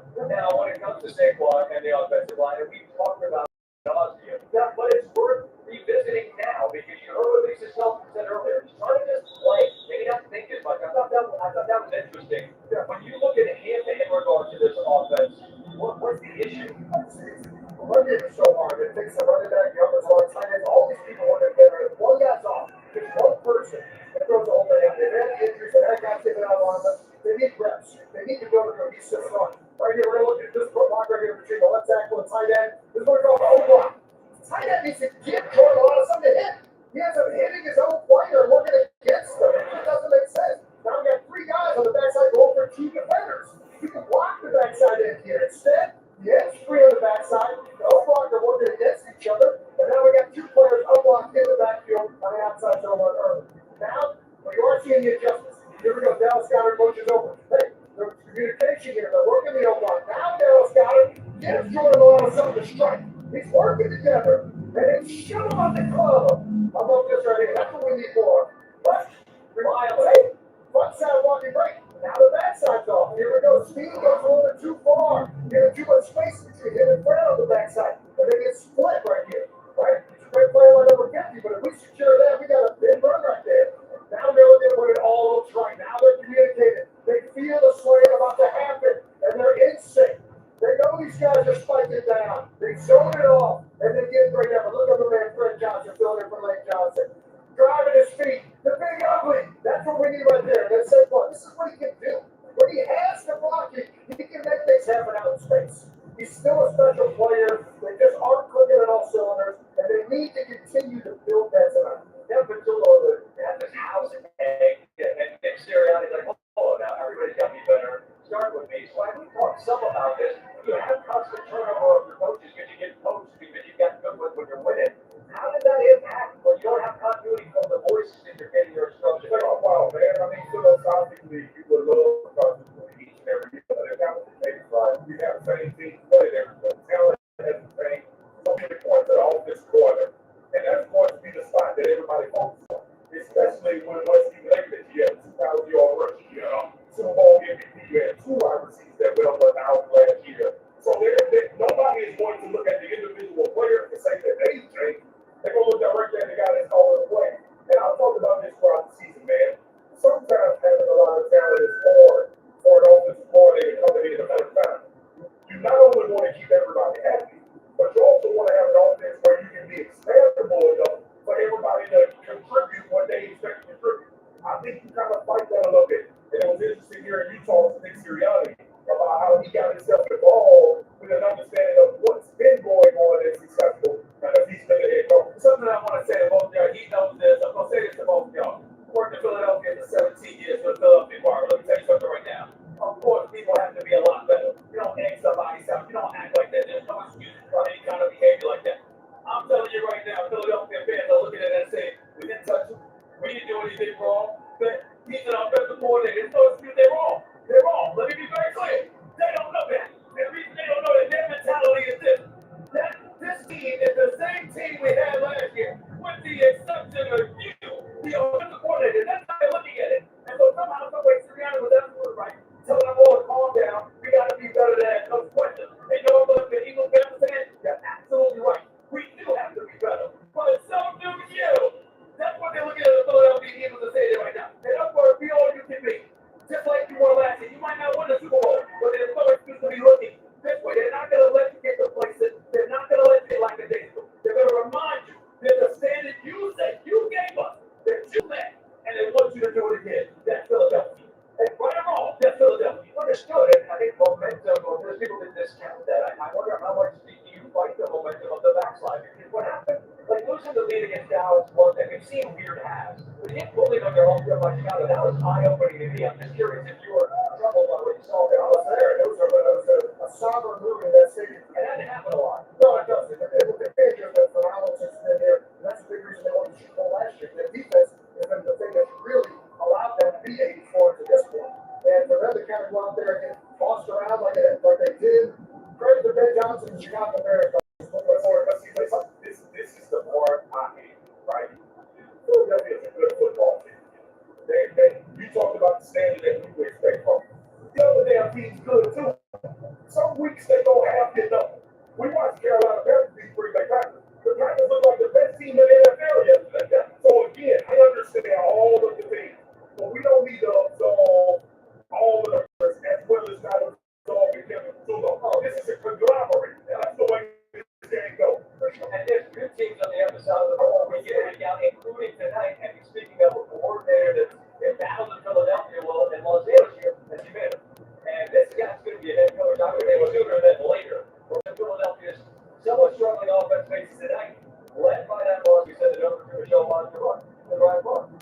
Thanks so much, Scott. After Taco Chargers defense, we're going to get to the combo that I have here with Jake here in just a minute. I know you guys go way back. But first, let's talk this broad. How does the Chargers defense get it done against the Eagles? Well, I think the first thing is the Philadelphia Eagles have been just off in their pass game. And if you're just off against the Los Angeles Chargers, they understand how to get the football here. You're going to see a huge huge play from last week's game. You're going to get an option route by Devontae Smith, and there was combo on the back end for the Chicago Bears. Here, Jalen Hurts, he's going to have to read where Devontae Smith is going to go. Now, we also had Dallas Goedert wide open to the bottom of the screen and misses it. And this throw is just behind Devontae Smith. That's a huge play in that game, and that ended the series on 4th down. Now we're going to watch the way that they tied these high safety defenses for the Los Angeles Chargers. Now, you're going to see a field right for a seed route,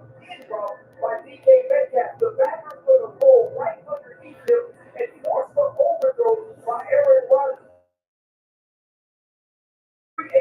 Safety, he's going to play over the top, break on the football, and now we get a return for the Los Angeles Chargers that sets their offense up near the red zone of the opposing team. Now we're going to see again, too high safety. This time they're recording on the season. The speed out should be the weakness of this defense. Watch him trigger right now on the throw. Trevor Lawrence leaves it inside a little bit. 4-3 speed gets to the play. Los Angeles Chargers have turned the football over. The teams have missed offensively, and the Eagles have been broken through that this year. Look for them to try to make plays. The Eagles are having a bit of an identity crisis. The one guy that's going to be all over those matchups tonight is that guy right there, Derwin James Jr. But as I mentioned, you know what he's all about. He's listed as a nickel corner, but he also plays safety. So his versatility makes him a huge threat to any opposing offense. He's disruptive, he's physical. But when I caught up with him and I asked him what his greatest attribute as a player was, he told me it's his leadership. He's confident, he's straightforward, and he gets the best out of his guys. I feel like when I said, well, then I got some good things out of him too. He's going to beat on the field. Like, you might be surprised that everybody, if you know this about your guy, but he's also known as a teddy bear.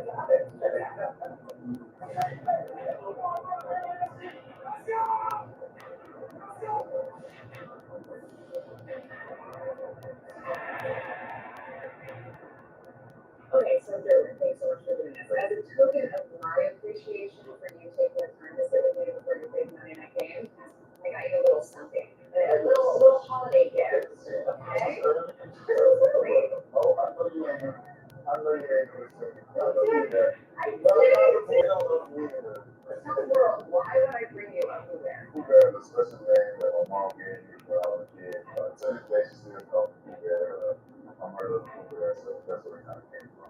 Okay, let's talk about it. So last year, with your defense, you were 11th in total defense. This year, you're 3rd. That's a big jump. What's been the biggest difference maker? I say execution. Guys want, a lot of guys familiarity in the system here too, Coach Mentor. And just going out there and executing my level and going out and that's what we're doing. Head coach Jim Harbaugh. We all know the Jimisms, right? Like, who's got everyone has? Nobody. So we see those moments, but I want to give me a little peek behind the curtain. What is Jim really like behind closed doors? I would say he's actually better than what you see because the day-to-day stuff that he does as a coach, a lot of people don't get to see a lot of the media, but just, football is one thing. How to just do stuff the right way as a person. And go farther than basically, just getting that one play right or that one game right. But if that's how your everyday habits is, that's who you become. I feel like he does a great job of doing that. I have a coach. What is something that he said where you're like, okay, coach? He said, all right, and I'm like, all right, for me, I don't understand there. And I'm like, but he like, that's like a verb or something. But he's like, all right, you got me. So, I just love that.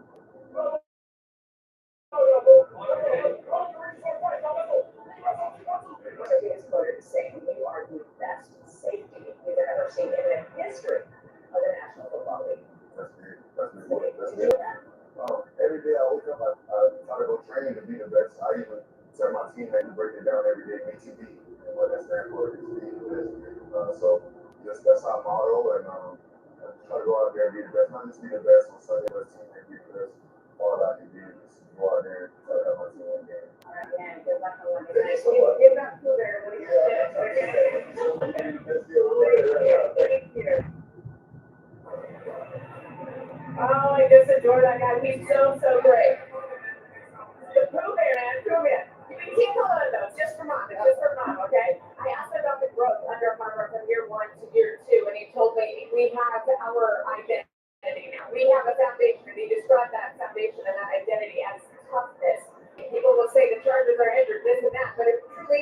man up, and they get the job done. Well done, as always. That is a difference-making player on that defense. Fascinating matchup given the offensive struggles for the Eagles coming into this one. Now, more thanks to Luke RP for their collaboration at Monday Night Football Cities all season long. They took the lengthy drive from Foxborough all the way out here to Los Angeles. We're glad they did. Monday Night Countdown. 15 more minutes to set the table in just a moment. You're watching ESPN's Q-Week, presented by Principal.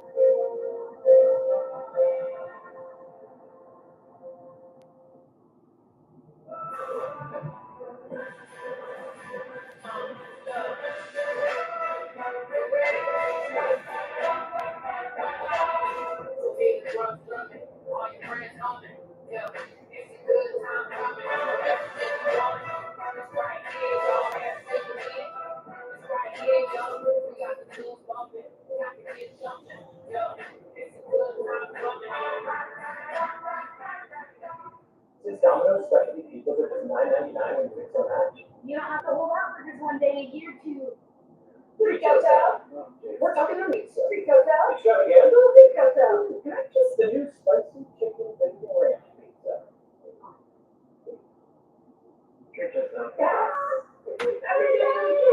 Can I please have my pizza? Yes. Treat yourself to medium specialty pizzas for just $9.99 each. Only at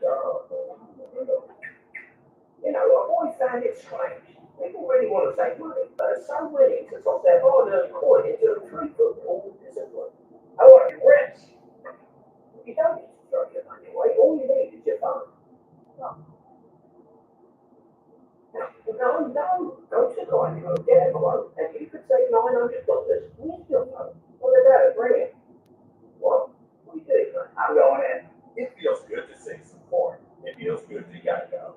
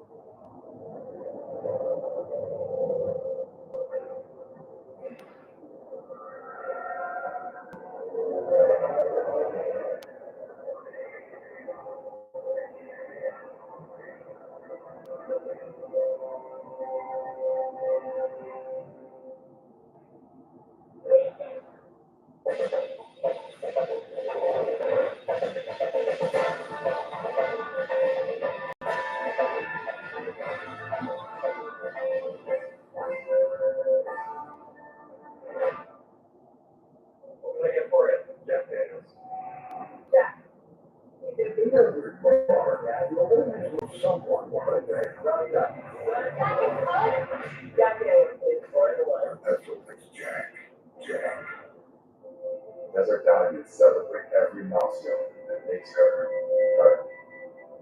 Now she reflects she will always be loved. For every shade of who she is. Discover the new Lane Desert Diamonds collection. Okay. This premium wire is $15 a month, but I'd like to offer one other perk. We have no stores. That means no small talk. Just sign up online at mintmobile.com. It is an introvert's dream.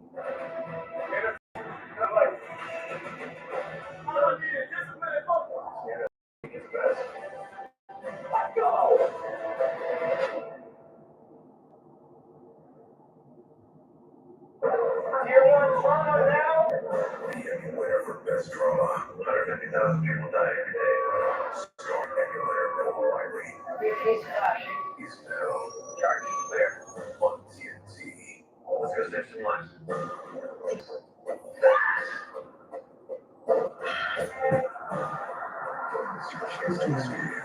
Stay with us. Mondays, back to back, starting at 9 on TNT. Hot steamy aji with king of dips enhances the flavor of everything. Roast beef, onions, cheese, fucking everything that I could. Firefighter, if you want some savings, order on the app. For parents, I found ED treatment for me. Personalized and delivered directly, so I can live my life with the confidence that I'll be ready.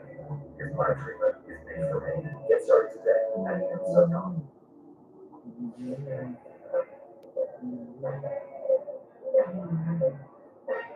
back. It's Monday Night Countdown presented by DraftKings Sportsbook.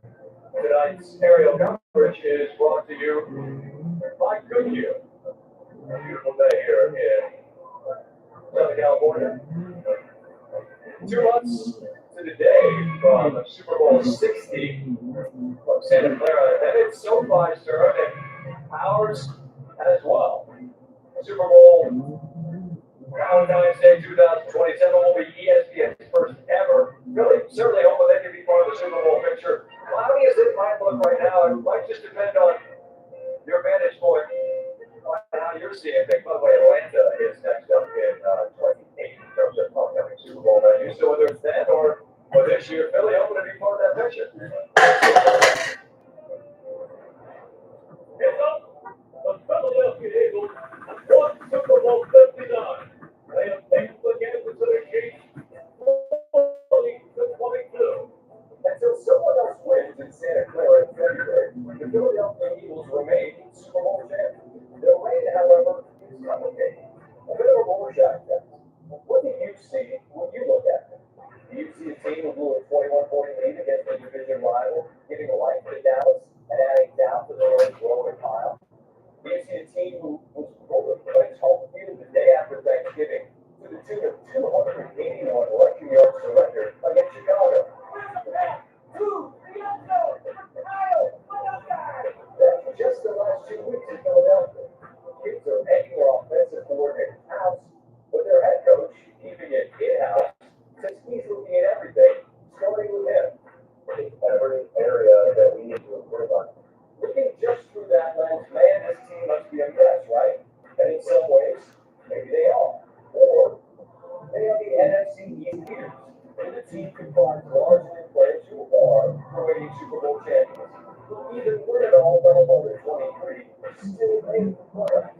Sirianni says it was that smile 2 seasons ago, which led to the parade last year. While there are a lot of issues to sort out, it is still early December, enough time between and improve. And that's really all it is for Philadelphia.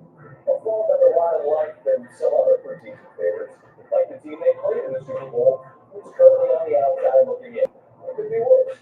It could also be better. It will get one or the other in the coming weeks. Jason, we were at Monday Night Countdown from Seattle for that 23 season late that year when things weren't because there are, well, as I wrote the piece, I mean, it's tempting to make the parallel to them, but this team's still in first place. Are there common threads to what you see? The common thread is that it's an performing team. Yeah, I think that's the common denominator, but I do think that the intricacies of that are way good. We haven't fired a coordinator as of yet. The defensive coordinator is still there. The defense is very, very good. Offensively, they have all the pieces. They have the talent there, and I really do think they're starting to figure this thing out more. That's why we talk so much about the offensive side, but defensively, they get pushed around by Chicago. Yeah, Carter. I mean, what stands out when you're looking at them there on that side of the ball? Yeah, it was some schematic things from a defensive standpoint, and very uncharacteristic. But you know, I always like to have both sides of the ball be involved. This was a 3-and-out game for the Philadelphia Eagles offense. In turn, your defense is on the field with a team that wants to establish the run and has a very intricate run game that's hard to defend as well. So when you think about the Chicago Bears game, I actually think that that's a one-off. I don't think this defense is going to look like this for the rest of the way. One, because they have really good players on their side of the football. But two, this offense has to stop overexposing this defense as well. And I'm interested to see tonight. Hampton, they're going to have to run the football tonight if you're the Chargers. If they can get that part taken care of, and Philly offense can give them anything, I expect this defense behind Big Ben to look better. You make a great point, Swan. It was a 2-to-1 time of possession advantage for Chicago. Their defense is on the field all game long. Another look at Monday playbook. The parlay presented by DraftKings Sportsbook. Archie's got Jalen Hurts scored a touchdown, receiving rushing or receiving. So highlights are wide receiver, what do you call him? Ladarius McConkey. Again, in link spot rounds. I got Illinois and have to go for 50 plus. Rush off. Hey, Missouri viewers, DraftKings Sportsbook now live on the Show Me State. New customers, bet $5, get 200 bonus bets. If your bet wins, download the app. Use promo code Monday when you sign up. Game picks are right around the corner.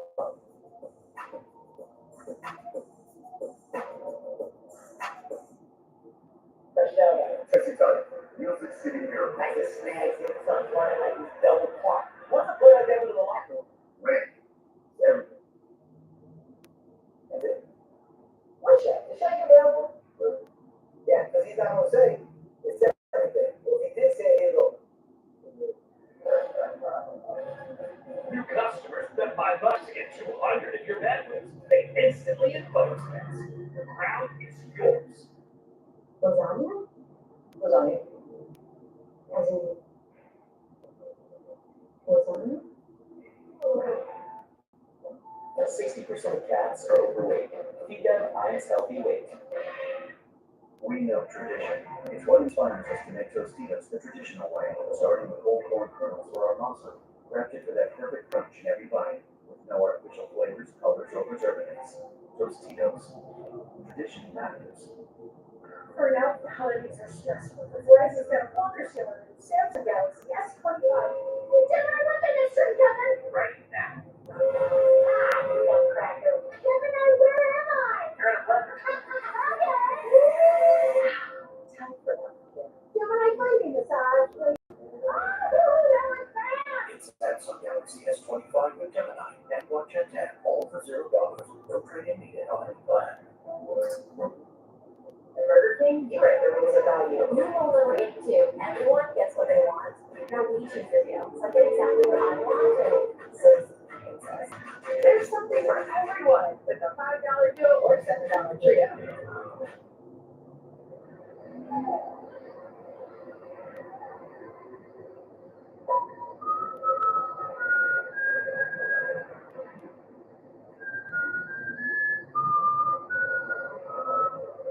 Rated E for everyone. Yo, that's it. Good. I'm like, bro, I'm telling you, the game gods looking like Chico. That's no cheat code, baby. That's you. Hey, it's a miracle. Here's NFL back. Play calls. Yeah. That's not fancy. It's facts. Oh, let's get it. Where did you so much? I go crazy. And NFL 26 will real implicated, real content. Walmart truck delivery car, Chad, rush. Walmart delivers that. I hope your situation's all right. How about that Super 25? You get one that, two on three, like our new cheeseburger. So, but anyone? Applebee's Super 25. One apple and two entrees. Goes on. Notice.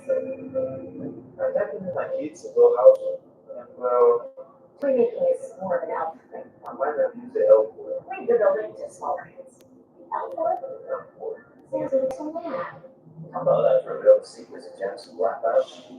It's carefully chosen select batch Irish whiskies, or it's exquisite notes of toasted oak caramel with an oak spice.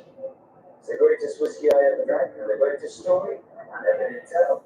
One of those days, we not pick you dinner, so I pulled into Popeye. Popeye, $20 value, you don't beat everyone. You can take the night off, take a holiday cookie, you got a smaller group, get 5 pieces of chicken for $9. Love that chicken for $9.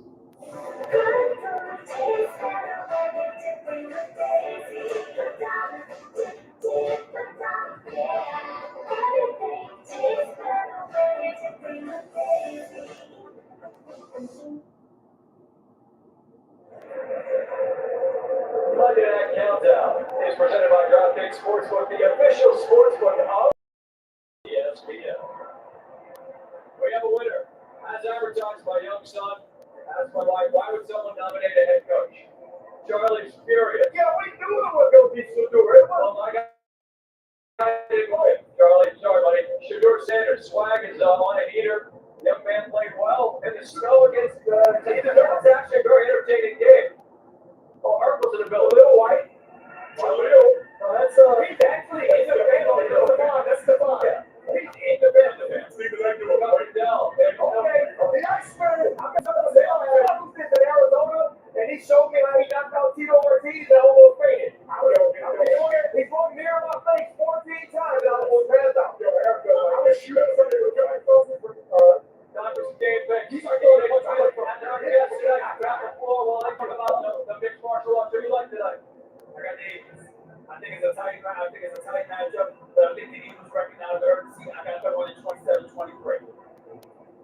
Eagles, y'all. The Eagles win with you. Oh, I'm taking the Philadelphia Eagles. I think they go outside. I think this is a prideful organization that does not like what they put on tape the last time out.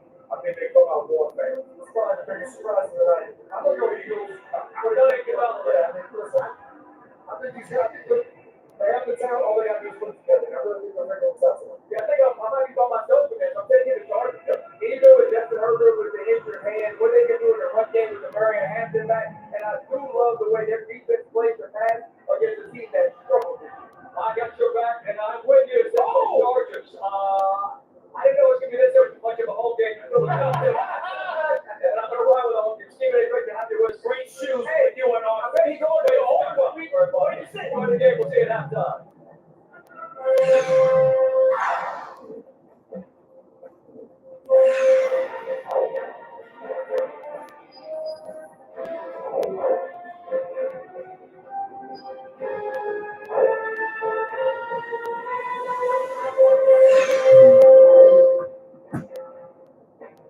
Well, is it cold where you are right now? It is a beautiful December night in Southern California.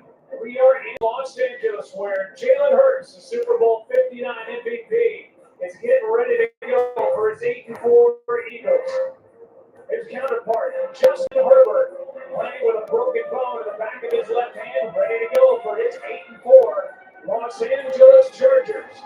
The Monsters and crew are turning up the Monday Night Football vibes over on ESPN2, and they get us started here tonight. I know we're going to talk in the heavens, but only natural the other way. Maybe even a little scared, see? So we're going for the big one. Oh, Joe. Focus now. Who are we? We're number one. Why is that? Because they get the job done. That's right. Are you ready for that football? Let's go.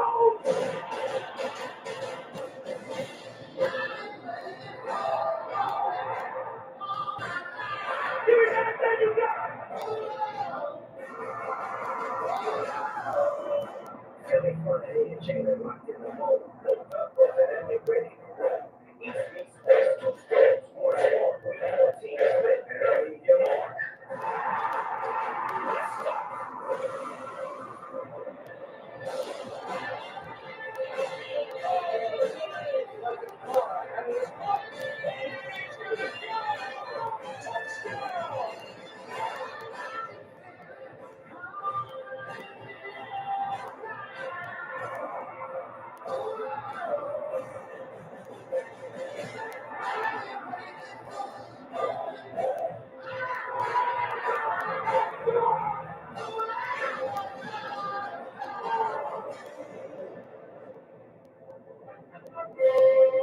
There's no shortage of ways to watch tonight's game. We're here on ESPN and ABC.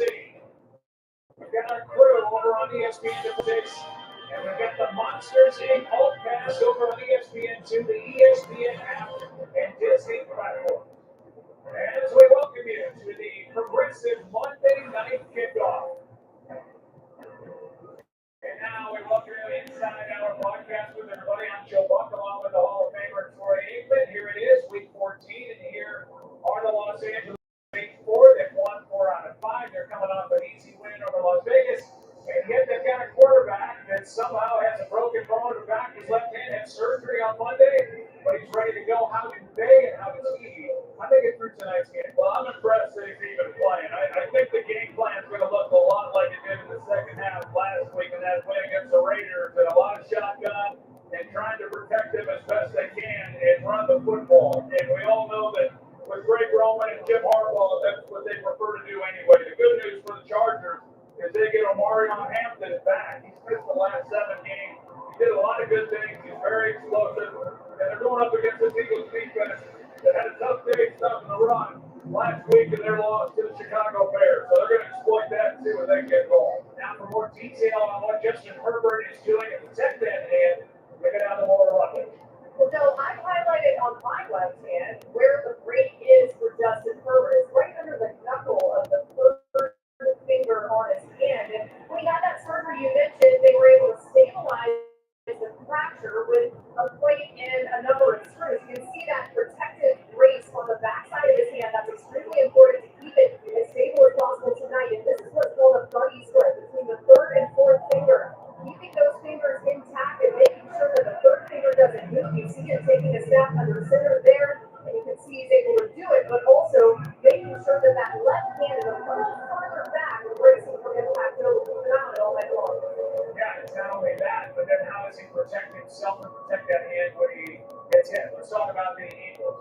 They are the Super Bowl champions, the reigning Super Bowl champions. They're 8-4, but there's been a lot of a conversation about how their offenses look here in 2025. And one thing we know, they are not lining up and running the football over people here this season. So when you talk to them, you hear every player say, we haven't found our identity yet. And here they are going into the 13th game of the season. It's hard to believe because over the years, we've all known what their identity has been. It's been about being able to run the football, and yet they've not been able to get that goal. Certainly not at the level they were last year. And that's understandable. Saquon Barkley had a lot of big runs. He hasn't had those this year. He's going to try to run the ball. There's no doubt about that. But they're going up against the Chargers defense that simply does not give up big plays. And so the approach for the Eagles is going to have to be methodical. And that's a game they just have not excelled at yet this year.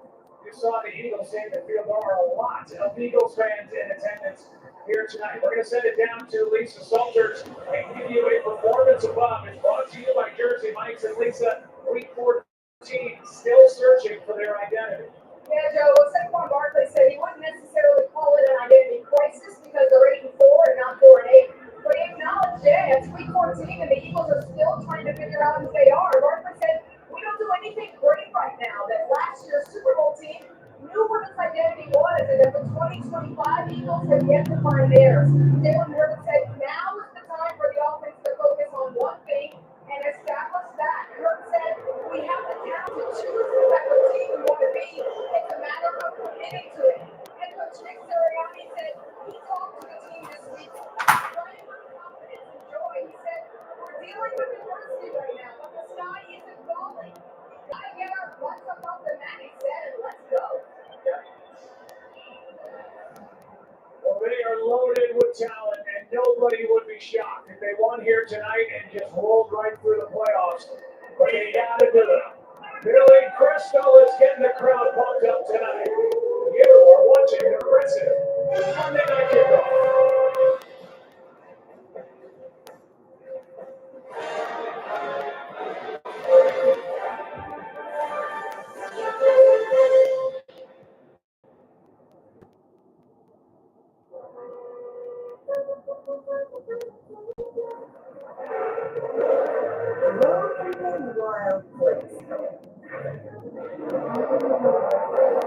There are all kinds of gadgets out there.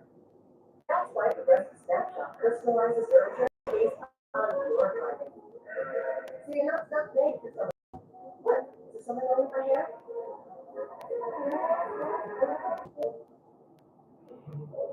You've drawn the shortest straw in the holiday gift exchange. Your girlfriend's dad. Oh dear. Maybe they're trying to get a deal on something else.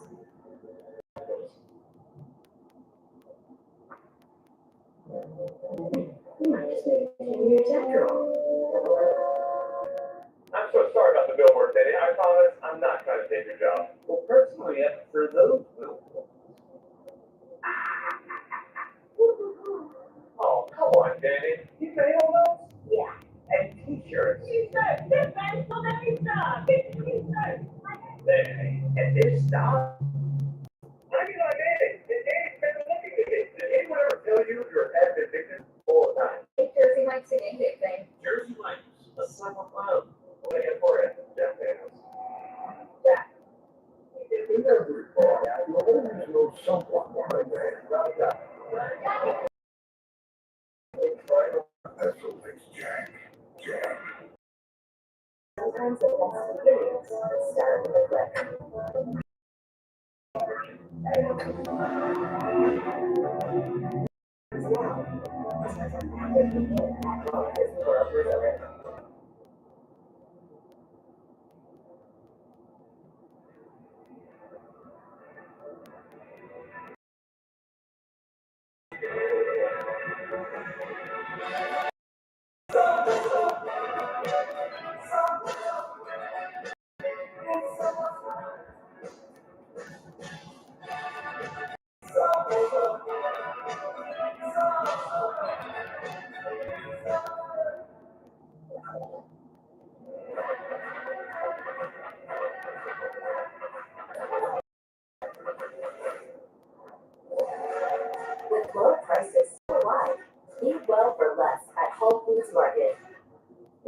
essentially fragrances, you know, exclusively available at Jungle Stuff. I'm stuff proposing in the collection is everything snack ready. The tree on this is pieces and smells and stuff. Please rise and remove your caps as the Los Angeles Air Force Base Color Guard presents our country's colors. Please remain standing as singer, songwriter, American Idol, and Eurovision finalist Nuta performs our national anthem.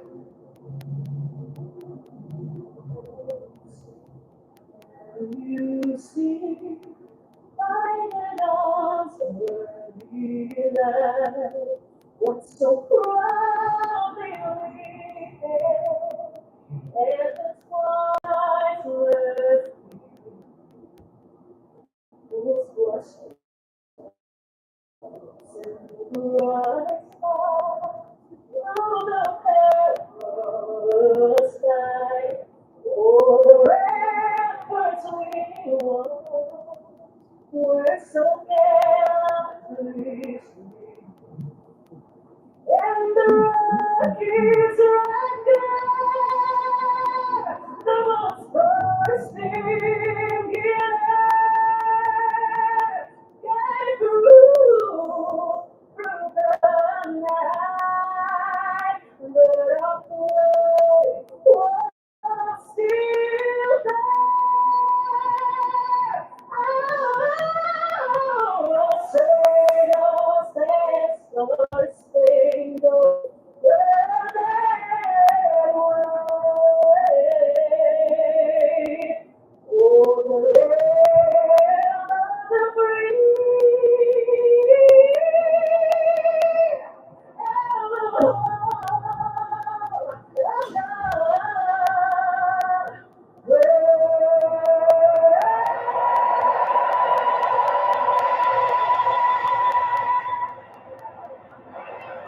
Two teams inside the playoff picture getting set to go. With 14 Chargers and Eagles. Team up. Kick it off.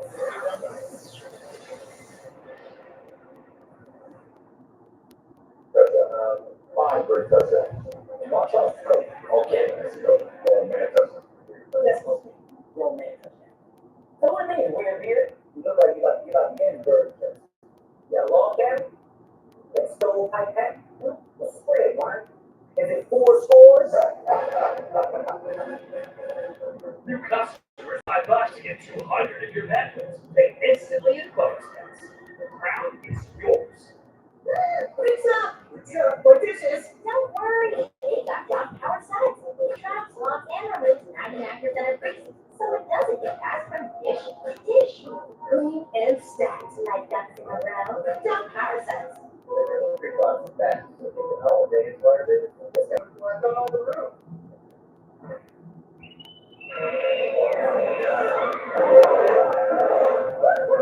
Holiday harder.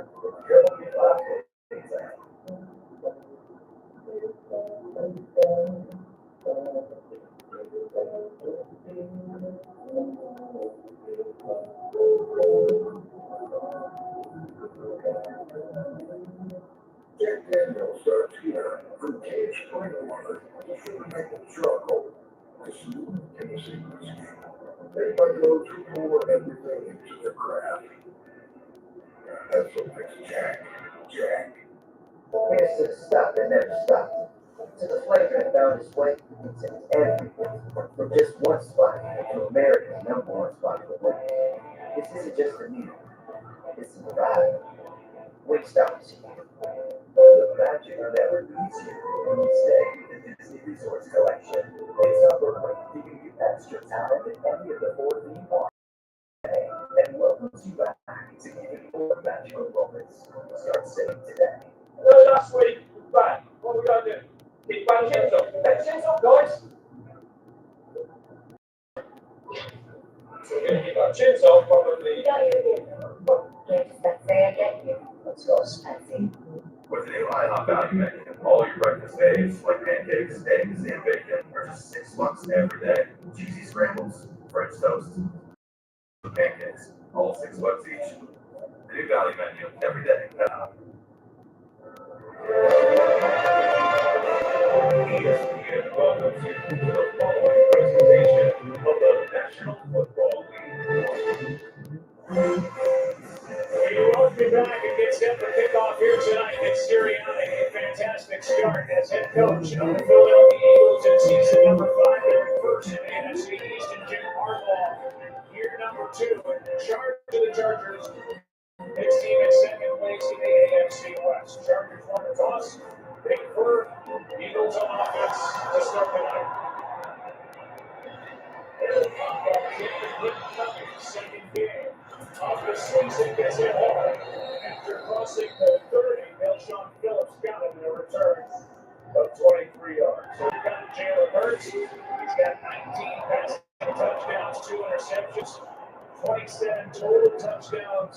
We'll see how they want to establish themselves offensively right out of the gate tonight. I would imagine coming into this game, based on the fact they're playing the Chargers and what Jesse Benner, their defensive coordinator, likes to do, and that is not give up the big play. They're as good as any defense in football, not allow that. So trying to establish the running game and get it going, and it's a broken record for these Eagles. It's what they would like to be able to do each and every week.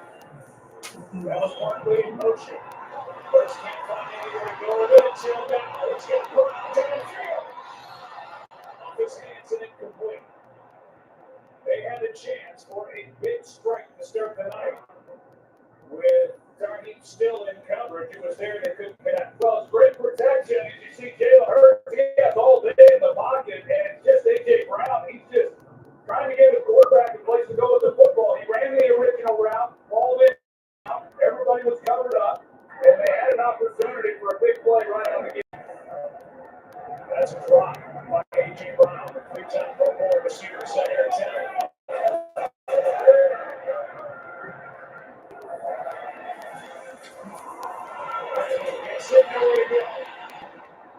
You got a yard, that's it. We'll take a look at this offensive lineup. Their offensive line is without future home tackle Lane Johnson.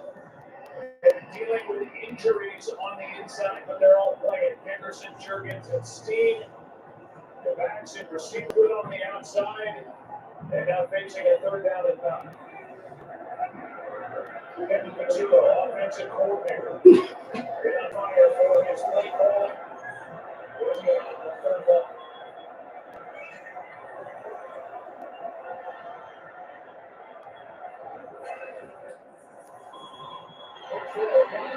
Good catch. The first down. Eagles in the fresh set it down. So they gave it a 9. They needed a 9. Henley on the stop. Yeah, that's a big first down. To come out of the gate, the first drive, and not go 3 and out after the missed opportunity on the first play. And Dallas Goedert did an excellent job just coming off the ball, free release, and giving his quarterback a place to go with the football. 31%, that's their 3 and out percentage. That's the highest in the league on offense for the Eagles. The defense trying to slow the Philly offense down. There's their group up front. The linebackers highlighted by Tui Pelotu and Khalil Mack. And the all-world safety, Derwin James, on the back end, plays everywhere. Big speed in the ball game. Hurts out to his left, able to complete it to Jahan Dotson. They're down coming up. The way this defense plays, Joe, as I mentioned, they're going to keep everything in front of them, and they're really good at it. And so these are types of throws that you got to be willing to take. You're going to get a lot of those, and you've got to take them. Now, going back to that third down conversion, you come in here on the road, you lost 2 in a row, you're struggling, you're trying to find yourself offensively, and it would have been demoralizing to go 3 and out over this ball. So that's big. There's another one here. It's the defense that's so good on third down. The ability to force you to have about 3 or 4 minute drive. They're going to stop you at one of them. Third down 4. Good protection. Time runs out. Down goes Hurts. The Buffet over Kelly. And a loss of 9. It's 4th down and 7. Number 5 for Owen.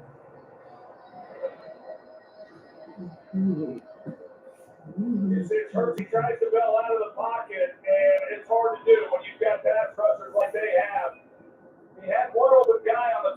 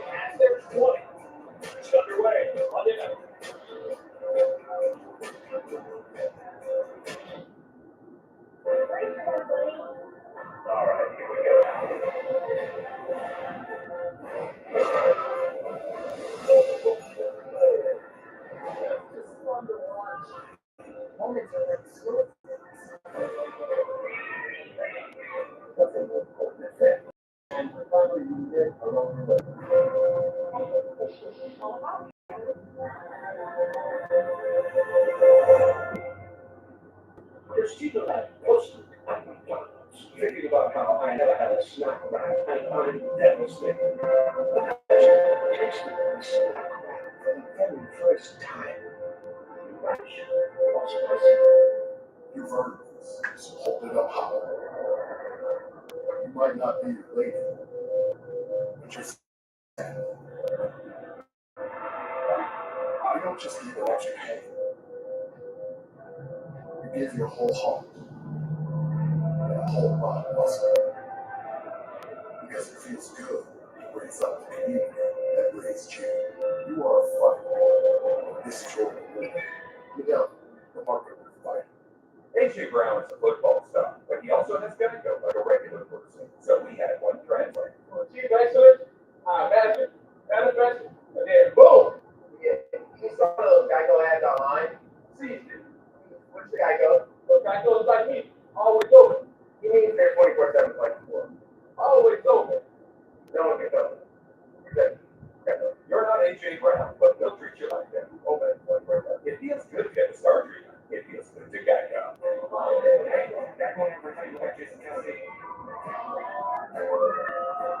I remember saying the damn game will at least once a week. Look on the field. Today is why we wear the uniform. This is a global operation. LAPD has agreed to help the FBI track down terrorist targets. I'll do my best.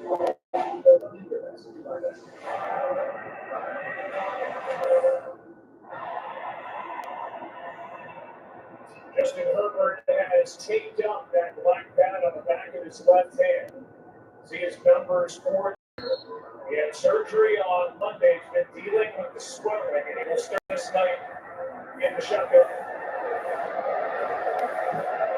Taking snaps under center could be an issue tonight. And Kamani on first down gets 3. I had a chance to talk to Justin Herbert down on the field before the game, and I asked him that very thing is whether or not he thought he would be able to take snaps from under center, and it was really more of a pain tolerance, and he wasn't quite sure, and that's what he was trying to figure out there in the pregame. Now it's not an offense that has been under center of time, and you start comparing it to other teams in the league, but the play execution when they were under center, part of it, and then obviously when they lost, when they go to the pistol formation, it brings back some of the Quick throw is through the hands of Quentin Johnson on the outside. Rory Jackson in coverage. Ability third and 7. On that last play, Troy, we saw Omari out of Hampton in the back. We see a lot of him. There's number 8 in the background. The rookie from North Carolina. There's one. Johnston didn't make the catch. Good wait for him to come back. He's missed the last 7 games. Omari out of Hampton, the rookie, and he's an explosive guy. So it's going to be leaning on the run game even more than what you typically do. Good to have back in the fold. Right now, trying to get the backfield on third down there. Herbert is going to drop it to him. Back corner. Get it for race. That's it.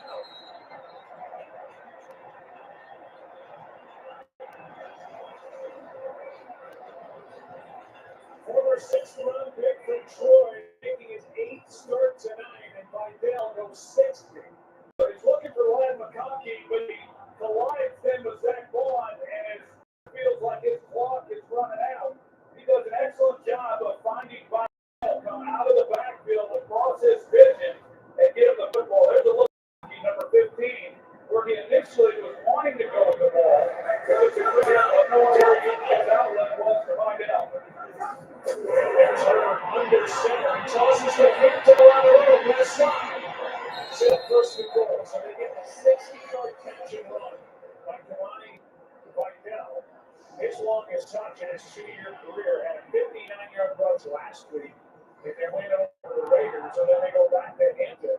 He gets 11 in his first and goal from the 6. Yeah, pretty nice when you're able to bring in the fullback. At least he's listed on the left guard as a fullback. He's really more offensive lineman. Scott Madlock, number 44. He's almost 300 pounds.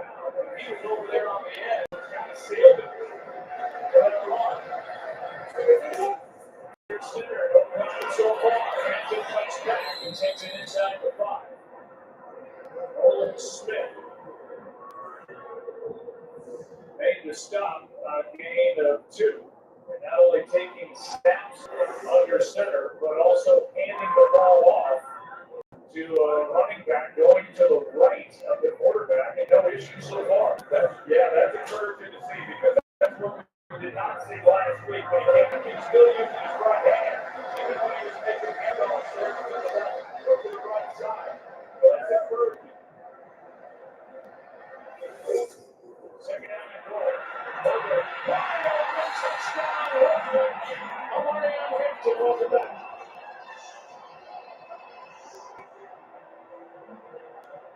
And for all the talk for Philadelphia about the offensive problems, this defense was carved up by the Bears on Black Friday. Just watch the Chargers get down the field and get in the end zone. They watch Keenan out here, number 13. He's going to take that. And so, but after a hit, with Hampton then running to the flat, pretty easy pickup. First touchdown catch for the rookie Amari on Hampton. An encouraging start for Chargers. We've seen Herbert under center. We've seen Herbert hand off to his right. And now we've seen him complete to Hampton. For the first points tonight, Chargers on top.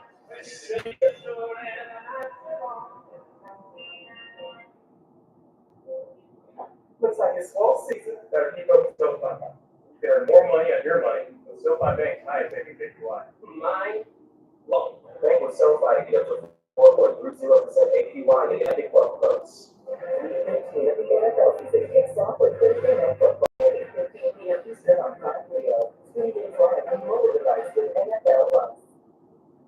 The sacred order of the group chat is now in session.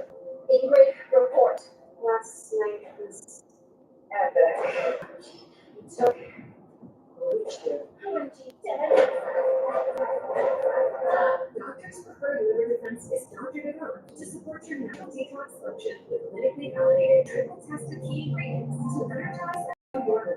Find liver defense in the supplement aisle at Walmart. Doctors prefer better science, better results. Introducing the station knife. Bench-made performance, made for the grill. Precision cutting, select edge technology. Clean, sharp, every time. Our factory for lasting strength and durability. Bench-made life sharp guarantee keeps the razor sharp. Precision in hand, fire on the grill. The station knife by Bench-made. There's a close microphone on everyone's side. Hey, where do you think you're going? You said so, everyone. Back to the bridge. Let's go, sir.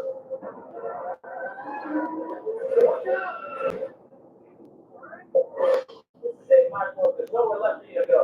Step down with brain. Tackle dangerous, every watch.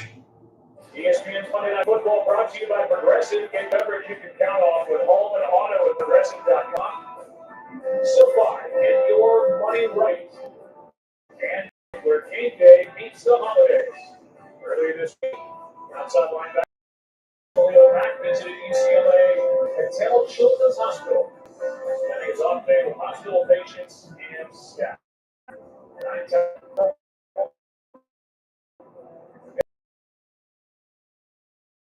Elbow injury is back. And a good start for Justin Herbert and the Chargers.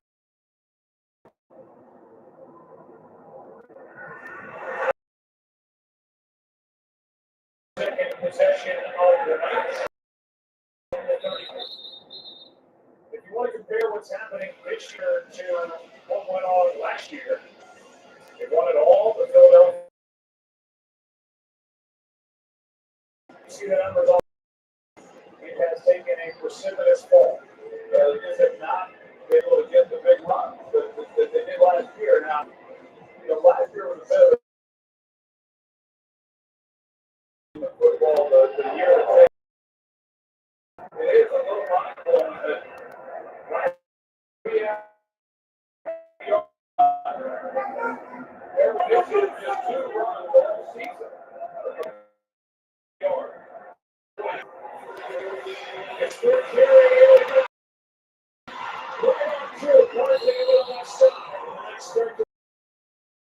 Saquon is able to get 19.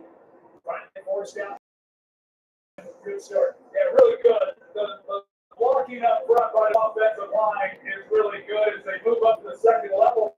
Guard Landon Dickerson and A.J. Brown out as well. And when you evaluate the offensive line, it's not that they've been bad. They're still one of the better offensive lines in the league this season.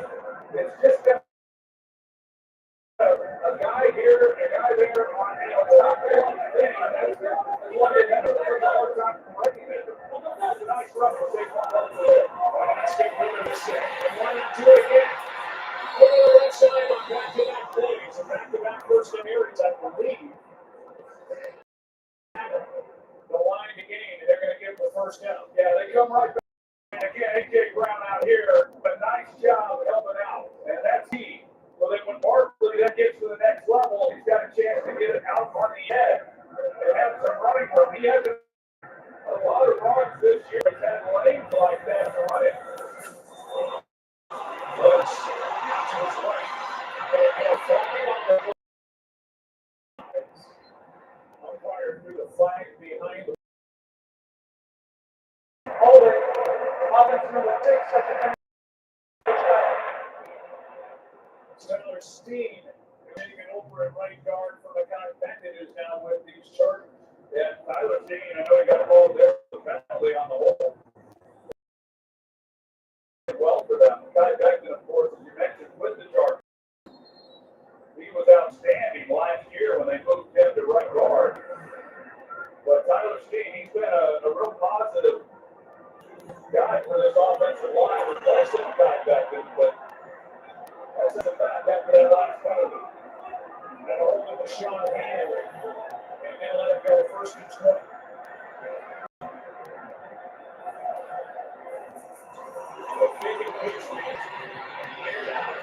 Smith.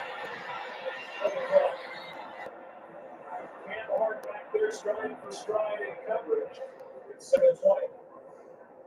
Yeah, as I mentioned, those are hard plays to hit on this secondary. I think it's a really good group. It's a well-coached group. Jesse Minter, the defensive coordinator, he took over last year, came in with Jim Harbaugh when he became the head coach, and he's done an outstanding job. He did a great job for this group last year, and they're an even better group this year.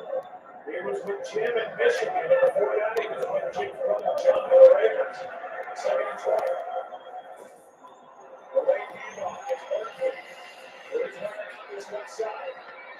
Breaking tackles and takes it down inside the 40 or third long. It's coming up after getting 9. They're kind of hoping on second and long that maybe they can break a run and at least make this a little bit more manageable, still third and long. But you see some of the things that Saquon Barkley's capable of doing, and I know that been suggested that he's a year older and there's steps down when he's been fantastic. He came in in 2013 as the O-line coach with Jim Kelly, and even other head coaches, he's remained in the post. Coaching that offensive as good as there is in the league.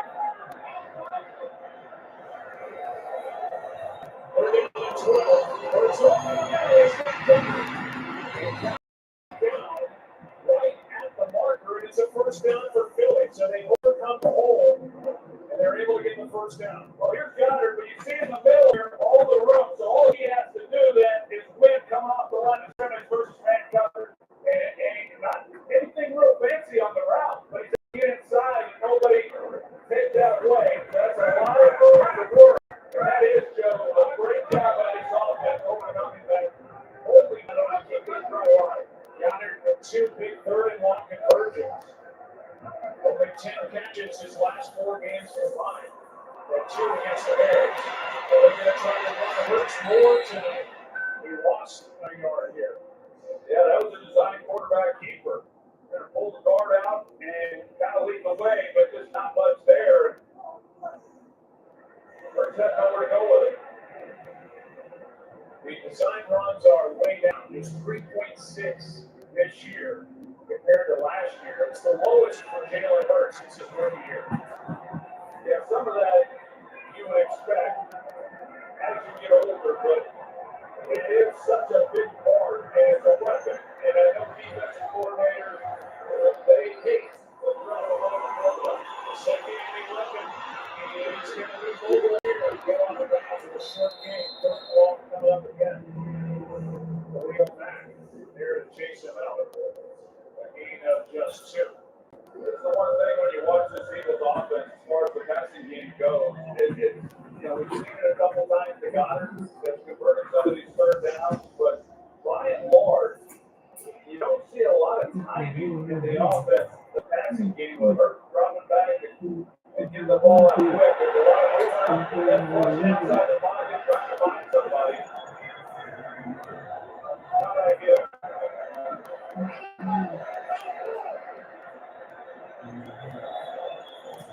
Third one. And he is still. And the field goal unit comes on for the Eagles. So a big conversion, a couple of good runs by Barkley with the drive stalls. Yeah, it's kind of like a screen that they're trying to run. Get the ball to Devontae Smith quickly. Got A.J. Brown out in front trying to block, but third and long, there wasn't much opportunity for that one to convert. 41-yard attempt by Jake Elliott. Good snap, good hold. Good kick. Elliott happy to be out of the wind last time they were on the field against Chicago 2 Fridays ago. 7-3, LA. Want more stats? Just ask Siri. Who leads the league in touchdowns? What's hearing about it? And never being there with 100. There's nothing like feeling a rush of adrenaline come close. And being able to see the game from here and enjoy that from here. There's nothing like making memories for the most memorable. And being able to say, I was there, and there. With exclusive access to unique experiences worldwide. There's nothing like platinum. Here's to the stuff that never stopped. To the flavor that found its way into everywhere. For America's #1 spot in the world. This isn't just a meal. It's a ride. Wait, stop this. You want me to take that for you? I'll take a photo. You can tell the young homeowners turning into their parents. Okay, everybody, big smiles. Very good. Okay, hold on. One more for safety. There you go. All right, let's do a fun one. Hold up the building behind you. Hold up. Yeah, I'm so sorry. How do y'all know each other? Brand, Greg. Okay, everybody jump in here at the same time. There's a music here. Up, not each other. All right, from the top. Without fans, there would be no DeAndre Hopkins. There would be no NFL. The younger generation brings a different energy. When I got drafted, I was wearing things that wasn't the urban norm. It's been a drastic change. They're curating their own style. They're expressing how they feel. They're pushing for it. Fan, like a pro, NFLshop.com. Not there. Surprise. My boy, Buttercup, oh!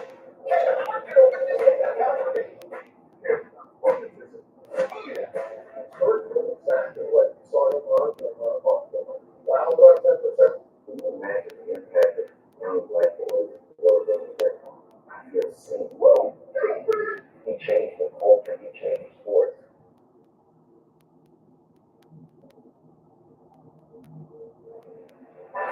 Inglewood, California. Tonight's area coverage is brought to you by Goodyear. SoFi Stadium.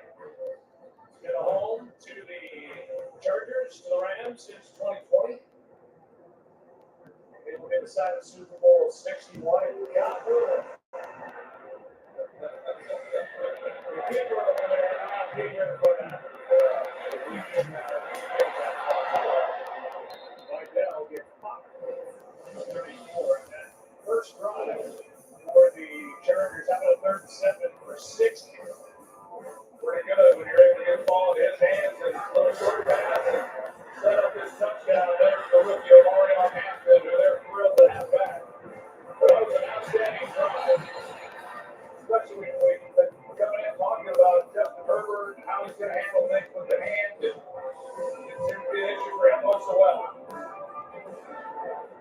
And Jim Harbaugh fired up. Eagles got 3. From 34, drive begins. And it was Herbert under center, and somehow he is able to find the receiver as Hampton. And even with a body draped on him, a completion for 7 yards. I don't think anybody's ever questioned the toughness. Jordan Davis was right there for Philly, but I think Justin Herbert's about as tough as they come. He definitely is, and he's played through a lot just in the last few years. He's had rib injuries, hand injuries, ankle. He's dealt with it all, and yet he has found ways to play through it all. And I know that he's endeared himself to his teammates over the years for doing so. There is a handoff to the Hampton, and he's met the backfield by Jordan Davis, and they're going to need more in the run game up front. The Eagles, since Jordan checks out, on that 3rd down and long with Jalen Carter, their best defensive lineman, out. Yeah, he stunts, as you're going to see. Jordan Davis, the offensive line, they're trying to reach him. Bradley Bones in the center, and then he stunts the opposite way. And it's really tough, but you're right, Joe. You know, it's all hands on deck. Jalen Carter, he's out. He wasn't playing the level that he did a year ago, but on the heels of getting almost 300 yards on the ground in Chicago, they got to shut this play down for a touchdown. Eagles fans make a noise. False start.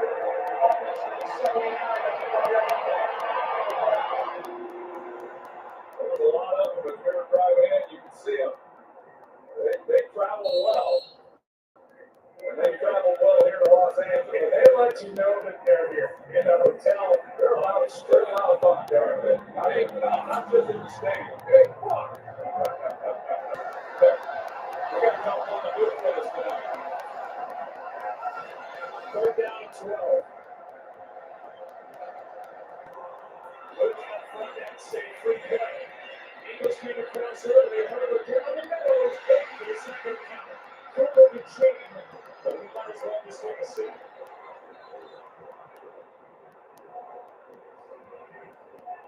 A jumbo up front came across.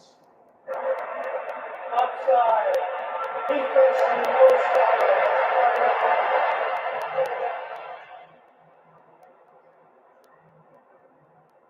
Herbert with a free play was trying to force it. And he did, and it's the right thing, of course, but he had McConkey. If he just is able to lay that, he tries to drive this ball as he's buying some time right here, but if he's able to lay that, he's definitely capable of doing it. He can make all the throws, but if he's able to lay that, he's got a real chance. Excellent play by Cooper Dean, but we're not. Yeah, but you gotta make a play because it's a free play. If you don't make that play, knock it down at the very least. You're looking at a huge game for the Chargers. Instead, it's a 5-yard penalty, brings up 37.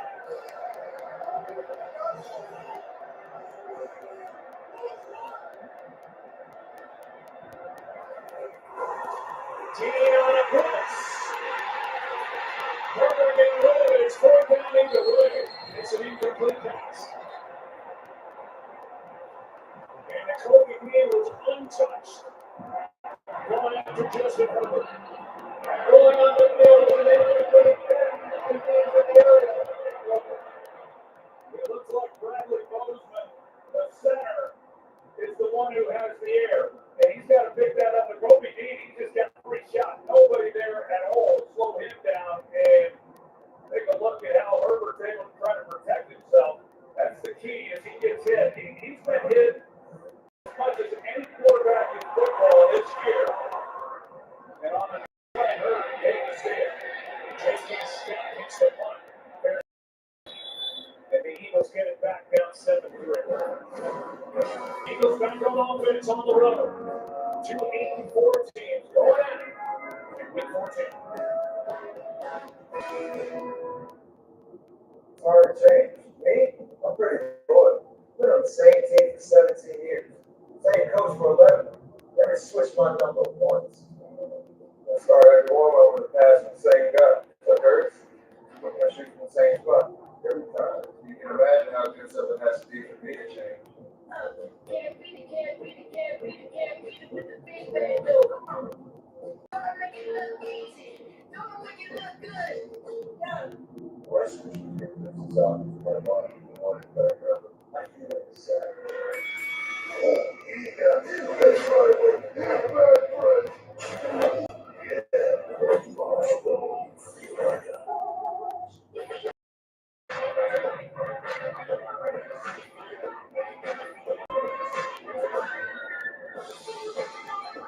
Short on nothing, big on the weekend. Only on Royal Caribbean. Well, no cycling projects now. It's football Sunday. East of the surrounding. Well, we can measure it. Measure. Lowe's can measure it. It's solid for you. Work crew. This is Jim. One of the greats. This is a hot flash. This is a hot flash. This is a hot flash. This is not. If you have hot flashes and night sweats due to menopause, ask about Leosa, the #1 prescribed hormone-free treatment approved for moderate to severe vasomotor symptoms due to menopause. So you can have fewer hot flashes and more not flashes. Leosa reduces the number and severity of hot flashes day and night. Leosa can cause serious side effects, including liver problems. Your doctor will do blood tests before and during treatment. Stop Leosa and call your doctor if you have symptoms of liver problems, such as feeling more tired than usual, decreased appetite, nausea, vomiting, itching, yellow gas or skin, pale stool, dark urine, or stomach pain. Don't use Leosa if you have cirrhosis, severe kidney problems, kidney failure, or take CYP1A2 inhibitors. Ask your doctor about more not flashes with hormone-free Leosa. Visit Leosa.com. Over the Clippers, and we talk about the 31st annual Jimmy B Classic once again at Madison Square Garden tomorrow night on ESPN and the ESPN app. Clemson takes on number 10 BYU. That's at 6:30 Eastern. And number 18 Florida squares off against UConn. Always a great night for a great cause. From the 10. Down by 4.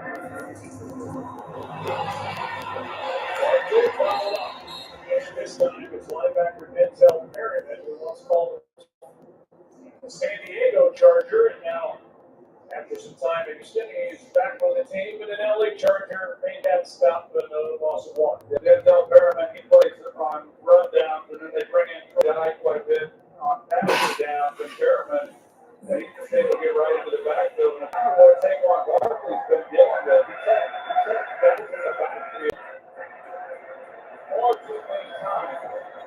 This season, before he did well. Saquon there too. Smith, third down coming up. Coming into this possession, we had 35 rush yards for contact tonight. He had 40 all last week, actually 10 days ago, against the Chicago Bears in that home loss. Under 10 seconds to go in the opening quarter. Down to the end we go. It's the second quarter anyway. Glad you're with us tonight. ESPN and ABC. Chargers and Eagles. 4-point game after one.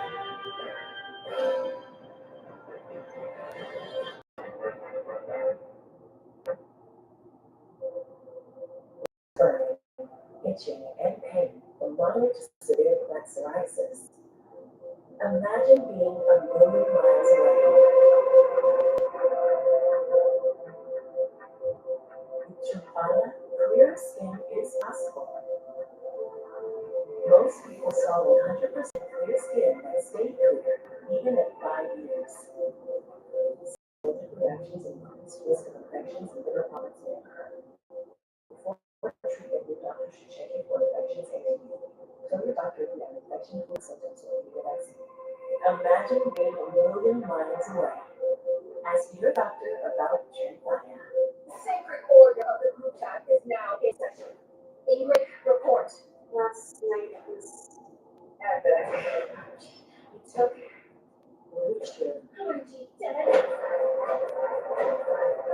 OCD is more than what you see on TV and in the movies. It comes with unrelenting, intrusive images, thoughts, and urges.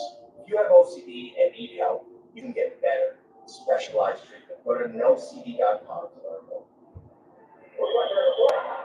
What? I can't keep up with it.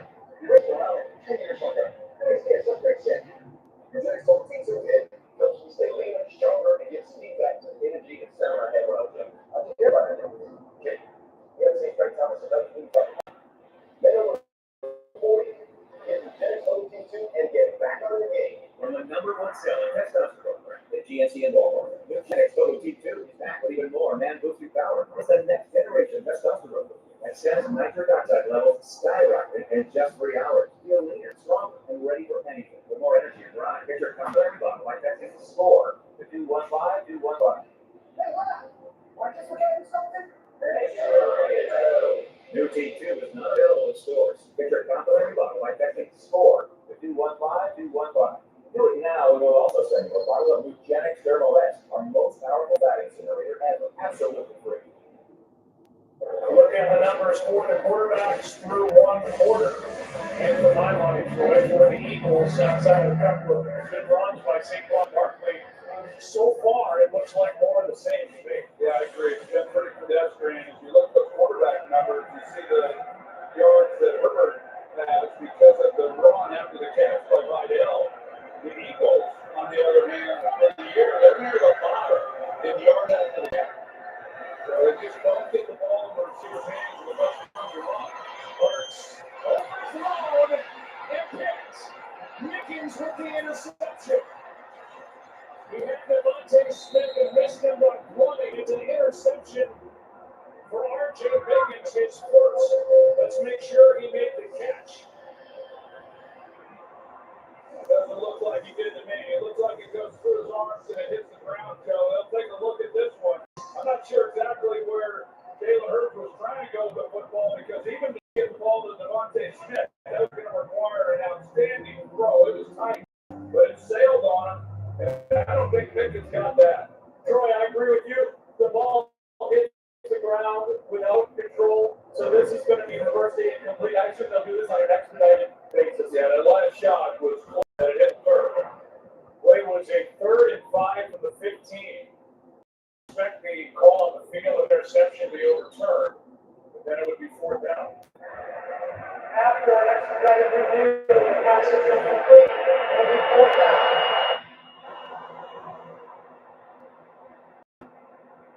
So take the first interception for RJ Mickens out of the books. The 6th round pick from Clemson.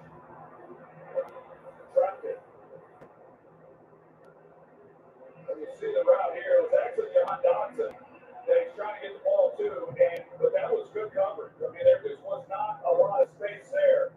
And it looked like Tarheem Steele was the one who was in coverage, but a ball that sails on him, and they're fortunate that they're running the ball.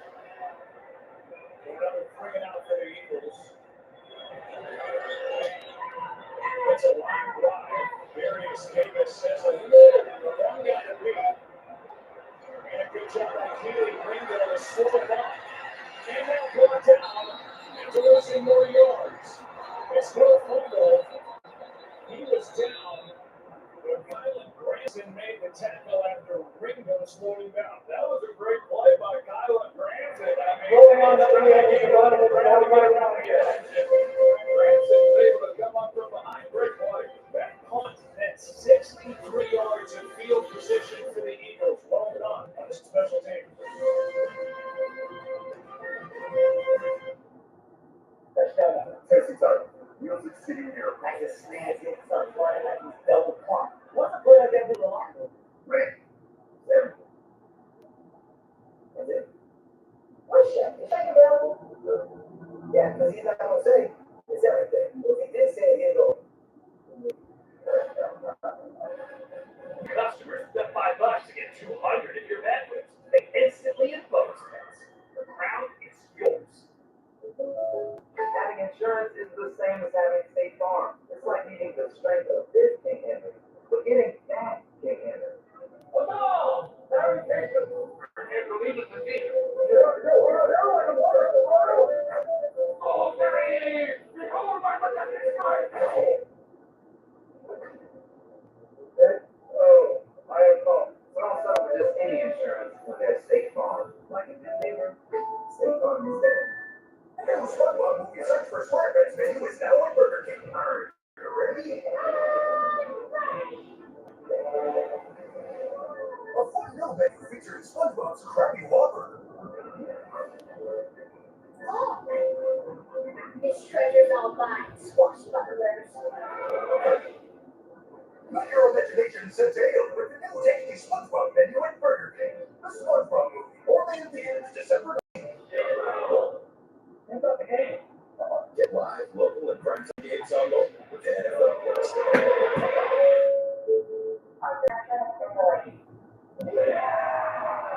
NFL Plus. NFL in motion.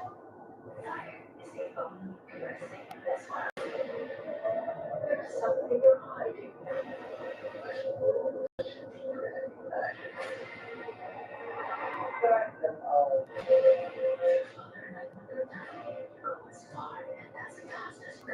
Where's that always there? So he never quits. That's right. So he never quits. Avatar Fire Dash. Now. Just underway in the second quarter. It's a 7-3 game, and back on offense are the Chargers. Justin Herbert got hit and then hit that left hand against his right elbow, which will show you the last time he was out there. Under center, however, he tosses the hand to defensive back and has 10 points. Good start. Let's go down the wall. Well, no, the toughness of Justin Herbert continues to be on display. As you mentioned, he hit the left hand that is broken on his own elbow, and then immediately when he got to the sideline, athletic trainers checking on him. They've been checking on him throughout. He continues to say he's good to go, but he has been trying to keep some movement in those fingers throughout. You can see him sort of touching it, feeling it, trying to figure out exactly the steps, I think, on his own. Harbaugh has also checked on him throughout as well. Yeah, Lauren, yet again, still under center. He tosses, he spans it. Eagles going to see a lot of him tonight. He's already got a touchdown. There's a flag on that play out of the edge. Holding, offense number 68, by And with more on Herbert's hand from the Philly side, let's check in with Lisa. Yeah, so the Eagles defense has said that they know they still have to give Justin Herbert the respect he deserves, but they believe he just will not be as comfortable gripping the ball as he usually is and won't be able to get it out with the same speed. Mario Jomo said he thinks that hand gives about a half a second on their pass rush, and he said a half second is a lot to a D lineman. Difference, he said, between the pressure and a sack. Yeah, Lisa, while his average completion just 1 yard downfield tonight. All three of his completions to running backs as he takes off. And now we'll land on that right arm. Cooper to Gene out to make the stop after that holding call in game 5. Well, that's what I was curious to see if we would see Herbert scramble like we just did. And that's been such a big part of this offense. When you look at their rushing numbers, Justin Herbert is the second leading runner, and he's very effective when he gets out of the pocket and is able to create. But I thought maybe with his hands he'd be a little bit more vicious as to whether or not he would actually take off. You watch him, he's going to try to protect that hand as best he can, but then you call the questions, you talk about shoulders and a lot of other things that are going to take the front of the blow. 7 down, 15 after his wing. This one is incomplete. With Gans hitting the target, 3rd down and 15.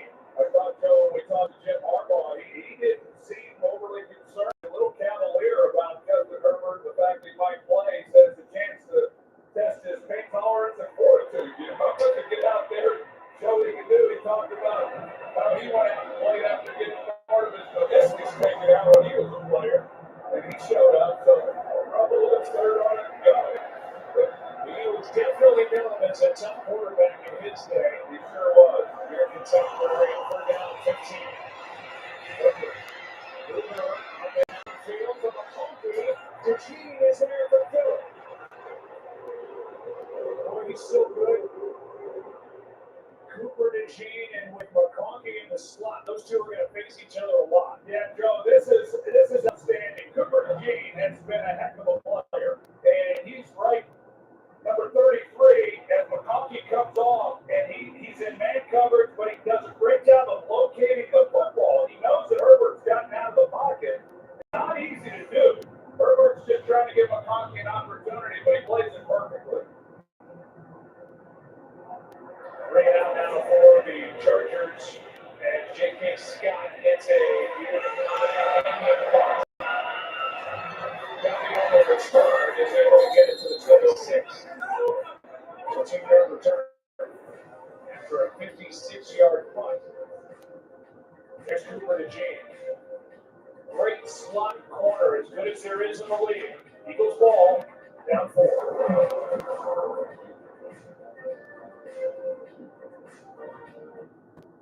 There's something you're hiding. It is time.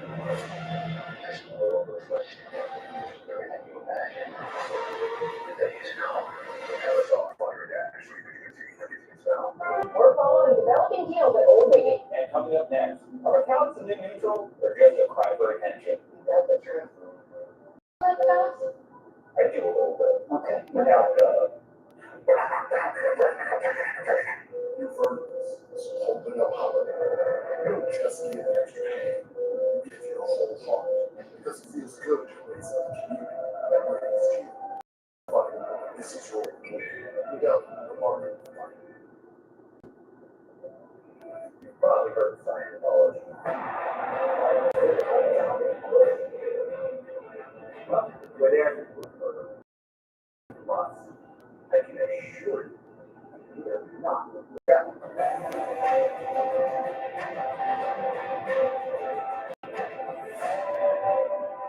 So take a look. And inside yourself.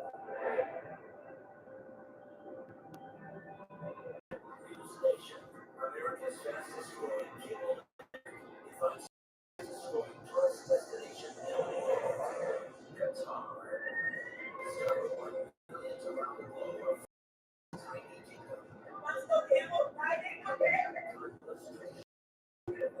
Modern office. How did we call the villain? Adventure forward. Destination. Third Central One News Station.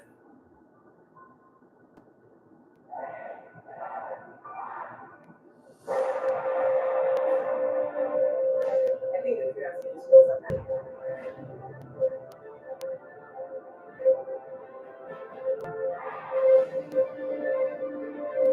What actually psychology?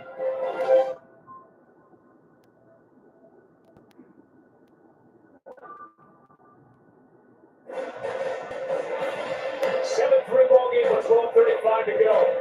Here in this first half. In fourth possession. Field goal punt. A.J. Brown has been targeted. That was the early drop downfield on the deep shot. There's pressure off the edge. Derwin James, who is all over the place in the backfield to bring down Saquon Barkley. Derwin James, and he is such a great player. And you're right, Joe. You mentioned earlier they put him all over the place. And one, to do that, you've got to be a really smart player. To be able to line up in all the different spots and the things that they want to do with you. But he brings an attitude and a toughness. And I know talking with Jim Harbaugh, he said he'd been on town about a day and a half last year and realized how good Derwin James was. And he told the team, just do it the way number 3 does. He does everything perfectly. Follow up between head coach and number 3. Blitz! Wow! Flag on the play. Hurts on the ground. Pressure by Deion Henley and a flag on the coverage.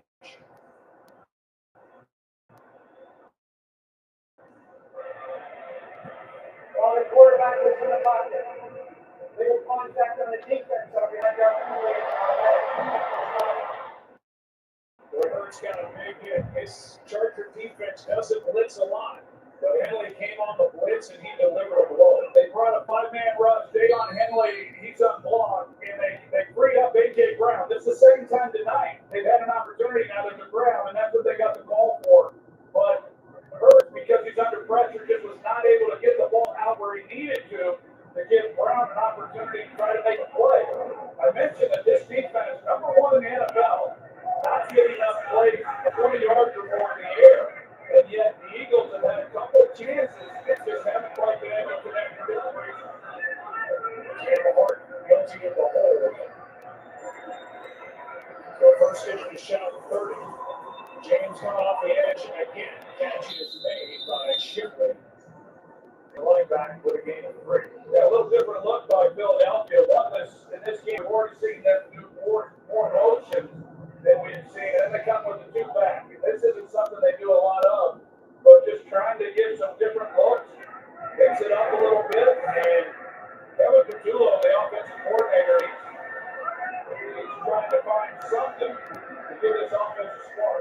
Two backs again. Shipley and Barkley. Hurts. Nice counter. Nice move. Dallas counter with a big one. And brought down at the 49. Elijah Molden missed the tackle, and it turned into a 16-yard catch and run by Goddard. Well, Goddard is his security blanket. It looked like he had a chance at Devontae Smith at the intermediate level. These are crossing routes. You don't see a lot of these from the Eagles offensively, but he had a chance for a catch and run for a big play. But Hurts comes underneath. But Goddard, not bad coverage, but he's able to make him miss and pick up 4 yards. 3 catches for Goddard, 3 first downs. Action from Hurts. He's got one. First down inside the 30. A little something cooking here for the Eagles on offense. 23 yards to A.J. Brown, his first catch. I like the concept. They punch in the middle with a vertical, and then it opens up that space for A.J. Brown coming across the field. I mentioned that they're near the bottom of the league and run after the catch, and you start completing passes like that, you're going to see those numbers go up dramatically. Here's a handout to Barkley. Good work on Steve Martin off the edge. No gain on that play. Seen 2 good runs for Barkley tonight. That's it. For A.J. Brown, 10 runs by Tennessee, 3-time second team All-Pro. He's a 3-time Pro Bowler. And this year, a career low in average receiving yards per game. Yeah, he's a guy really fun starts once he gets the ball in his hand. And, he's awfully tough. He becomes like a running back. That's a real size to him. But he's that guy who can run balls good this year. Brings that down. Great toss. Hurts. Good protection. But he's going to go. And step out of bounds. Bring up the 3rd and short. Well, I like what they did on the right side where they're trying to run more of a layer route. But then you've got A.J. Brown who comes across the field and he hooks up. Nobody's there. Just put it right on. And that's part of the progression where I do think it could be better. You don't like it, you might know exactly where your check down is, and that's A.J. Brown on that concept. Extending period for 8:32.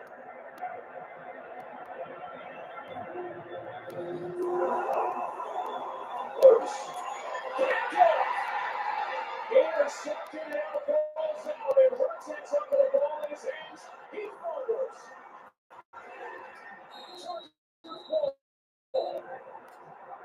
Troy Dye ends up on the ball. And what a missile play. Throwing the shot in and intercepted. Fumbled by the defense, recovered by the offense.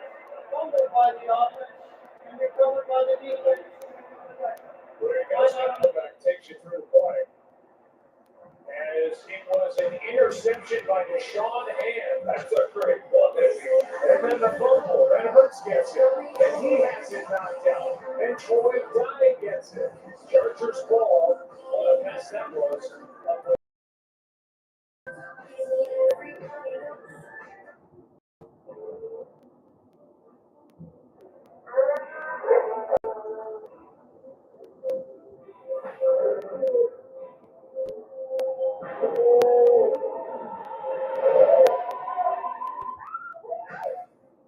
Should we give him a minute?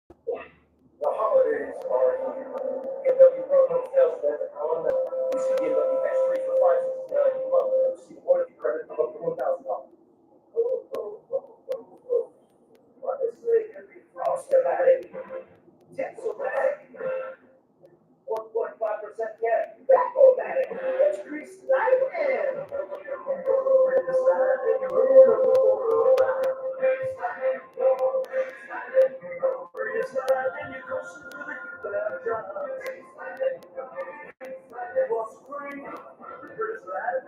What's in your wallet? You've gone the shortest holiday gift exchange. With her girlfriend's dad.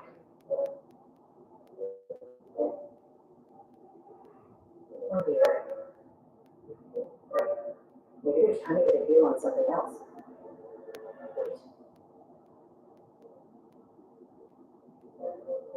Hey, we might just make it 10 years after all. Three classes back. Holidays where it is. Just got to run down all the room.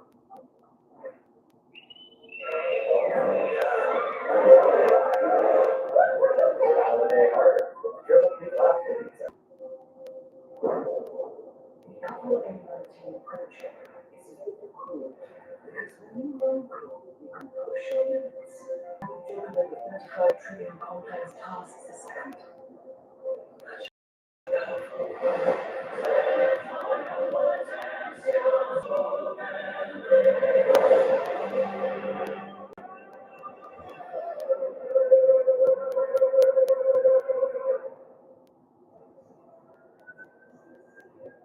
There's a look at that last play, the interception to Sean Hand. It's a zone blitz. He shows that he's coming, then he drops into coverage. You normally, as a quarterback, a lot of times you don't see defensive linemen like that, but where he was throwing the football, I'm really not sure how Hurts didn't feel that right in front of A.J. Brown where he was trying to go with the football. But what great dance by Sean Hand. Defense by Gallo gets start to the drive with a nice one. There were 3 turnovers on the same play. An interception by Hand, forced fumble by Shipley, a fumble recovered by Hurts. Then Caldwell forces the fumble by Hurts, and Troy Dye ends up on it. The Eagles came in with the fewest turnovers in the league, 8 all year, 2 on that play, both by Jalen Hurts on the interception and the fumble. Yeah, they had a little something going too. You know, they completed a couple big passes, had some momentum going, and yeah, they just can't quite get over the hump. Jackson brought down immediately by Dory Jackson. Good play. 3rd and 2. That's a really good play by Dory Jackson because that's a big receiver. And Quentin Johnson and getting him to the ground. He reads it immediately. He's closing in, and as soon as Johnson comes up, catches the football, he hits it, and not able to pick up the first. Dory Jackson has struggled this season. One reason why the Eagles put a claim in on Darius Slay, who's been released from Pittsburgh, playing by the Bills. Herbert's in trouble. To the left, he's got his man on the throw. As he hits the rookie Trey Harris. Good was that throw going to his left. That's as good as it gets. Herbert, nothing out in front of him where you expected him to throw the football, and to be able to move to your left, get your shoulders turned, and work the ball in the middle of the field. I mean, that's great coverage, and it's outstanding. You couldn't place it any better. He's made a lot of those over his short career. So that was a good one. Brilliant throw. They needed 2. They got his team. On first down. And off is to Rydell. A nice chunk of yardage on first down as he gets 6. Well, the Chargers, they go big personnel. They bring in an extra offensive lineman, and you know that's kind of the staple when you think back to the years with Greg Roman, whether it was in San Francisco or Baltimore or now here with the LA Chargers. And I think he's done an outstanding job this year. You consider all the injuries that they've had in the offensive line, 9 different offensive line combinations. And his visiting was great. The other day, he said this is one of the toughest years he's ever been for him.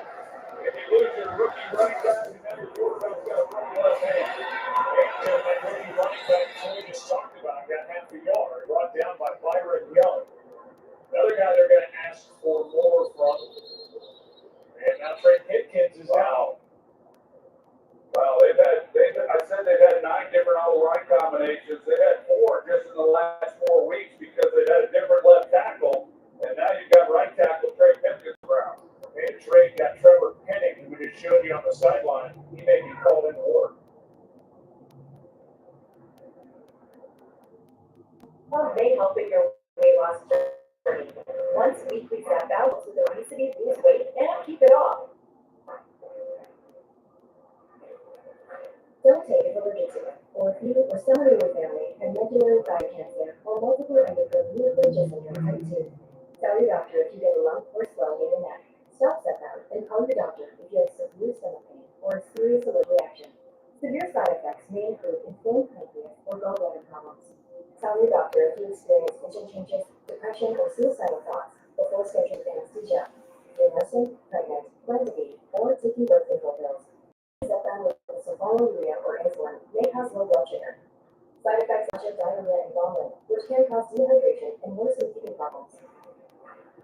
Ask your healthcare provider about once weekly Zepbound and check your coverage today at zepbound.com.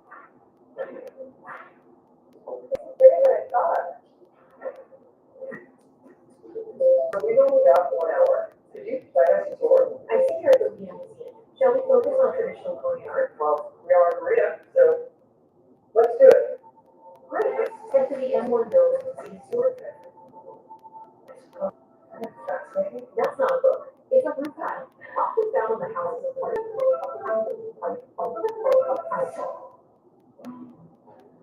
You're in canyons and on summits. Going the distance for the perfect ingredient. And navigating the places you've never been. This is what you do. This is who you are. And you have no intention of ever giving that up. Make your pastimes last a lifetime with Lincoln Financial. Feeling the squeeze in the steel city, feeling the fins fishing for a win, and the playoff pulse for the black and gold. Feeling the AFC showdown under the bright lights. Dolphins Steelers next Monday at 8 on ESPN. Trey Pipkins needed help getting off the field. He had his right leg trapped under bodies on that last play. Darius Davis, meanwhile, the receiver, questionable to return with an ankle injury. They've had Trevor Penning, who they got in a trade from the Saints in as their jumbo tight end. They bring Bobby Huff in at right tackle. They're beginning in that role. And with a 4th down, Herbert is being dragged to the ground by Jalen Phillips. All the offense number 75 at 45. It's 4th down as Grossman is guilty of a hold. Good job defensively. They changed the pick and they showed 1 free snap, and then as the ball's being snapped, they changed it up and gave a little different coverage. But take a look at Justin Herbert as he's going to the ground. You knew coming in he was going to take some hits because that's kind of been life for him as a quarterback with the Chargers. I know Harbaugh, when he came in last year, the first thing he wanted to address was the offensive line, but man, they had beat up. It'll be a 45-yard try. They assisted on that call and said that Herbert was down by contact. It goes as a sack on the play. He did not get the pass off. And Dicker has had a phenomenal season, knocks him through from 45. And the question I would have is, will this count as points off turnovers on the same play, which is what set this up. What happens here in LA tonight is also happening in the world of Von Stropolis. Here's a Marion Hampton's touchdown.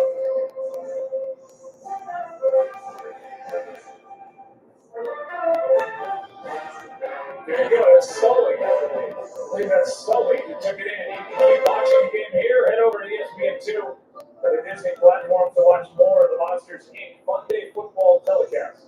So I let America know that we've got Sully right here in our booth with us. I mean, you talk about being committed to the role. I'll bring it in here. He was in our morning meetings. David Bolton, bring it in here, Sully. Come on. I've been looking at Troy and seeing that outfit and costume in the background all night. Is there anything you want to say to America?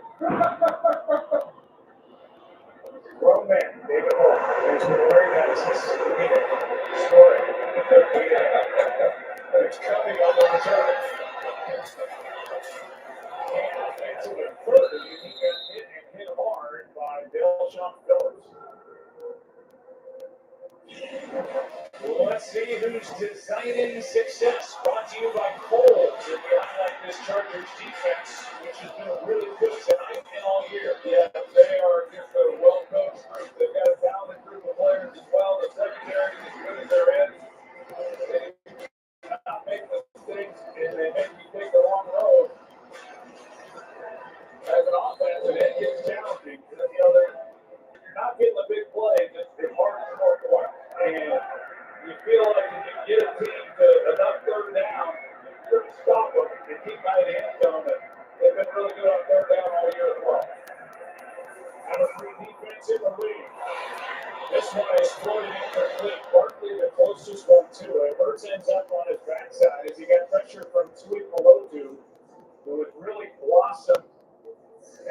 pass rusher, 10 sacks to lead this team.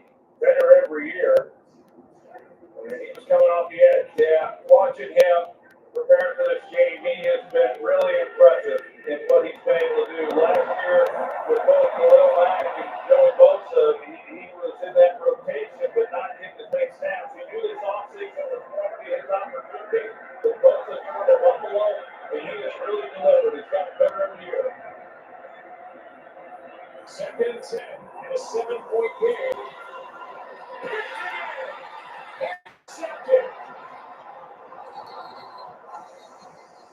It's Dante Jackson with his fourth of the year.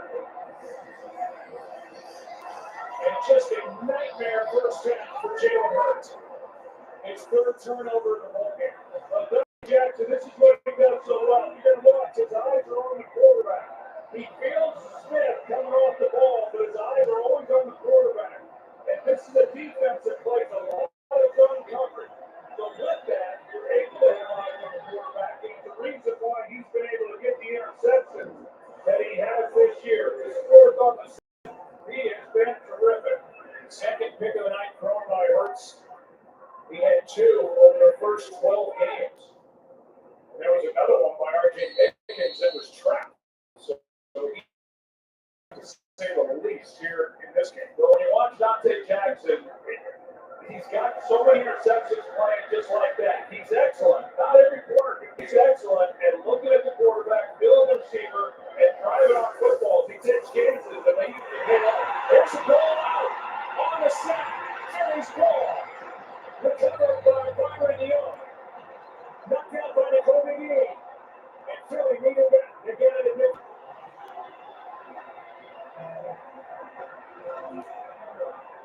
Nakobe Dean is one of the best blitzing linebackers that I've seen. He runs right through running backs, and even in talking with Greg Roman, he knew that. And that's a matchup that Greg Roman did not want to see. He goes right through Hampton, the rookie, and then is able to strip the ball on Justin Herbert. The defense needed to come up with a play after the way the offense gave the ball on, and they come up with it. That's big time. That is 5 turnovers in the last 11 plays.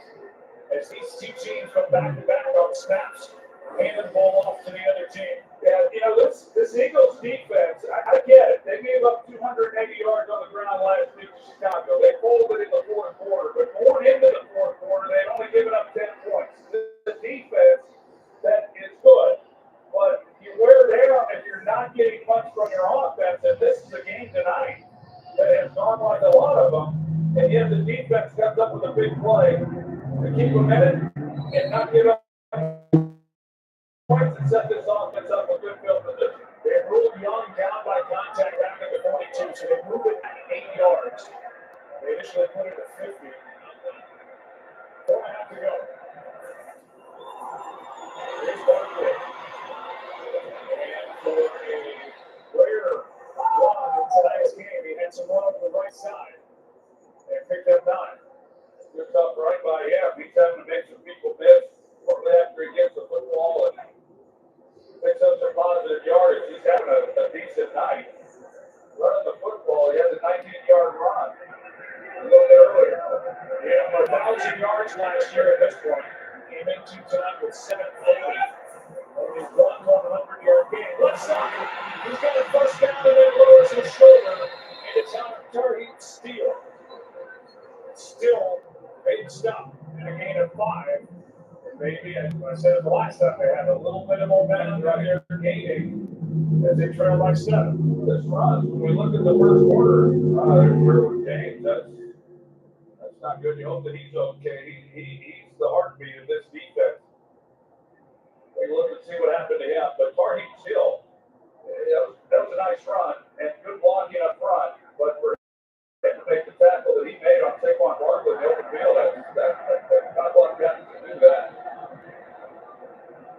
Now they're going to stop the play. Please reset the game clock at 3:46. Play clock will be at 34. Both clocks are going right there. And here's a look to see what happened with Derwin James. Got hit up in the head and neck area. I think the Boydby got him. Yeah, it was Boydby. He's going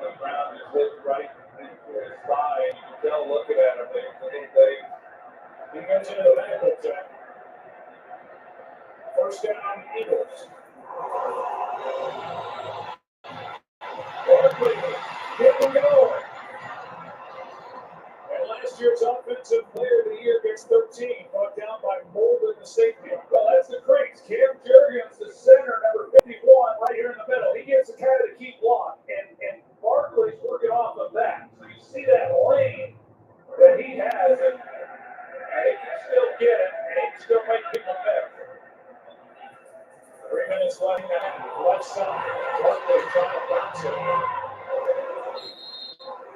They have Finley on the tackle. Yeah, so they're going to ride more. It looks like they're going to as we wind down to the 2-minute warning. And rightfully so. Try to calm this offense down a little bit, kind of help Jim Hurts a little, and get the running game going and having some success here on this drive. Landon Dickerson, their left guard, has been battling injuries since camp. Limps off the field. As Brett Toth, who's made starts at guard and center this year, is at guard, center and center.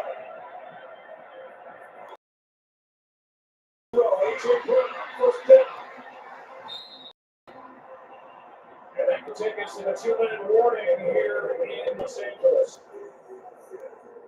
And into the red zone go the Eagles after the fumble by Justin Herbert. Philly trying to cash in. Down 7.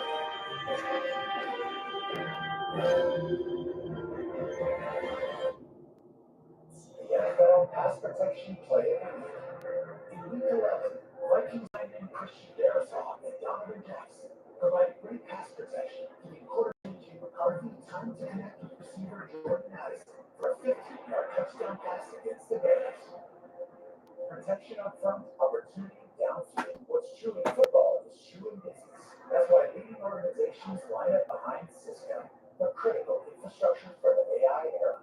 It started off low, then everything went sideways. Months, the team got right into the thick of it. I'm just gonna be a fluff, but this turns out not the breakout. How do you?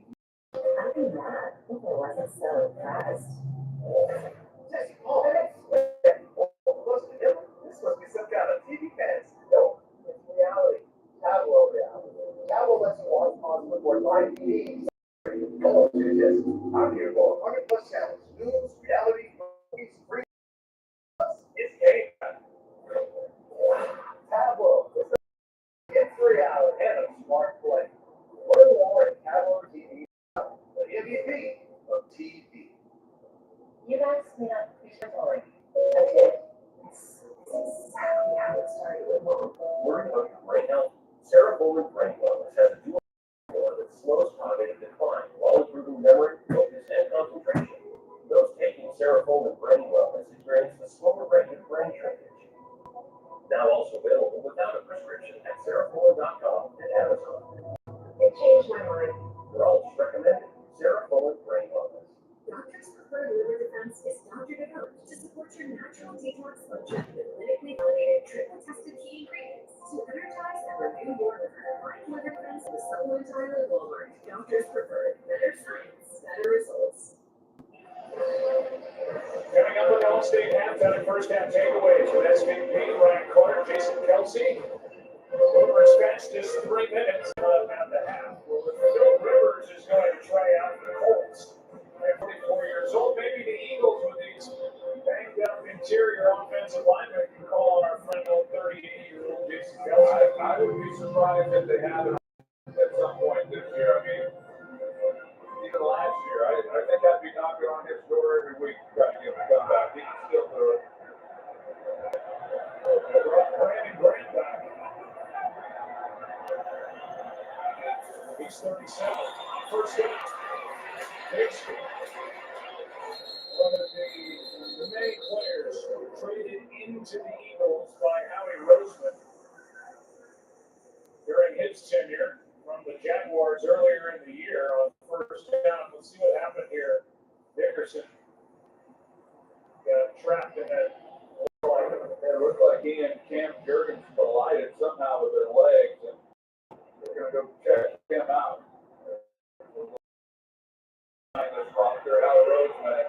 We can't do an Eagles game and not brag on the job that he does. Second down and 6. Scoops.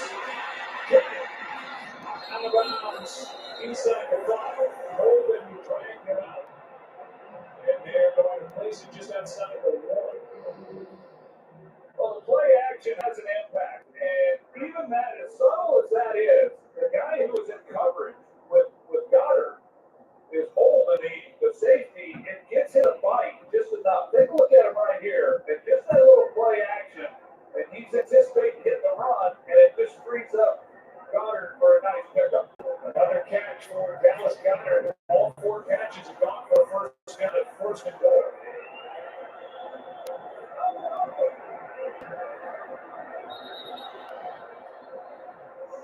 Timeout taken with the play clock very close to expiring. We're getting to the area of the tush push, and I know the average fan gets tired of hearing about the tush push, but the success rate And the average broadcaster. well, they do that. I hear it every week. We all do, but I mean, you got to talk about it. It's a big part of their offense. They have only been successful on it 67% of the time this year, compared to the previous 3 years where they're over 85%.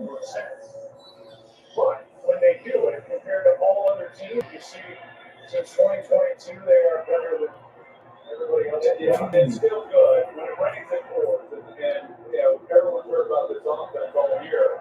And the touch push isn't as good as it once was. Even without him, I'm sure he doesn't miss that. First and goal.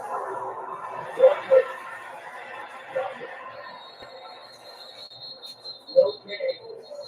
And it's Tier Target, the one who put up the wall for this Chargers defense. Second goal. First charge, timeout, 30 second timeout with 1 second. Look at what Tier Target has to go through. I mean, you got a double team, you're fighting through that. That's just life as a 300-pounder when you're in the trenches, especially down here at goal line and 4 yards. He does an excellent job. Timeout taken by the Chargers now on defense. Let's send it to Laura. Chargers defense, of course, is without a Derwin James at the moment. He remains in a medical tent. He's evaluated for a head injury. Actually, just came out. We'll see if he ends up going back out on the field. The latest was he's being evaluated for a head injury. Yeah, he's got his helmet on. That's Barkley who's in motion now. In the slot. To his left. Flag on the play. And this is caught. The flag is down. Brown with the catch. And it's coming back. Oh, offense for 68. Second down. Against the left tackle, Jordan Mailata. Saw what happened, Joe. I think it's a good call. This guy starts to get away from being a 68. Mailata, one of the best in the game. But there's, well, maybe I don't know. I didn't see as much there as I thought I did. Sirianni agrees with your second take as he grabbed the jersey a bit. Yeah, definitely a little grab there. I'm not surprised they called it, but I agree. Usually they want it a little bigger than that. A golf clap, left hand from Justin Herbert. Now second roll loss at the 10. Works in trouble. Chase by Mike. Incomplete. Now third and goal. And Derwin James is coming back on the field for the Chargers. On the third goal, under a minute to go. Well, he had Saquon. Now we've seen Jalen Hurts. He will run the quarterback draw, and he faked like that's what he was going to do on that last play. But Saquon Barkley, as he comes in motion, or excuse me, down here at the bottom, he moves to the inside. He comes back out. There's nobody there, and he's just not able to lay it and give him a chance to at least work through it. But that was the only opportunity he had. Jim Harbaugh just had to call a timeout with the clock stop. Much to his frustration, 59 seconds left in the half. These are 2, 8, and 4 teams going at it tonight. Welcome inside the booth. Joe and Troy had a golden opportunity. Had first goal from the 2, now it's third goal by 7. Yeah, they hate to overemphasize it. We talked a lot about it. Every group has just had the Eagles, but tonight's been a struggle again. But you get down there and then you come away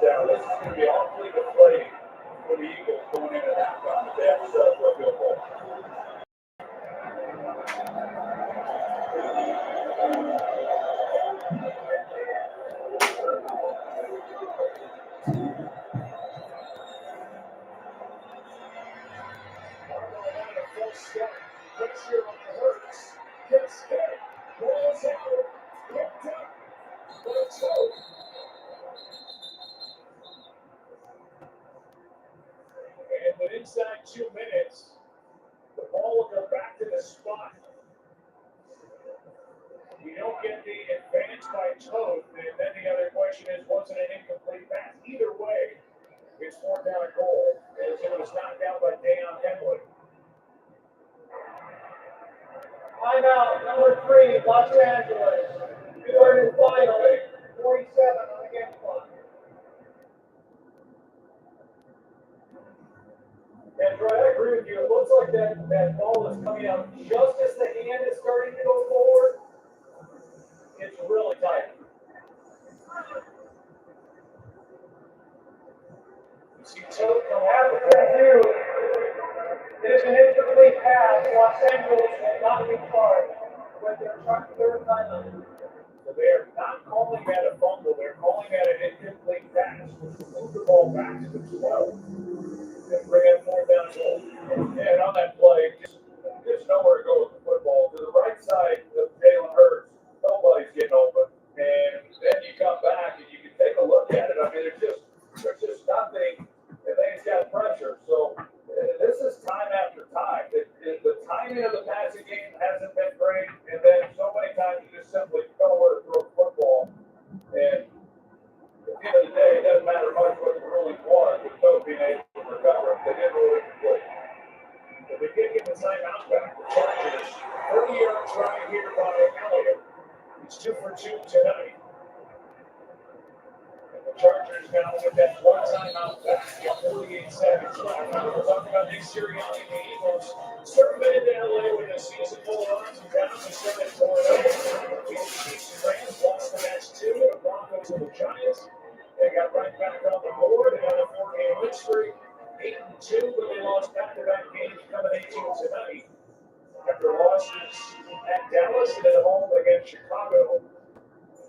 And they were alarming losses. They won a 21-0 lead at Dallas and then got run over literally to the tune of 281 rush yards by the Bears in that loss at home 2 Fridays ago. When you look at those wins that they had against Green Bay and Detroit, and the defense, I mean, the offense didn't do anything in those games. They held Detroit to 9 points, and they held Green Bay to 7 points, and that's how they were able to get out of those games. And I will say that we've covered a lot of Eagles games, and it always seems like there's conversation about Sirianni and what his future might be, and I can't even put my head around that. And what he's accomplished during the playoffs every year that he's been the head coach, but Super Bowl, he's won one. I put his resume up after 4 years against anybody in the history of the game. Here is Hassan Haskins, who's activated by Barr. 43 seconds left in a timeout. It's a return of 28 yards. Here's the NFC playoff picture right now after what went on yesterday. LA now is the top seed in the NFC. They're the division leaders on the left, including the Eagles at 8-4, the wild teams, and there are 7 spots total up for grabs. They're going to trembling over on the right, the Lions, Panthers, and Cowboys. You know, for the last several years, they felt, a lot of people have felt the balance of power has been in the AFC. I think that's changed this year. This NFC playoff picture, I mean, it's good football team on that screen, and it's going to be fun to watch and see how that shakes out. It's all good. And he and McConkey not on the same page. Well, if you think about Chicago yesterday, they went with a really hard-fought game with a loss by 7 points at Green Bay. They went from the #1 seed in the NFC to 7 up there. No. And what a good game that was. This is week 14. A lot of really great games that were played, impactful games, like the Chicago Green Bay game, and then they face each other here in 2 more weeks. So that race is far from over. 2nd and 10. 4-point game again is Herbert. David Allen has his first catch. The clock will continue to run after game 6. A little surprised actually that he's just now getting to touch the football because he's been such a key part of his offense for Justin Herbert. Good protection again. Herbert has eyes, and he's intercepted. Adoree Jackson.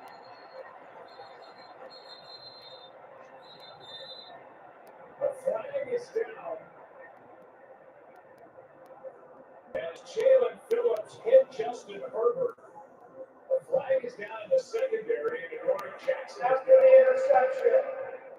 foul, unnecessary roughness, number 30, Los Angeles. That's a team like really would be aggravated at one spot. It's down. That is a big penalty with 7 seconds left. That's a big 15 yards and a personal foul on Vidal. Yeah, you're going to see Jalen Phillips. He pushes Bobby Hart, who came in for Trey Pickens, right back into Herbert's lap, and then gets the arm that causes the ball to go up. With this penalty and move him immediately then into field goal range with just a few seconds here left in this first half.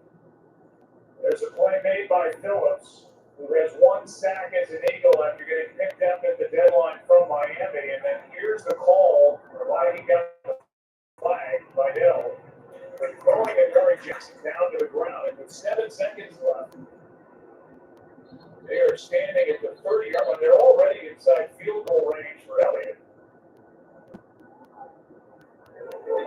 7 seconds, take a shot. See if you can't take a shot into the end zone, and then, but this defense for Philadelphia has so often this year, keeping this team in it and giving them an opportunity to come away with 4 points. They've got 2 timeouts. Each side has 3 turnovers in this half. And they're not going to play with it at all. They're going to bring Elliott out. Under the circumstances of the season, I don't know that I can blame Jerry. Although now he's breaking up back.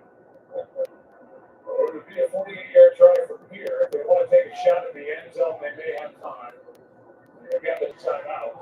Or if they want to run it, if they don't want to take the shot, if they just want to run it and try to set it up and see if they can't get a few more yards. But they do have 2 timeouts. Coach is trying to find his helmet. And Barkley's trying to give him his, and then he finally find it. And now they put 3 seconds back on the clock, which may have factored into the decision by Nick Sirianni. And Joe, the reason they're playing the clock for 10 seconds is that's what the officials are going to play that for forward progress, and the clock should have stopped at that point. So 10 seconds, 2 timeouts, the ball at the 30 down by 4. But the Eagles' offensive line to protect Hurts. Well, receivers got to know how much time because they have to get the ball in play. This is just coming straight in the back. Now, back out and try that 48-yard. Yeah, Jalen Hurts, he was not going to put that ball anywhere in danger.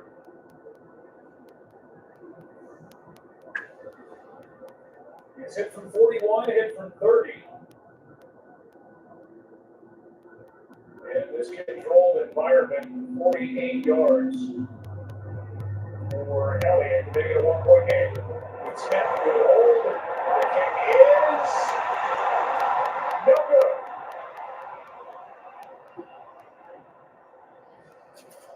He missed from 52 at home against Chicago on that windy, cold day in Philly. And now, with the conditions perfect, nothing wrong with the snap hold. It's full left. Well, I mentioned that was normalizing. It would have been when they didn't come away with the touchdown. And now it's even exacerbated the fact they couldn't come away with the 3 points after the turnover. Let's send it down to Lisa to Nick Sirianni.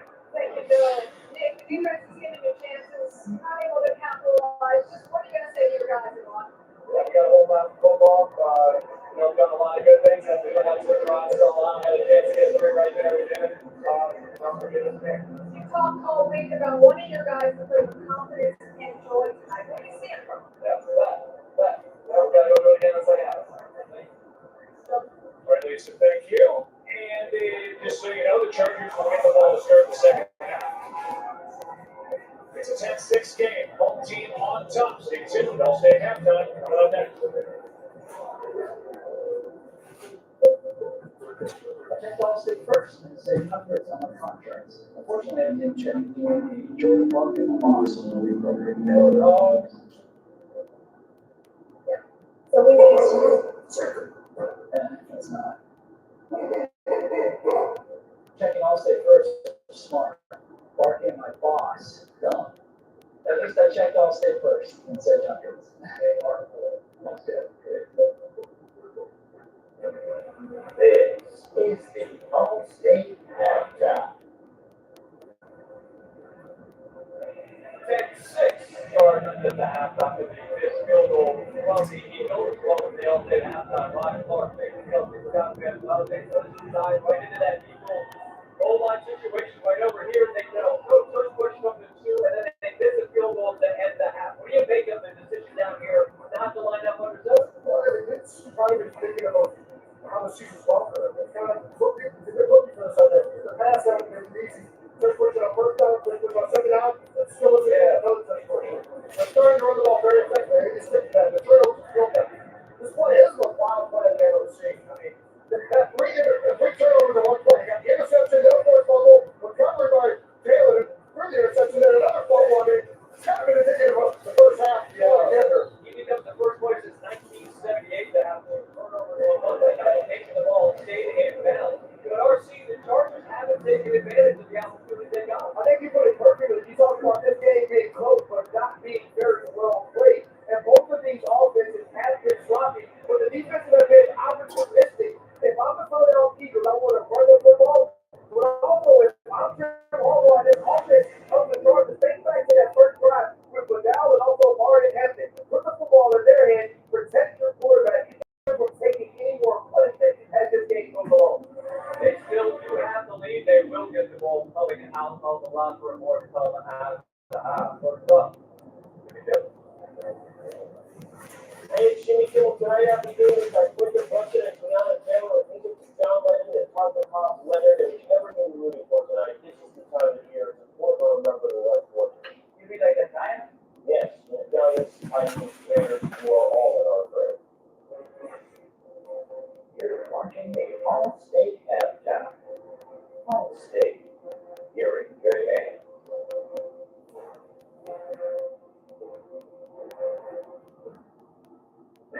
6 bucks is all it takes to go to your happy place. Or your breakfast eggs like pancakes, eggs and bacon, or French toast with sausage and eggs are all just 6 bucks. The new value every day at IHOP. When things heat up, you don't just want a cold one. You want the coldest one. The cold lager, cold filter, cold package you want. Not cold professional. Coolers Light. Choose chill. Hear my footsteps. Hear my footsteps. Hear my footsteps. Carrying my passion, my drive, my commitment.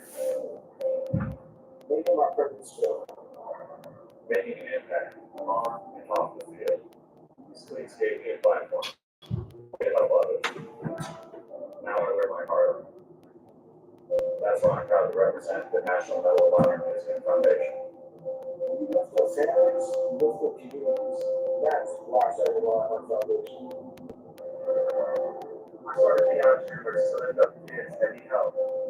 We go to hospitals, we get vaccinated, we have pizza parties, we have basketball games. Give an opportunity for mentorship. Pour back into those who pour into them.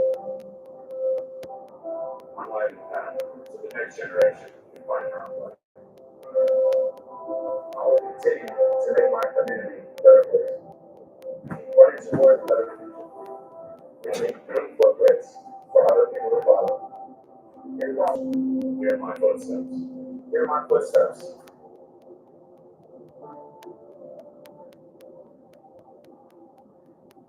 This is my cause, and these are my cleats.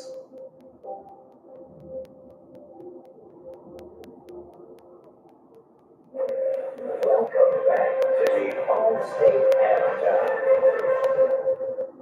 We are not going to stop. Chase the dream.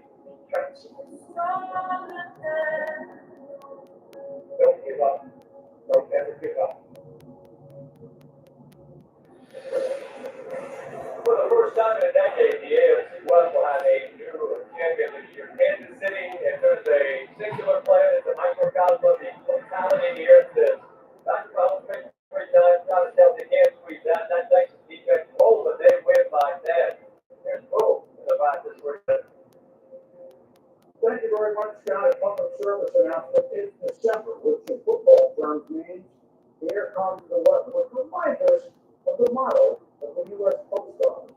Neither rain, nor snow, nor sleet, nor hail shall keep the postman from their appointed route.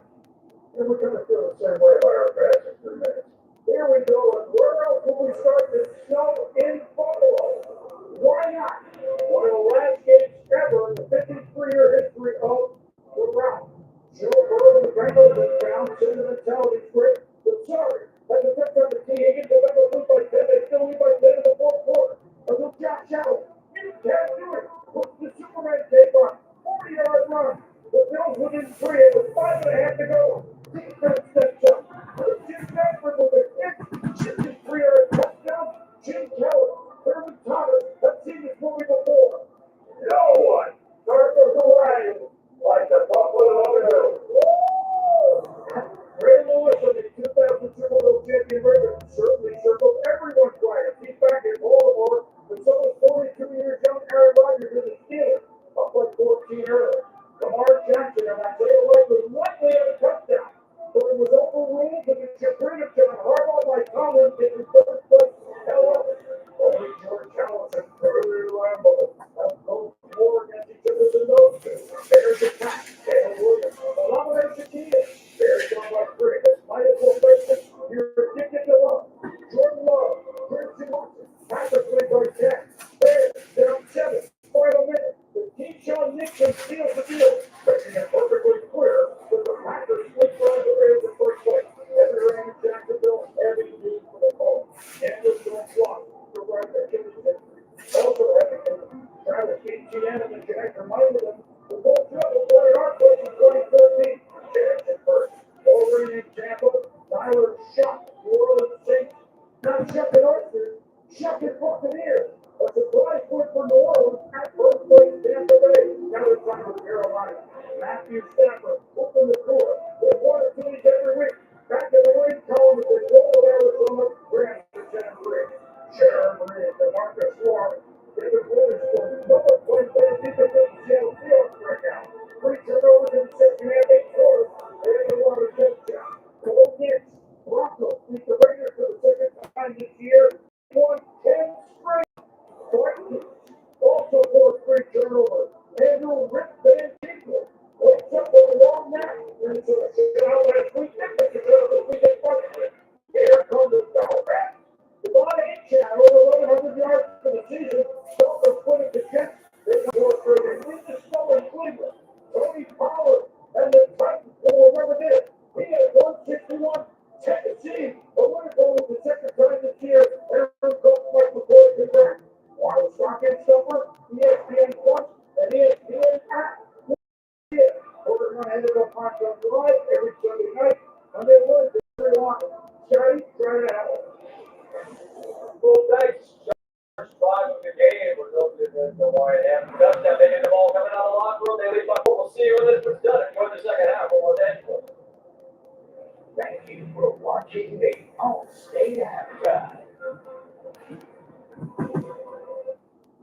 What is a smile? Is it a simple cheek or mouth snake when we're happy? Or is it something even more important than that? At Operation Smile,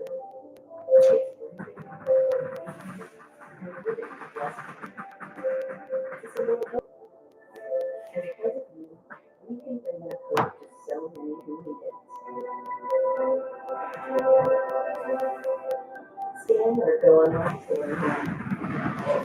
The sacred order of the Utah is now in session. A great report. That's nice. Now, 13. Took. And your official win. Fire. 2010.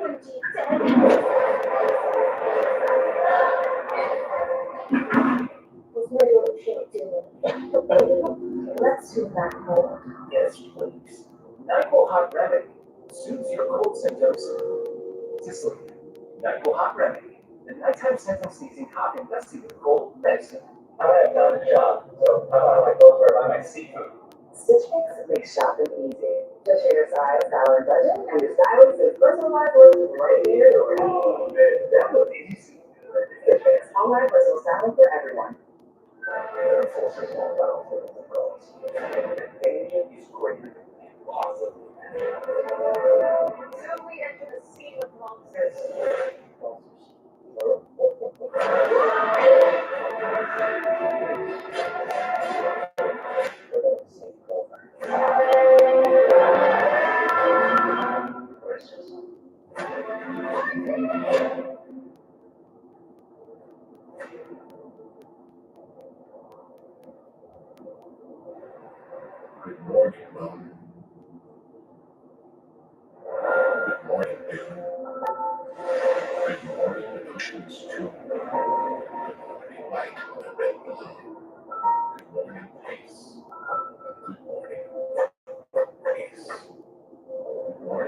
house. Good morning, house.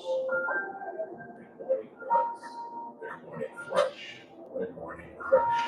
Good morning, rush, rush, rush. And good morning, mother, spring rush. Good morning, Norman. Good morning, stars. Good morning, air. Good morning, people everywhere.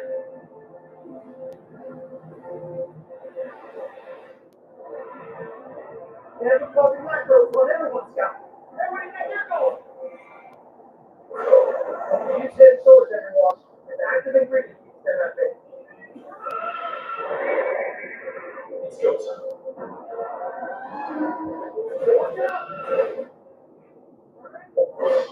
Say my fault, there's nowhere left for you to go, except down the drain. Tackle dandruff with every wash. This broadcast is copyrighted by NFL Productions for the private use of our audience. Any other use of this broadcast or any pictures, descriptions, or accounts obtained without the consent of NFL Productions is prohibited. Tonight's first half highlights are presented by Target.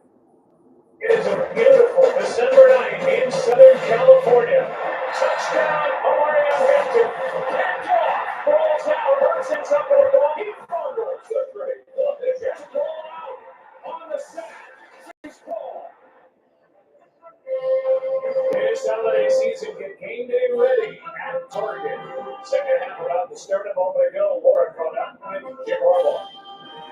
Thank you, Joe. And as we know that your quarterback Justin Herbert's dealing with the broken left hand, but how do you think he's handled everything so far? I think they handled it really good. Good heck of a job. What can you get back to him?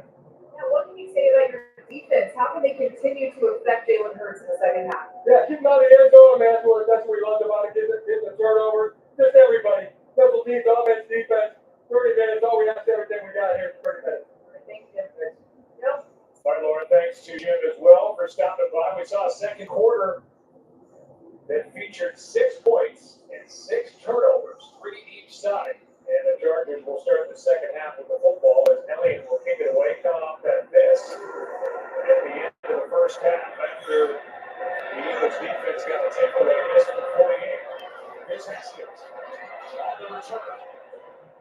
They will get across the 30 and back up into the booth. Joe Buck along with Troy Aikman.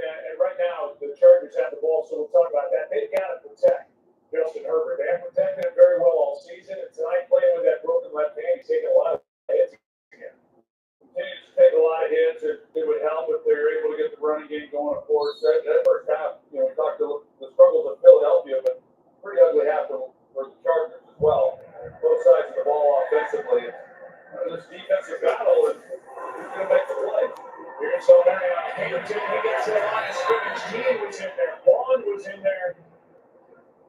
And Nolan Smith. No game. 3 guys just there to meet Omari Hampton. There's nowhere for him to really go. Just an excellent job defensively. And, they really kind of answered the bell after that tough game that they had last Sunday against the Chicago Bears. I like what Greg Roman, the offensive coordinator, Chargers said about Nick Fangio. He said he's the Rolodex of defense. You never know what you're going to get. They try to hand again, and by now, with a decent pickup on second down, he gets 6. There's Vic on the left. He's been at it a long time. 22nd year in the NFL as a defensive coordinator. And Greg Roman, he and Jim Harbaugh have been outstanding from Stanford to the 49ers and now here with the Chargers. Yeah, Vic Fangio, he kind of gave Greg Roman his start when he was defensive coordinator in Carolina. Greg Roman was a defensive assistant. How about Herbert picking up a first down with his legs? He hasn't been afraid to run. And as I mentioned earlier, that was the one area where I thought he would be a little reluctant to take off, and yet he has not. He's looked totally confident in the pocket and has run the football when he's felt it necessary. River Penning checks in as an extra offensive lineman. That's him on the right side, big number 64. With Vidal in the backfield. They were good.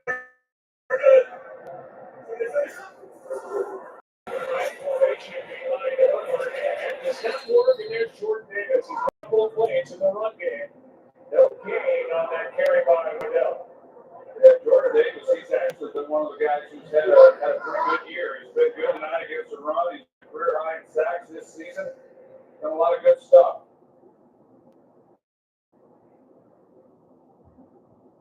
We're starting right tackle. Trey Pipkins is questionable with that ankle injury. Bobby Hart has taken his spot. Hart, by the way, made 4 starts out at right tackle. This was a team, Troy, that thought they were set at tackle with Joe Old and Rashawn Slater. Both are on the finish for the year.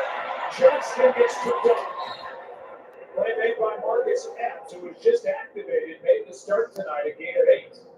And so 3rd down and 2 coming up. Good tackle by the 7-year vet. Well, it was. You're going to see Johnston as he comes across, but on the other side with McConkey, they're playing man coverage, but yet nobody goes with Johnston. So just a bust in coverage that allowed him to work the middle of the field with just no one in coverage.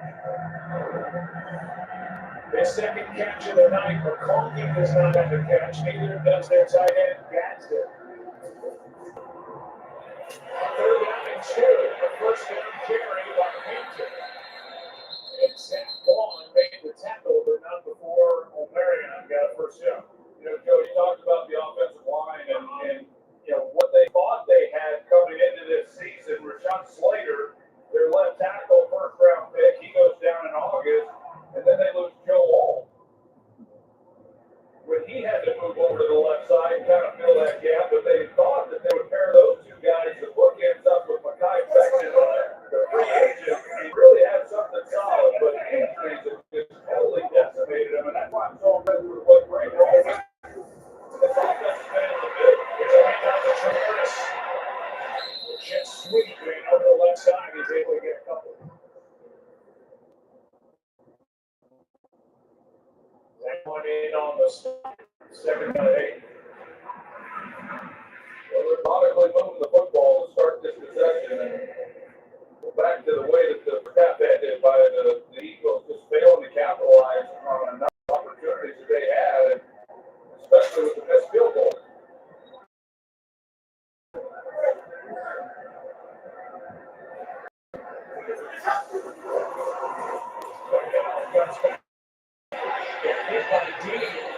Herbert's calling for face mask. They're not going to fly. A gain of just 1. Let's see if Jacoby the face mask up, find out or not. Well, he definitely pulled the helmet. I mean, whether he grabbed it or not, that's my book is face mask. His hand was on the shoulder, the top of the hand, hit the helmet, moved it forward. That's not a grab, it's not a foul. They're not in 7. Jordan Davis on the sideline for Philadelphia. Pressure on Herbert. Steps through. Has a ton of room. First down Chargers. And once Herbert got through that initial rush, he's able to get 15. And Vidal, he does a good job as he can in blocking Nakobe Dean. We already saw what he did earlier in this game with blitz. But he got enough of them, and they're in man coverage in the secondary, and so Herbert, there's a better look at it with Vidal. But he kind of holds his ground just enough, and Herbert's able to escape. And with man coverage behind him, nobody was accounting for Herbert. This Hampton left side, one play by Phillips. Again, Chargers, 3 third-down conversions on this first possession of the second half. And 2 conversions have come on Justin Herbert's run. Well, big fan, Joe. He calls the right defense. It's good defense call. They got him bottled up. They've got Herbert in the pocket. They got him corralled, and just Herbert makes a play. And that's the kind of athlete that he is. And that's why I talked about the rush yard. You know, he's been a big part of how they've been able to run the ball and light the issues that they've had with the injury or the offensive line. 2nd and 9, pressure on the edge. There's Gadsden. His first of the night. Epps with the tackle. Rondé Gadsden, who the Chargers got by trading up in the 5th round from Syracuse. The game 7. Well, I like Gadsden and what he has shown, and he's only going to get better. He's basically a big wide receiver. I played with his dad with the Cowboys back in the late 90s, and he went on to Miami, his dad, and put together some really good years. Where I remember most about his dad's years with me. You know, Pet Monkey used to bring to the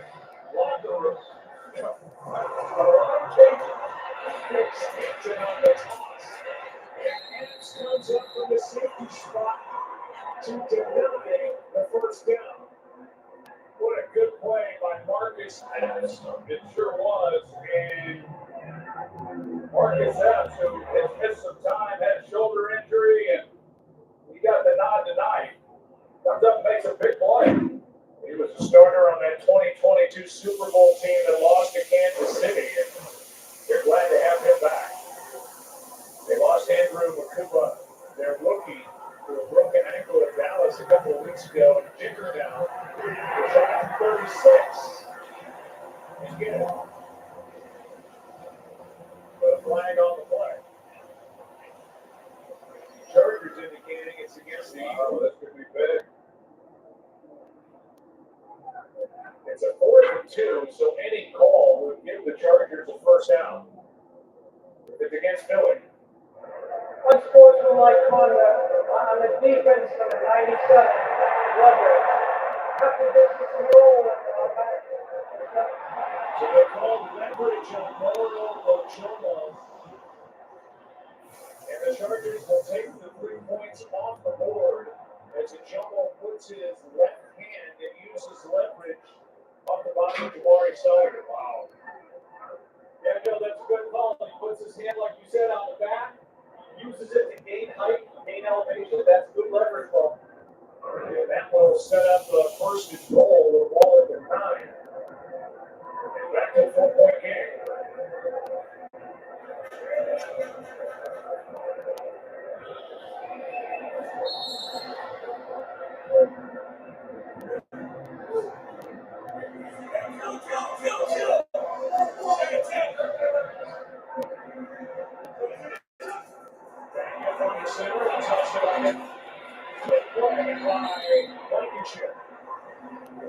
Safety came up, made that stop, and a loss of 4.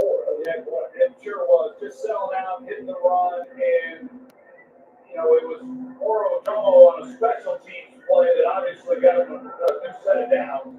He also plays defense. We talked about him. He's had a good year. He's done a lot of good things. And I'm sure he'd like to get out there on that field right now. Whether or not they're going to let him is another story, but we'll let off some of the frustration he had after that penalty, which was the right call. But if they can make a stop here and still force a field goal like this, it's going to be huge for Big Man Field this defense. Second goal.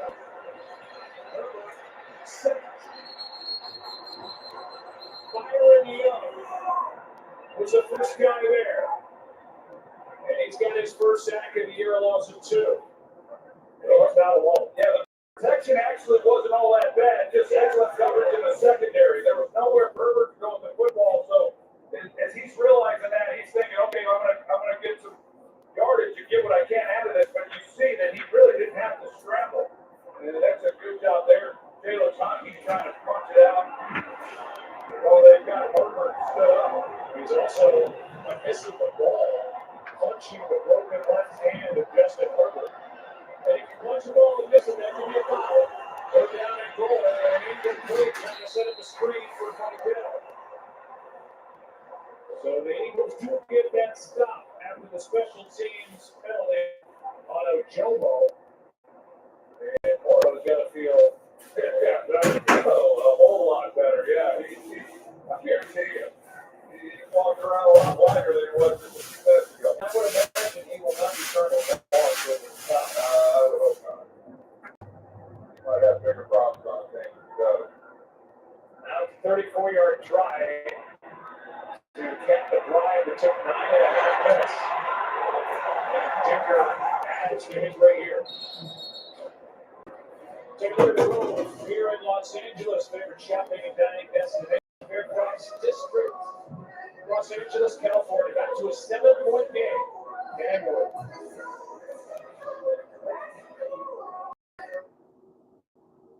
Christmas on our home. You sent your nephew a present, right? Oh. Right. Oh, hey, Target Circle 360, same day delivery to almost anywhere. Does your nephew still like Pokemon cards? These personal shoppers. Look out, old team of elves. That's a way to do it. You've got to look like something. Nope. Then what's that? That is an emotional support stick line. What you would expect? Send gifts same day with Target Circle 360. Emma, are you hiding? It's terrifying. I could overpay. I'm always here to help. Then show me, Carfax. Carfax can show how damaging that's right. You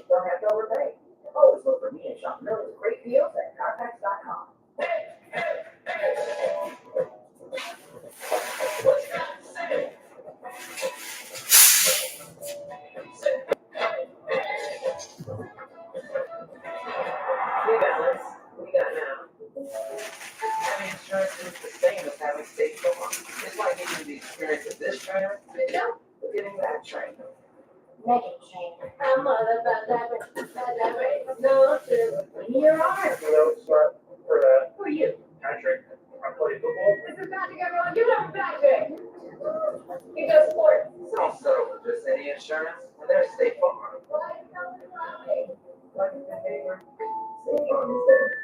SpongeBob, you search for smart grants menu, just drop it Burger King.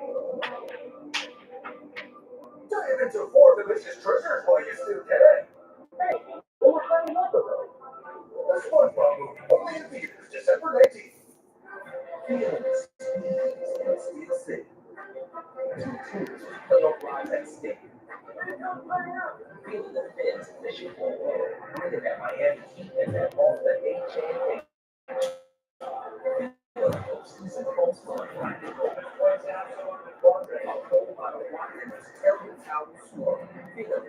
Showdown under the brightest Dolphins Eagles next Monday at 8 on ESPN. Also streaming on all new ESPN app. Considered the league's most prestigious honor, the Walter Payton NFL Man of the Year Award recognizes players whose passion and impact lives extends beyond the game. This year, the Man of the Year for the Eagles is Jordan Mailata, and for the Chargers, Cameron Dicker. Both players have been steadfast in their commitment to giving back, making major impacts in their communities while partnering with multiple organizations. I had the honor and have for 24 years standing next to Walter Payton Man of the Year Award winner. It's special. These guys make it a priority to give back to the community that they're in, playing in the National Football League. Yeah, they really do. And I am proud of them for it. Everyone has received it. And even if it's not me, ultimately, win the award, they don't want to be proud of me so much for that community and respect that. Here's Tucker releasing each other. He lost it. And he'll get that one.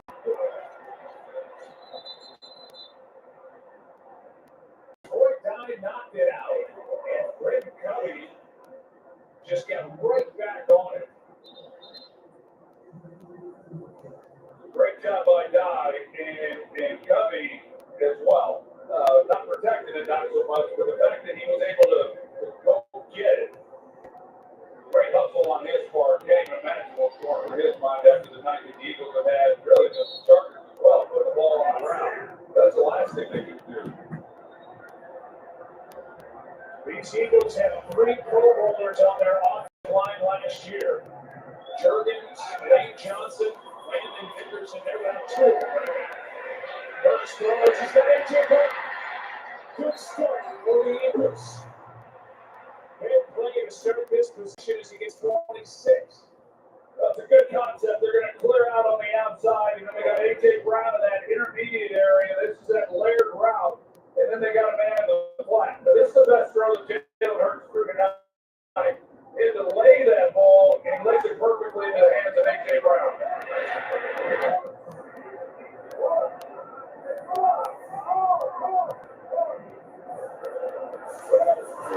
Jurgens steps in. First time to get small, and now out to his left to the sideline. Send it down to Lisa. And Joe, you mentioned it, that the Eagles offensive line is already without left tackle Lane Johnson, and now left guard Landon Dickerson is questionable with a calf injury. Dickerson went down late in the second quarter. He left back to the locker room right before halftime. He didn't come back to the field with the rest of the team immediately. Took a little extra time. He is now back on the bench, but it is questionable to return.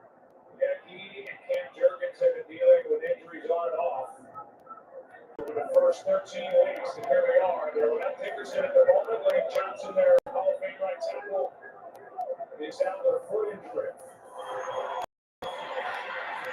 Barkley spins out of the tackle. Turner couldn't bring him down, but a loss on the play.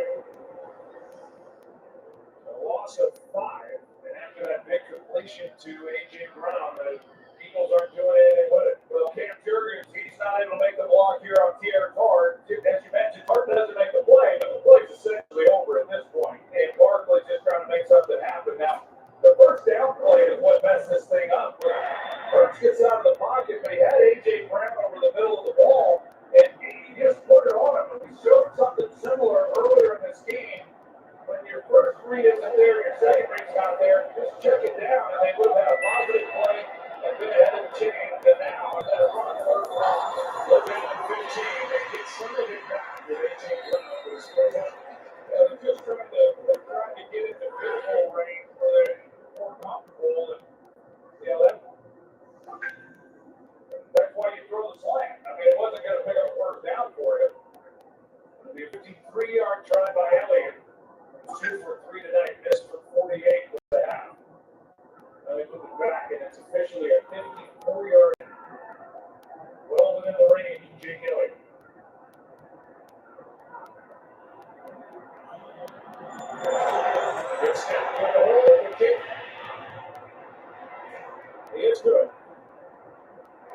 Back to a 4-point game.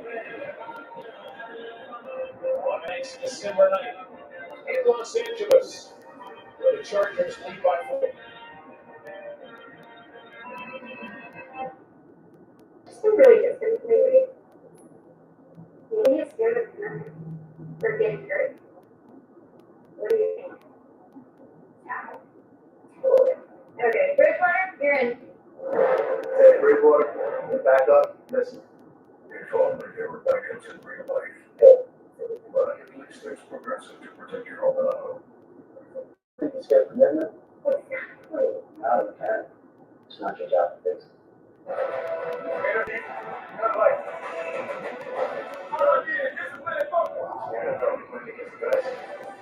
Let's go!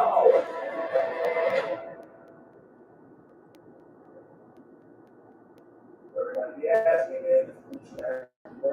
bro, you get a month for free. It's free. You can get 1 month for free. So you got nothing to lose, you got everything to gain. Try it. And you're gonna like it. You say so.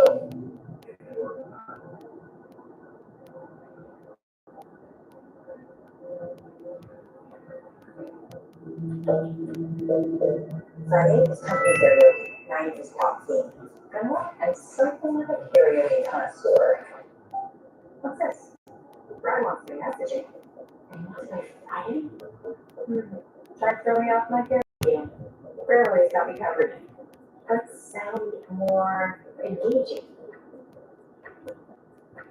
Oh yeah.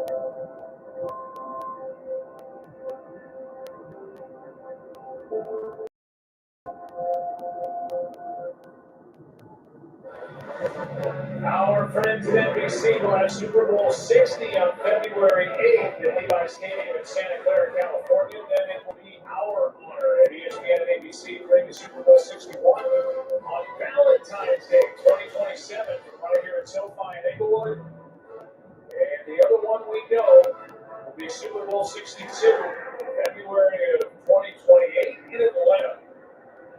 Here be my day on Valentine's Day.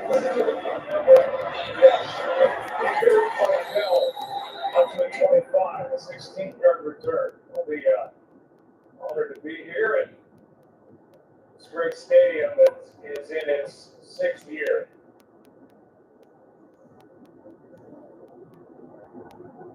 Have you seen the script? You know who's going to play it on?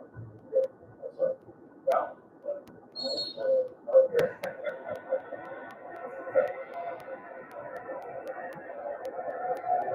3 minutes, 15 seconds left in quarter number 3.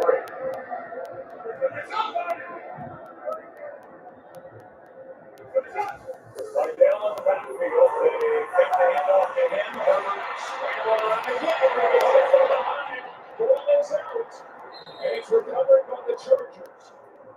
Jalen Hunt was there for Philadelphia, and Scott Matlock, their fullback, gets on top of it. Oh man, it's a big hit to begin with, but for Matlock to be there and recover this was the ball's been on the ground a lot tonight by both teams. It's not what you want to see from your quarterback and Jim Harbaugh there on the Chargers sidelines, but great hustle by Matlock. Did not give an eagle a short field. You see the grimace there, buddy. Justin Herbert, he has been hit a lot tonight. He's had to run a lot more than I really thought that he might. Anyway, 5-yard. He's got the fire total almost in the game. Flag flies. As Lindell has a big play on the left side. It looks like it's coming back to it. Oh, offense number 89. That's what Disley, the tight end. Well, we saw Grimacy, Justin Herbert, that is. This time he comes back. This is how he was handing the ball off last week with his right hand, even when the back's to his right.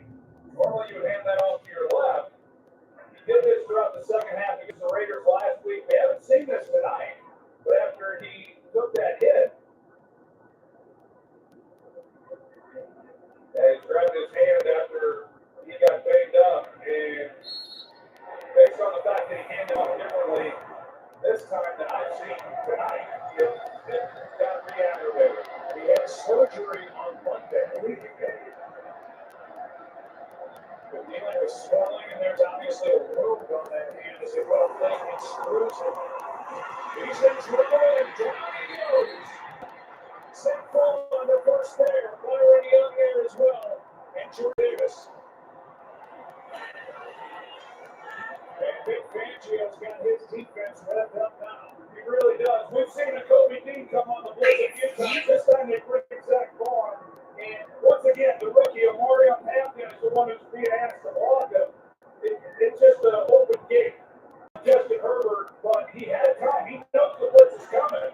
But the second not get him anywhere to go with the football. Really solid coverage along with the pass rush. And a loss of 9, 3rd and 22. Roland Smith, they were stopping for this defense. It came in the number 1 defense last year, ranked 25th in 2025. They've really come on tonight. Yes, they have. It's funny you bring up one, Joe. The last time they were number 1 in defense before last year was in 1991, and I know that group all too well. Because I played against them, number 1 against the run, number 1 against the pass. I can make the roster for you on the defensive side of the ball, but that's how good this group was last year. This looks a lot like the Green Bay game the other 2 weeks ago. Just the defense. They're changed by Cody. You want to name some of those guys?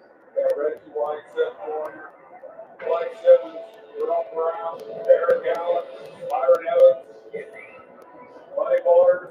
Who else you want? Biggest defeat at number 8 for the Cowboys. He was Paul.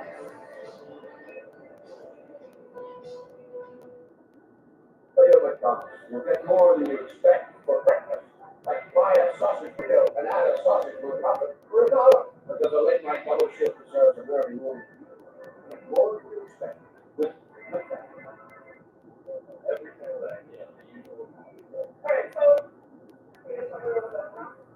Absolutely not.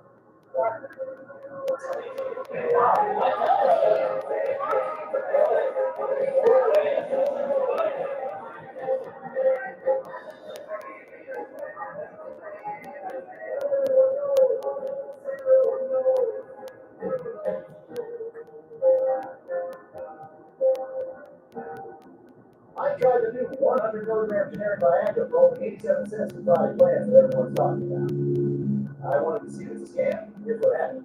I just had to fill out the online health form. It took me under 2 minutes, and a licensed doctor approved me for a free prescription the same day.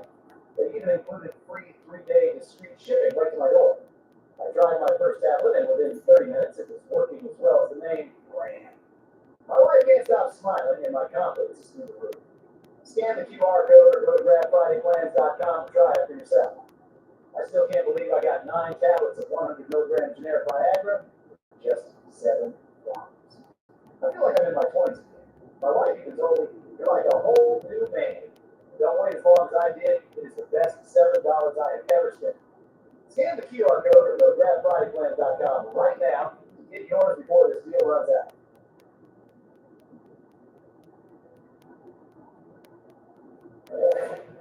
Oh, hey, what's it doing? This must be some kind of TV fence. No, it's reality. Tableau reality. Tableau lets you watch, pause, and record live TV. Subscription free. All of you just, I'm here for 100 plus channels. News, reality, movies, free live sports. Plus, it's game time. Tableau. It's not fantasy, it's reality. And a smart play.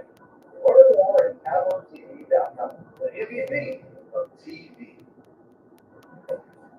Time now for our Fantasy Watch, brought to you by Wingstop. Jalen Hurts, not a good night statistically, and Lat McConkey, he came in going, well, just a few catches from Lat, okay, fine. 2 targets, no catches. For some reason, our fantasy football playoffs started this week, and it wasn't really good. You weren't able to adjust something. And Jefferson back in the game for the Eagles. Flag is down, and Barkley is down as well. They're lost on the play. There's Dickerson back in. Offside, defense number 90, right? And this is a 5-yard penalty. So they get a free 5 on a offside ball on Tier Tartan. Defensive battle. Neither offense has really been able to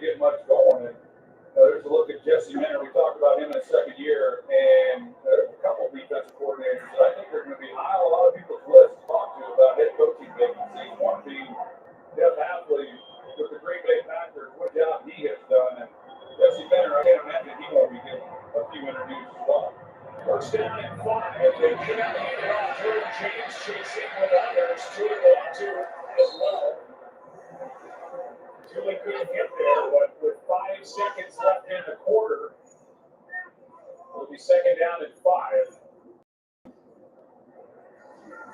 Talked about it earlier, Matsuli. 4.5 sacks as a rookie 2 years ago, 8.5 last year, 10 now. A couple of forced fumbles. Like 2 sacks in their led by the Raiders. He's a powerful guy. I mean, he's, a lot of times you get somebody and they predominantly are a pass rusher, and he certainly is that. But he's also really good against the run. And Khalil Mack, he's taught him a lot. And the same thing about him. Here's Gunner, the tight end screen. He's going to be down short of first down yardage. It'll be third down and 1. Fourth quarter rolls in. In Inglewood, California. Another frustrating game for the Eagles, but it's still a 4-point game. Marianne is here. Oh, welcome back.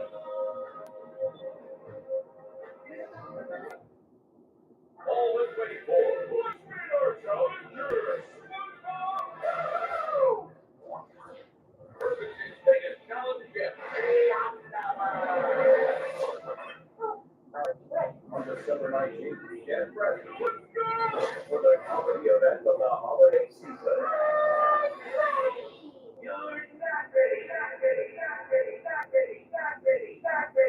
SpongeBob movie December 19th. Special Agent Will Trent work from the dark. That's why Jace is here. It's just the next meeting. About this.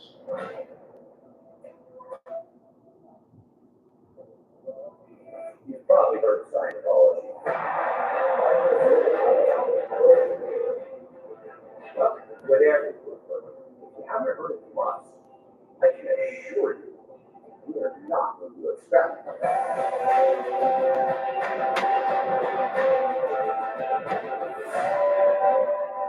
So take a look, and then decide for yourself.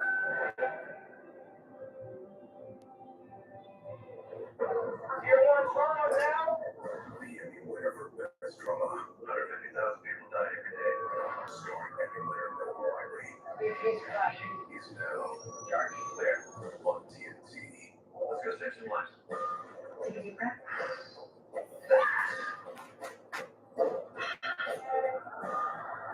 It's your chance to experience Stay with us.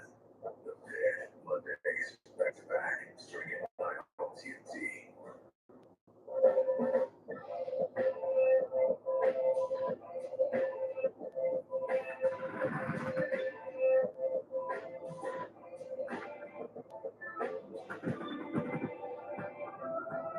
What is an app where you can buy and sell all sorts of collectibles? You never know what you're going to find. Not just too much fun. Oh my god.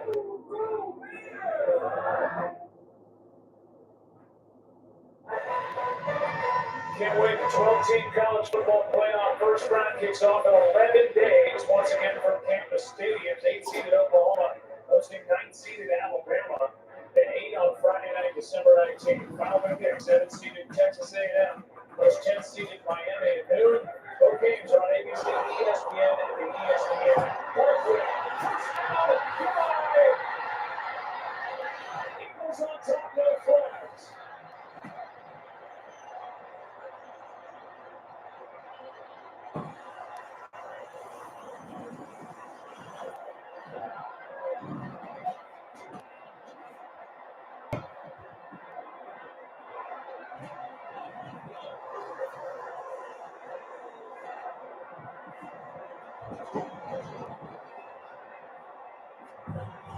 Let's break the huddle. Right to the ball. It's inclination. A pitch. And a race. Buffalo wins it. That's a good block in the front. Down starting to get out of the ball. And Derek Cooper, the wide receiver. And yeah, just a variation off of that toast push. And Saquon Barkley, he did it. There's a nice bracer on the outside. Jeff Miller loves it. Eagle fans been waiting for this. 52 yards from Saquon Barkley. And with that, Hurts and the Eagles on top.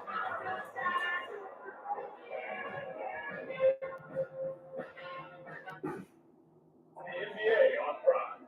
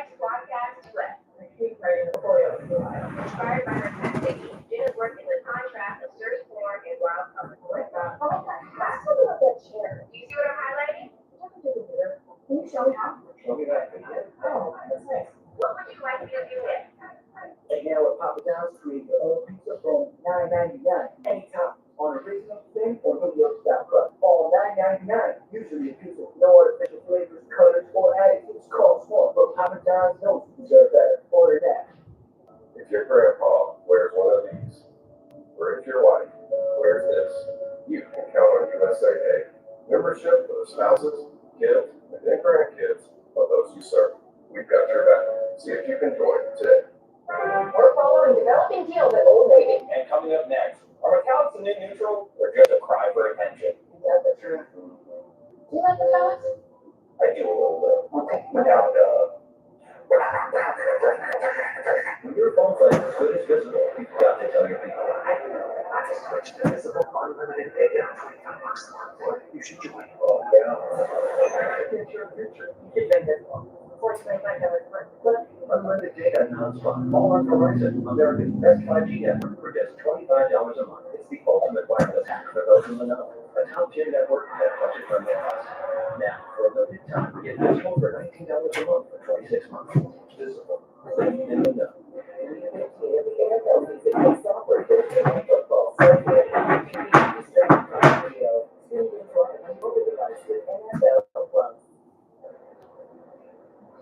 Release of a motion for Nick Sirianni after that 52-yard run behind Jordan Mailata.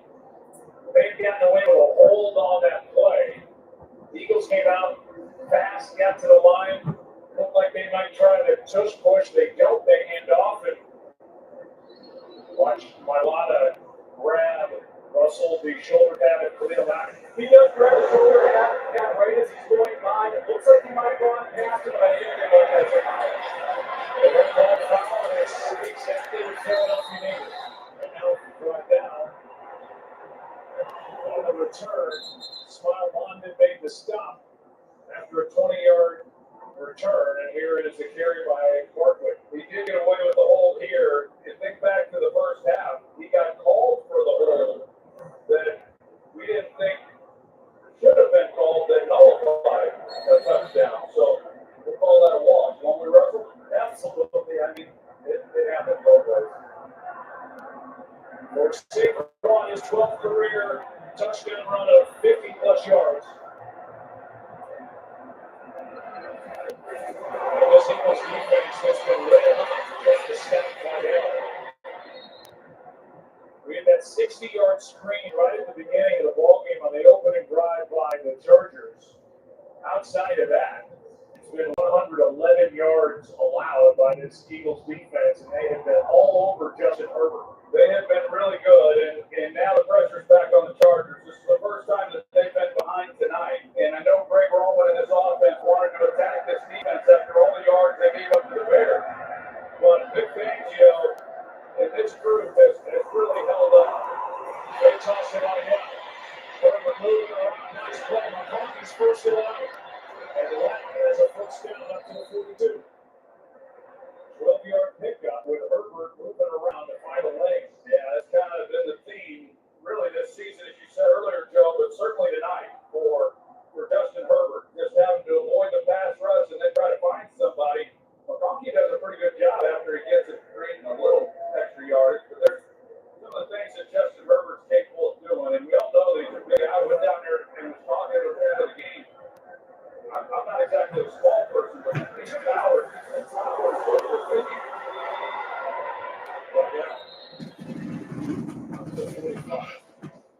Here's some of the pressure we've seen tonight and some hits on Justin Herbert by this Eagles defense. Yeah, they've just done a really good job. And as we know over the years, Big fans know he's going to find ways to create some matchups and get after the quarterback. He certainly has tonight. At a time when the Chargers, they're always mindful. I mean, Jim Harbaugh is a former quarterback. He understands it, and he's one of the best at getting the best out of the quarterbacks that he gets hurt. And he knows how much protecting that means. But they just had a difficult time. He just avoided safety for 6 and turns this into a positive play. The Kobe Dean came, all he could do was shake his head. He was swift. Yeah, he can't believe it. We saw him earlier in the game, but for the most part, he's run over backs when he's gotten to Herbert. Once again, nobody there. Herbert's not expecting it to come out, but he's able to at least avoid it and pick up the 1,000 yards. Got 4 over the left side.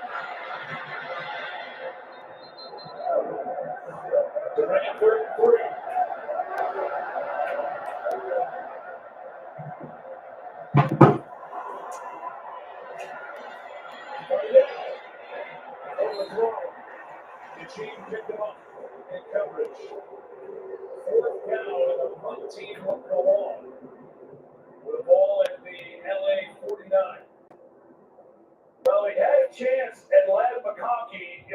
wanted to get the ball to him for the first down, but instead, here he is right here, 15.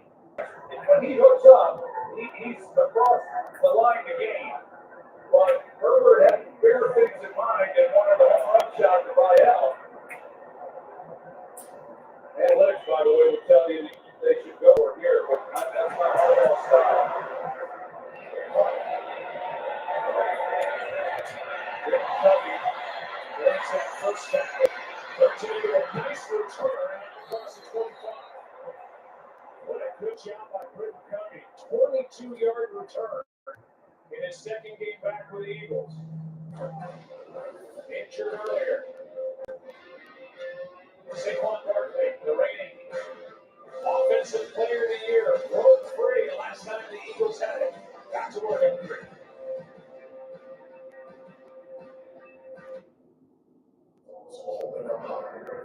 This isn't just a restoration. It's a life. Because you know there's value in space. You want to fight. This is your kid. You know, the market. Carne asada is back to full. It's our best steak ever. Fresh, no bad stuff. With garlic. Cumin, coriander, and super tender. You see, people love it, and it's so good with our new veg future. You're gonna want to put on that. The college football playoff kicks off in Kansas City. Alabama faces Oklahoma in Zulu Nation. And Miami battles Texas A&M in a 12th game. December 19th and 20th on ESPN.